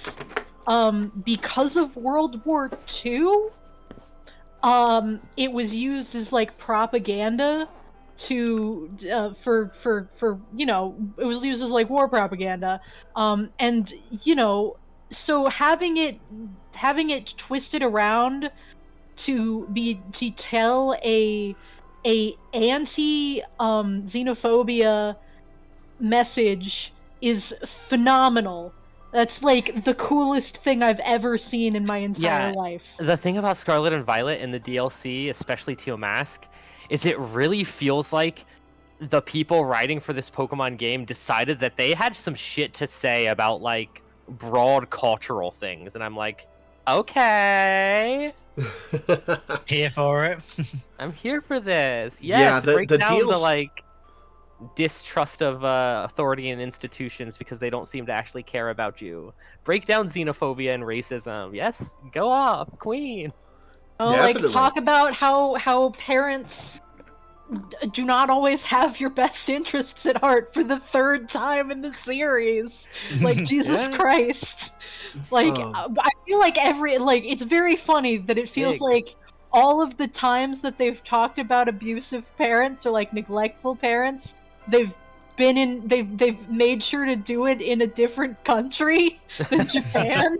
Which reminds me of like how Romeo and Juliet was apparently very tied into current political issues, but they made it but Shakespeare made it set in Italy so that like, you know, that he could blame it on Catholics. Man,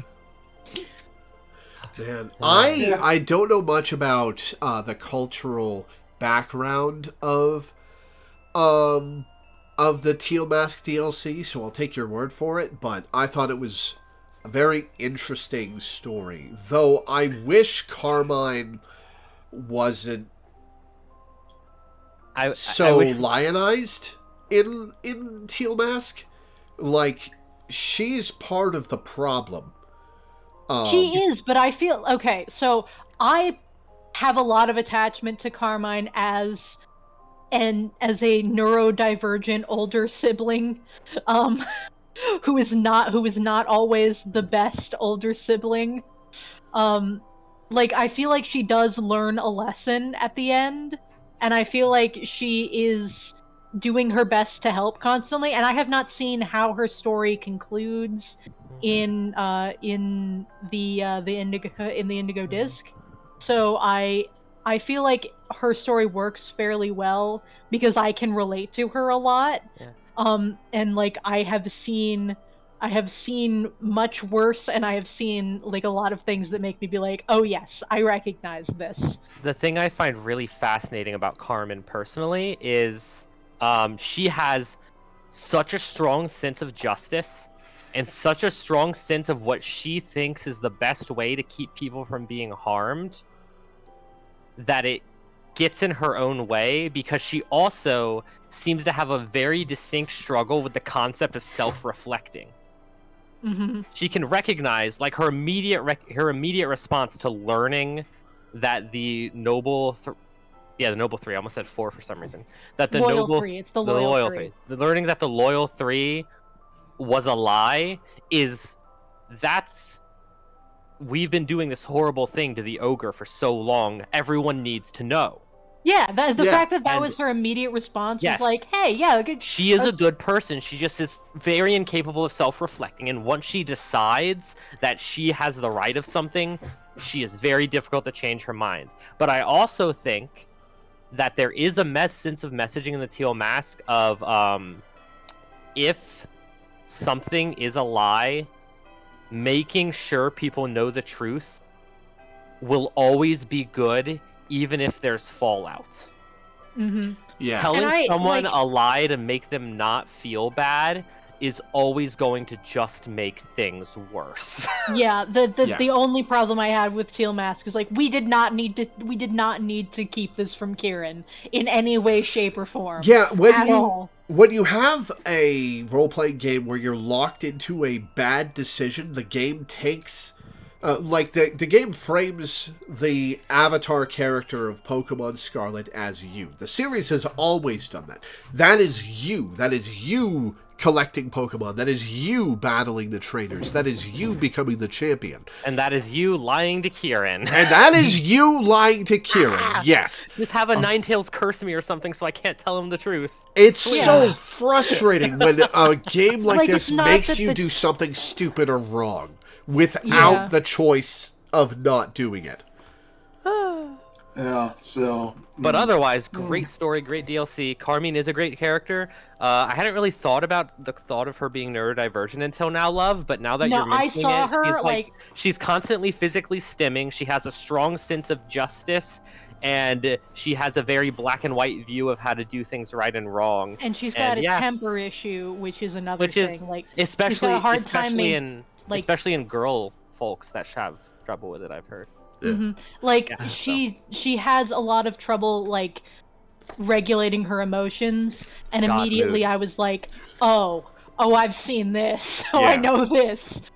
So we're going to wrap up the Scarlet and Violet talk, but one last thing. Love, you are going to love some of the stuff that you can do with BP in the club room. I'm aware, you've told me. I'm very excited, but I'm playing 3 other video games and as when well. you do play, let us know so that we can help you get a whole bunch of BP with multiplayer. Okay. There is something about something that I've noticed this year that ties into this. I've noticed that a lot of anime-related stuff this year, a lot of it has had character designs where the bangs of the characters cross over on their forehead to make an X. And I'm bringing this up now because it happens with the main character in Fire Emblem Engage and Kieran in Pokemon Scarlet and Violet. And I don't know why. Okay. And I don't know why it's become such a trend this year in anime-related stuff. It's very odd. Last thing I'd like to say about Scarlet and Violet, Ogerpon is my favorite legendary. Terapagos is my least favorite legendary. I caught it in a friend ball, Ogerpon. The thing I realized that I like about Terapagos is that it's turtles all the way down. Yeah, that's clever. I think he's cute. I don't know anything about him yet. He's part of the anime, the Journeys anime, not the Journeys anime, the Horizons anime. I don't know what his role in it is because I've only watched a few episodes. I like the Terraform for it, I like the Terraform for it, but his base form is really, really boring. The funniest thing about his base form is that it has stats that will never be relevant. Ever. Because the moment it comes into battle, it shifts into its secondary form, and it can't be suppressed by any ability, and if a Ditto copies Terapagos, its ability immediately activates. But what if it gets put into a game that doesn't have Terra stuff? No, its ability is to shift to do a secondary form. Not its terrestrialized why does it even form. have the first form then? Yeah, what's the first That's form a good question, Minda. I mean, why does Wishy-Washy have a first form? Well, because Wishy-Washy when it goes gets below into a certain its... amount of HP, it runs all the others. Yeah, no, I know. It's like the fetus. Anyways, Pokemon, good. Pokemon good. I would like to spend a little bit of time talking about the To the Moon series. To the Moon, Finding Paradise, and Imposter Factory, all of which I played this year, and collectively, these are my 3rd favorite games of all time. A big thanks to Shy Monkeys again for giving me the codes for them. Absolute set. Yeah, did you get to play them? I haven't yet, but I will be. I won't go into spoilers then, but these games are amazing. They're very simple. They're RPG Maker games, and the gameplay isn't really anything to write home about, but the storytelling is masterful and emotional, and I spent the final hour of each game openly weeping on stream. They're amazing. And especially To the Moon, which is in large part about a man and his autistic wife, who I've related to very heavily. So the twists and turns of the ending of To the Moon really hit me very hard. If they're only like $10 on Steam, each of them. If you have the chance, please play them. They're amazing games. To the Moon, Finding Paradise, and Imposter Factory. But if you play Finding Paradise, play A Bird's Story first, because that makes the ending of Finding Paradise hit way harder. Anyways, Genshin time. Do not spend a lot of time on Genshin.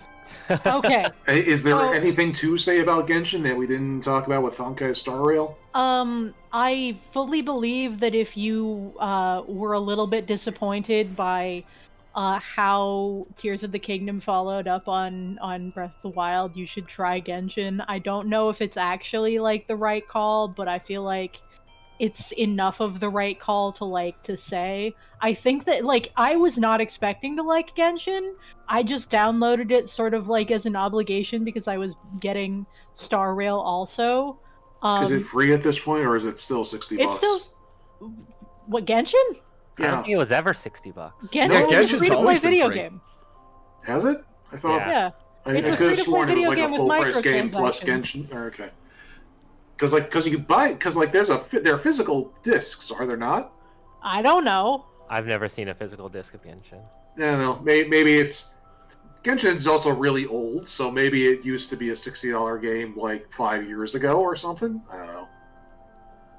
I don't know. It's only been around for like 3 or 4 years. Like 3 years, I think. Mm. Like it just turned over to version 4, and it does a version every year, I'm pretty sure. Okay. So, yeah, I just remember like when Genshin hit the market, it was by far the most expensive gacha game. And I do not remember it. I don't remember anything about it other than it stole Breath of the Wild's assets or some shit. Yeah. It stole animation skeletons, which is a lot more subtle. And only in a couple of places. Do you remember that one Nintendo fan that got so angry that that Genshin existed that he bought a PlayStation 4 just to smash it? I have never heard of this. That's a real nerd right there. Yeah. Like Genshin is designed to be played on your phone, which I have not done. I refuse to play video games like that without a controller. Yeah. Same. But okay. Apparently, I'm just way out of the loop on Genshin, but okay. Yeah, it's actually I was not super interested in it, and the first arc of the story is fine. The main appeal of it, but it gets better as the arcs go on. The main appeal of it is the characterization, which is the thing with most gacha games, and the characters are very interesting. Hoyoverse has this very weird thing of there are playable characters in the quote-unquote villainous faction, and you grow you fight them sometimes, and you wind up liking them anyway. And it's you work with these people who work for objectively kind of shitty situations, but you can still engage with them as people, and it's sort of a capitalism sucks, but you kind of have to deal with it kind of thing. It's very weird and fascinating, and the philosophy of Hoyoverse games are all very interesting, so I highly recommend giving them a shot. The gameplay of Genshin originally was I don't really like open world games. I don't, it's kind of overwhelming, but actually, it's actually very fulfilling. You there's a bajillion little tiny puzzles that you can solve on the overworld, and there's chests everywhere and enemies. So very Breath of the Wild. Yeah, yeah. I don't know exactly what the puzzles are like comparatively, but there's switch puzzles like you would see in some Zelda games. There's yeah. My understanding is that it's like a Breath of the Wild action game combination, or a Breath of the Wild character action game combination. I don't really know what a character action game is. Like Devil May Cry. Like Devil May Cry. Oh. Yeah. I know there are a couple characters in Genshin that are just kind of straight up rips from Devil May Cry. Which is fine. Which is fine, but they're there. One of them totally steals Nero's moveset, and cool, I guess, whatever. Yeah, it's similar in that they have one special skill, and then they have an ultimate, and mostly you're relying on their passive abilities. It's we're not gacha gamers. We're never gonna. I mean, I'm just gonna I don't want to be disrespectful, but I'm such a non-gacha gamer that I thought Pokemon Go counted. Yeah, well, that's fine. I'm just saying for the people in stream who are. I Yeah. played who are one watching. gacha game once because it had big muscle Wait, guys. and Razor fat guys is a instead of Nero? I Um, did not know that. I have never played a Devil May Cry game. I'm familiar with the characters like from mitosis or no osmosis. God, wrong term. But that's actually very funny that they play that it's Razor of all characters because I use him fairly frequently. No, it was mitosis. If Devil May Cry came out of you, you split off. Yeah. So yeah. Anyways. Anyway, gotcha games are not the devil. You just got to be careful and be aware of how their practices work compared to like standards, and only spend money if you are if you are financially stable and it won't break your budget, and you think that it is something worth an amount of money. I have, like I said, I have not spent anything on Genshin at all. Yeah, the Except gacha time. game. Gacha games, regardless of how careful you are, they all have some level of exploitativeness to them. Well, yeah, but like a lot of games do as well. Like I don't know if you know. Well, what that doesn't Skinner make it boxes are. okay. Yeah. Anyways, but I mean, well, like- we can get bogged down in the morality of gotcha games, and that's not really the tone of the event we're having here today that I'd like to Yeah. have. So let's move on from Genshin. Okay. So there are 2 games left that I want to talk about, really old games that I played for the first time this year. First is Silent Hill, which I have meant to play for like 20 years. And I was pleasantly surprised by. It's very much a Resident Evil era survival horror game, but Oh yeah, it's a game that I've had on my radar a long time. It's not the sort of gameplay that I'd enjoy, but the actual world and story is very interesting. yeah, and I think the most fascinating part of Silent Hill is not necessarily the explicit horror, but the fog, because they accomplish making the town foggy by lowering render distance, and that was a real technical limitation for the PlayStation 1 at the time, was render distance, because it wasn't that powerful. The fog is very clever.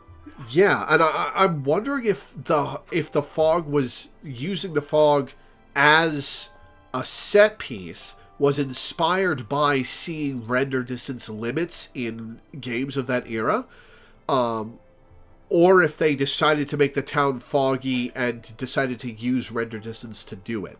I think it would be really cool if the fog was inspired by the technical limitations of the PS1. It was. I imagine it was. It definitely was, and you can tell because they lower the render distance, and then that also allows them to make the town like extra grimy and detailed and dirty looking, and all the monsters look horrific because they have all those extra pixels to work with, because they don't have to worry about render distance because the fog is closing in around you.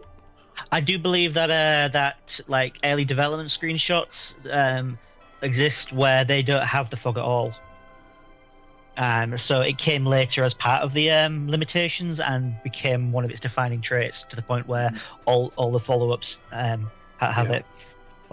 Well, the good follow-ups have it. There was the shit show around the remastered edition that like didn't have the fog. They made a Silent Hill remaster without fog? Yes, I believe this was the PS3 era when this happened. That is the dumbest shit. Yeah, it is one of the most infamously bad remakes of all time. I forgot which remake it is, but there is a Silent Hill remake that is the most infamously bad remake of all time. Oh, that's Silent Hill 2, because they fucked up the fog.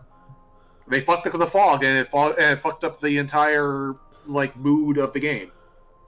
Oh, then you've got the movies where they say that the snow is ash. It's like, and the amount of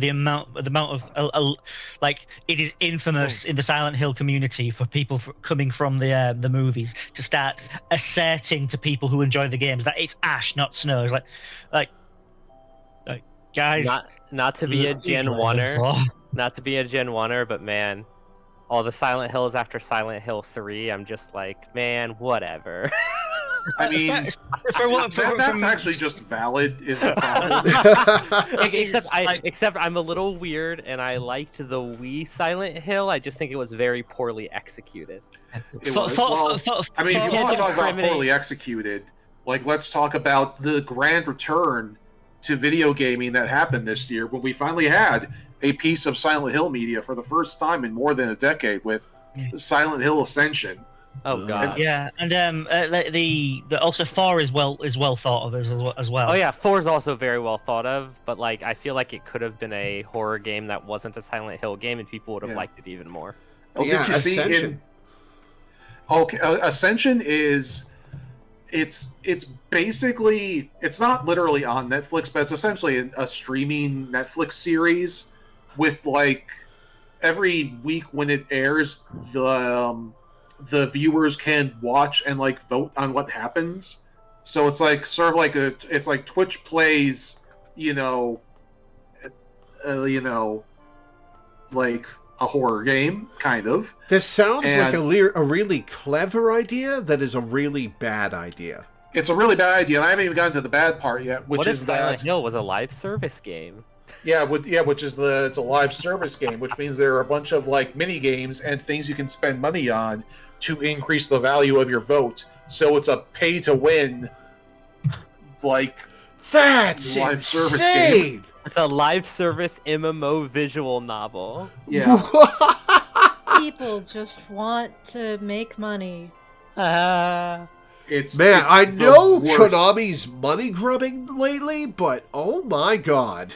Yeah, it's hilariously bad. Like, what's funny is like I've seen a couple people put it on their worst video game list with the asterisk that it barely counts as a game, so they feel bad for even putting it on the worst game of the year list. This reminds me of one of the most disrespectful game series assassinations I've ever seen, and it was done by Capcom to Breath of Fire. Breath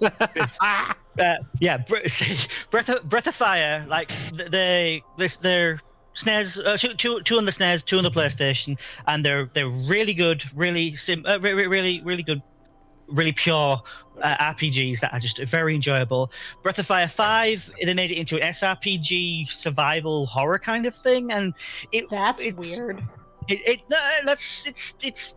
It's became the black sheep, but it has fans. And then Breath of Fire 6 came along, which was a Japanese-only town-building social mobile phone game. What? This is why you can't call every video game in a series the next number in the series. Like, if they had called Chain of Memories Kingdom Hearts 2, people would have been pissed off. I think that actually would have made more sense. They should have done that. See, love, Kingdom Hearts is the perfect example of the exact opposite of that thing. They really, like, Kingdom Hearts 3 really should just be Kingdom Hearts 9. They should have called Chain of Memories Kingdom Hearts 2 and Kingdom Hearts 2 also still Kingdom Hearts 2, just for the chaos. But yeah, like anyway, whatever. I'm fading fast. We don't have time for these okay. anymore. Last game. I'm not done with it yet, but The Legend of Zelda Majora's Mask I've been playing for a patron. One of the best Zelda games. I've been really liking it. I bounced off of Ocarina of Time several times now. I've tried the first few hours of it. Ocarina of Time. What? Please play the 3DS version of Ocarina of Time. It is fairly and then good. Get back to me. It is fairly. It's a better port, but playing it on emulator or actual hardware. Here's my thing: is that Majora's Mask is so much more interesting than Ocarina of Time. I think you're just going to bounce off it even harder if you try to play it again. Yeah, true. I try to play it now. Majora's Mask is also genuine question. I wonder how much of your thing with did you try to play Ocarina of Time before or after you saw Game Grumps and everyone else play through it? First time I tried to play Ocarina of Time was in the early 2010s. Before I'd ever heard of Game Grumps. Okay.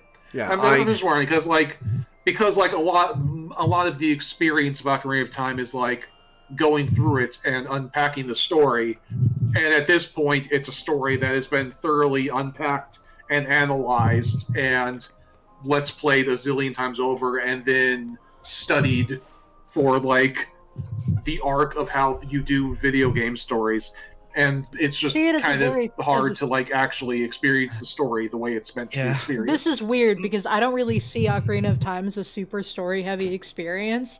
I just think that the progression feels very good. And the dungeons are very cool. I like all of them, even the kid ones that nobody likes. Like, I think Jabu Jabu's belly is actually kind of funky and interesting. But like, I like a lot of womb levels that nobody likes. But Majora's Mask is one of those sequels. There are several games that are like this for me, where you have one game that does like a very traditional standard RPG kind of thing, and then the second game is where shit goes wild. And those three games are Majora's Mask, Thousand Year Door, and KOTOR 2. Like they all exist, they all have that same thing, and it's funny to me that it keeps happening. I don't know what my favorite Zelda game is, but it is either Wind Waker or Majora's Mask. It is one of those two. Yeah. Like Majora's Mask's time management implementation has been I don't very even like interesting. time management. Yeah. I get so stressed out by it. But I do it well. Like the thing is, right? I am very sure that I only like Majora's Mask because I played it as a kid. I didn't even do well in it as a kid, but I remember wandering around it, doing random shit as a kid, and like for ages of my life, I did not like wandering around randomly doing stuff in a video game. I like to have direction, and the game does give you direction to a certain extent, but like I always got stuck in like all those random places that I've mentioned before. But I still enjoyed wandering around and just experiencing the world. And I feel like if I hadn't done that as a kid and I tried to play it again, I would never like it. I would like be so against it. It does something very interesting. Sorry, you go ahead, Danny.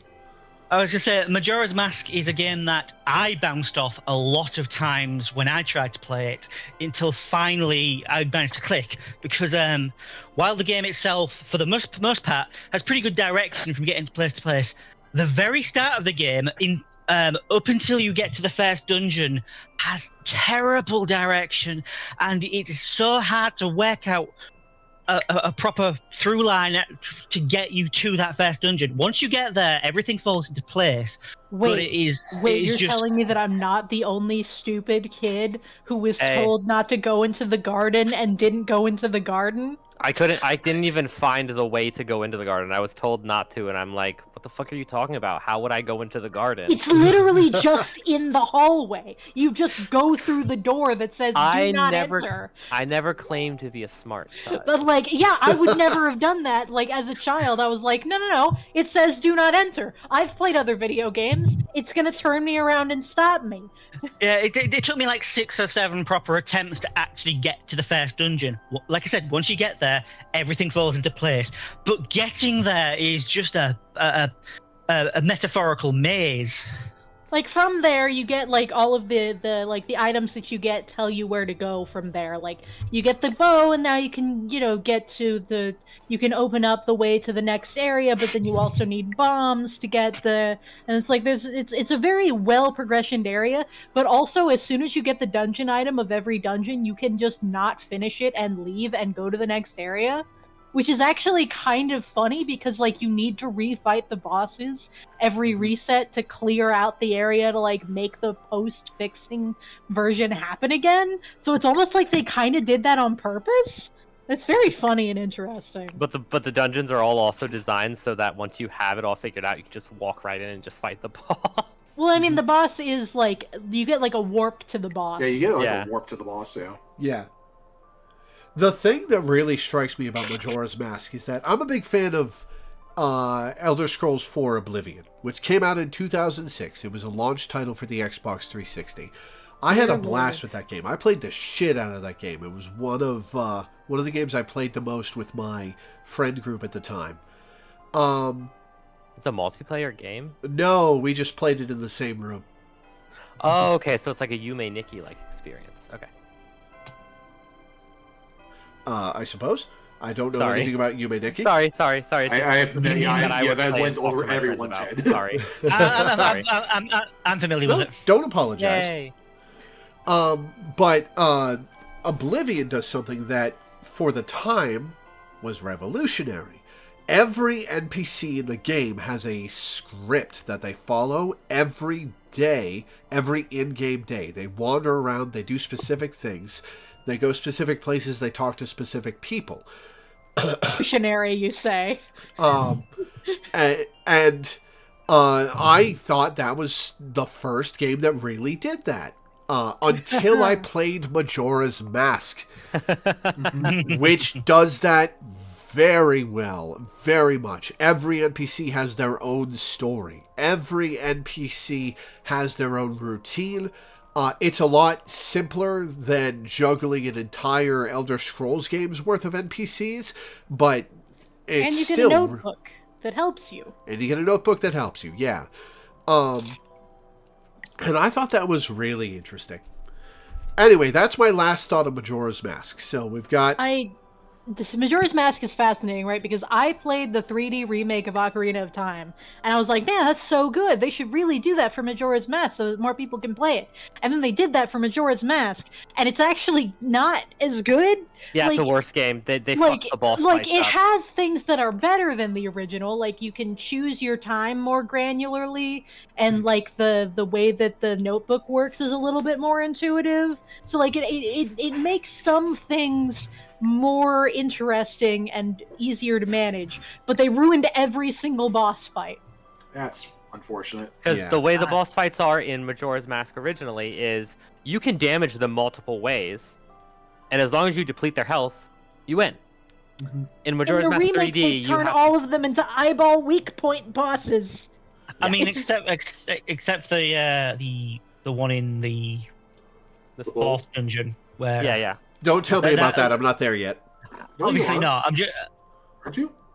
no. not yet. They actually made it into like a really cool set piece in the 3DS one, right? Yeah, that's what I was gonna say. Yeah. Like I like what they did with it, and you can still fight it the old way, even if you don't want to do it the new way. Mhm. But the rest they fucked up. Yeah. like, Lore, have you gotten to the fourth dungeon? No, I haven't even gotten to the Zora dungeon. Oh wow. I need to tune in because I like the Zora dungeon a lot. Everybody hates it, but I actually really like it. I think it's one of the best executed of those types. Yeah, Its like, music is funky and I love it too. that said, I have no dislike for Ocarina of Time's Water Temple. I actually think that's a pretty good dungeon as well. But I played the 3DS version, so I can't comment on the boots situation because they fixed that.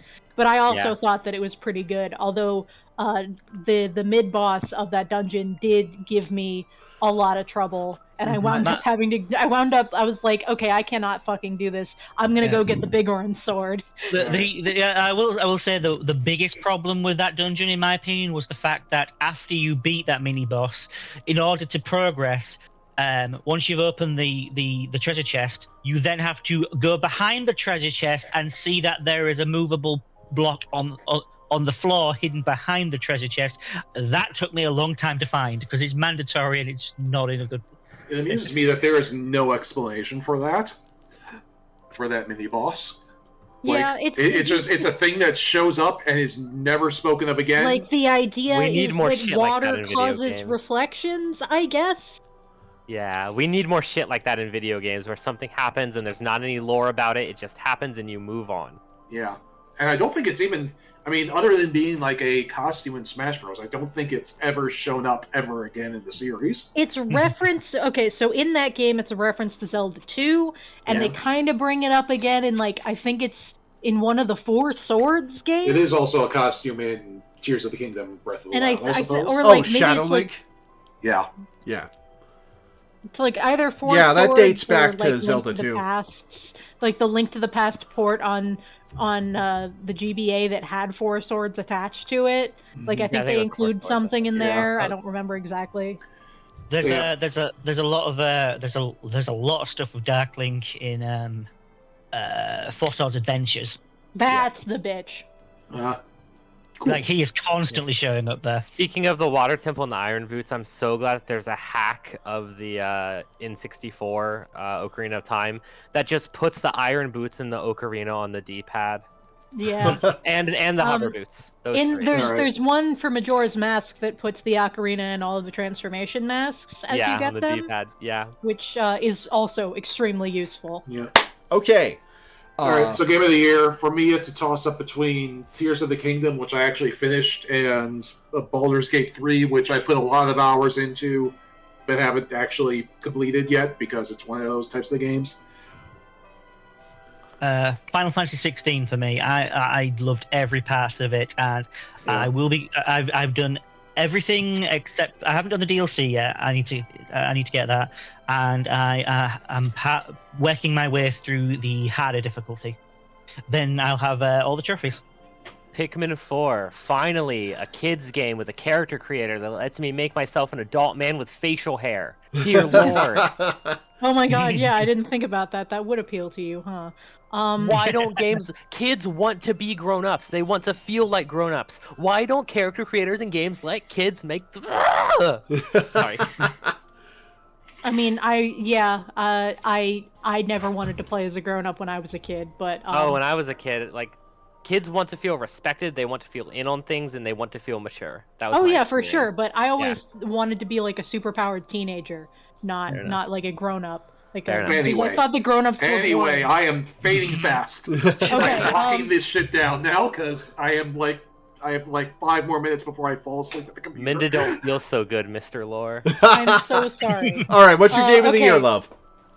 Game of the year, the Honkai Star Rail, to be honest, if I have to really pick one. But if you want a real video game, Pikmin 4 or Octopath 2. But Star Rail has caused me the most emotional distress, positive, that some of the characters in that have absolutely emotionally wrecked me, and I've been a puddle on the floor because of ancient Chinese gays. There's a lot to unpack, but yeah. Gotcha games have good stories. Don't let them silence you. Shh. Anyway, play Pikmin 4 and Octopath 2. They're also both very good games. I highly recommend them. And finally, my game of the year. I can't really justify giving it to Baldur's Gate 3 because if I had finished it by now, and if it stays the same level of quality through Act 3, it would be my game of the year, but I haven't finished it. So I really have to give it to Dead Space Remake, which was a stellar horror experience from start to finish, an update to one of my favorite games of all time, that completely replaced it. Just a magnificent experience from start to finish. My favorite horror game of all time. But man, 2023 was a stacked year, wasn't it, guys? Yeah, I remember when we did this last year, I had trouble picking a favorite because there were so few new games that I played. I just wish I could have afforded it all. Yeah. I mean, like, it wasn't even about affording games. It was just like, what were the games in 2022? Straight. I played a lot of Multiverses, and that game's gone now. That's a dead live service game. There were some games. I'm trying to remember exactly. Elden Ring, Stray, God of War, Ragnarok. Yeah. No, Ragnarok was this year. When did Metroid Dread? Ragnarok was last year. The DLC. We didn't even talk about that. That's another game that deserves an honorable mention, even though not a lot of us play. Have you seen anything about what Valhalla is? No, I know you face off with young Kratos, but that's it. Kirby and the Forgotten Land was last year. That was a really fun game. It's a roguelike digging into the old series, just like. It's like the whole DLC is just like one long excuse for Kratos to reflect on the Greek gods era of the games. Cool. And all of them, not just 1, 2, and 3, but also the spin-off games. He's digging into all of it. It's great. That's awesome. It's a great trek into the history of the series. And also you get to spend more time with Tyr, which is fun, especially for spoiler reasons. Yeah. All right, well, Minda's fading fast and I'm starving. Yes. So, final question. what game are you most looking forward to next year? For me, it's Final Fantasy VII Rebirth, which is the reason I got my PS5. It's that. It's that. I'm gonna play Remake, and I'm gonna play Rebirth, and I'm going to be a sobbing mess upon the floor. It's gonna be great. I'm looking forward to it. Yeah, Don't trail for me. Yeah, it's pretty much, Final Fantasy VII, although big ups to Paper Mario, because that's also going to be great. I am looking forward to finally playing the game and understanding why people like it. For me, I feel like it's gonna be for me what Ocarina of Time is for lore. For my entire life. I actually did play Thousand Year Door fairly recently, and it still holds up, I think. I mean, I would say that about Ocarina of Time is the thing. Yeah. I think that Ocarina of Time holds up very well, and I haven't played it in a little while, but when I played it, I was basically 17. I was almost an adult. It was when the 3DS was still in its heyday. I was not a kid. It wasn't really it was kind of part of my formative years. We had it when I had Majora's Mask, but I never played it. I would always prefer to wander around in Majora's Mask as a kid. Anyway. Yeah. Okay. And Teddy, you got a game you're looking forward to? I don't know. I'm just kind of enjoying the games I've been playing right now. I'm just chilling. I would have talked about Persona 5 Tactica, but I know that that came out. Playing that. Yeah, I want to play that real bad.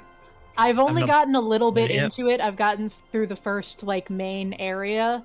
So and then I did the DLC, which took up a fair amount of my time. It's very short. It's pretty short. It's the size of the first main area. But it's got its own contained thing, and it lets you have Goro and Sumi in your party, and it's nice. I love them. Nice. All right. Well, we should finish up.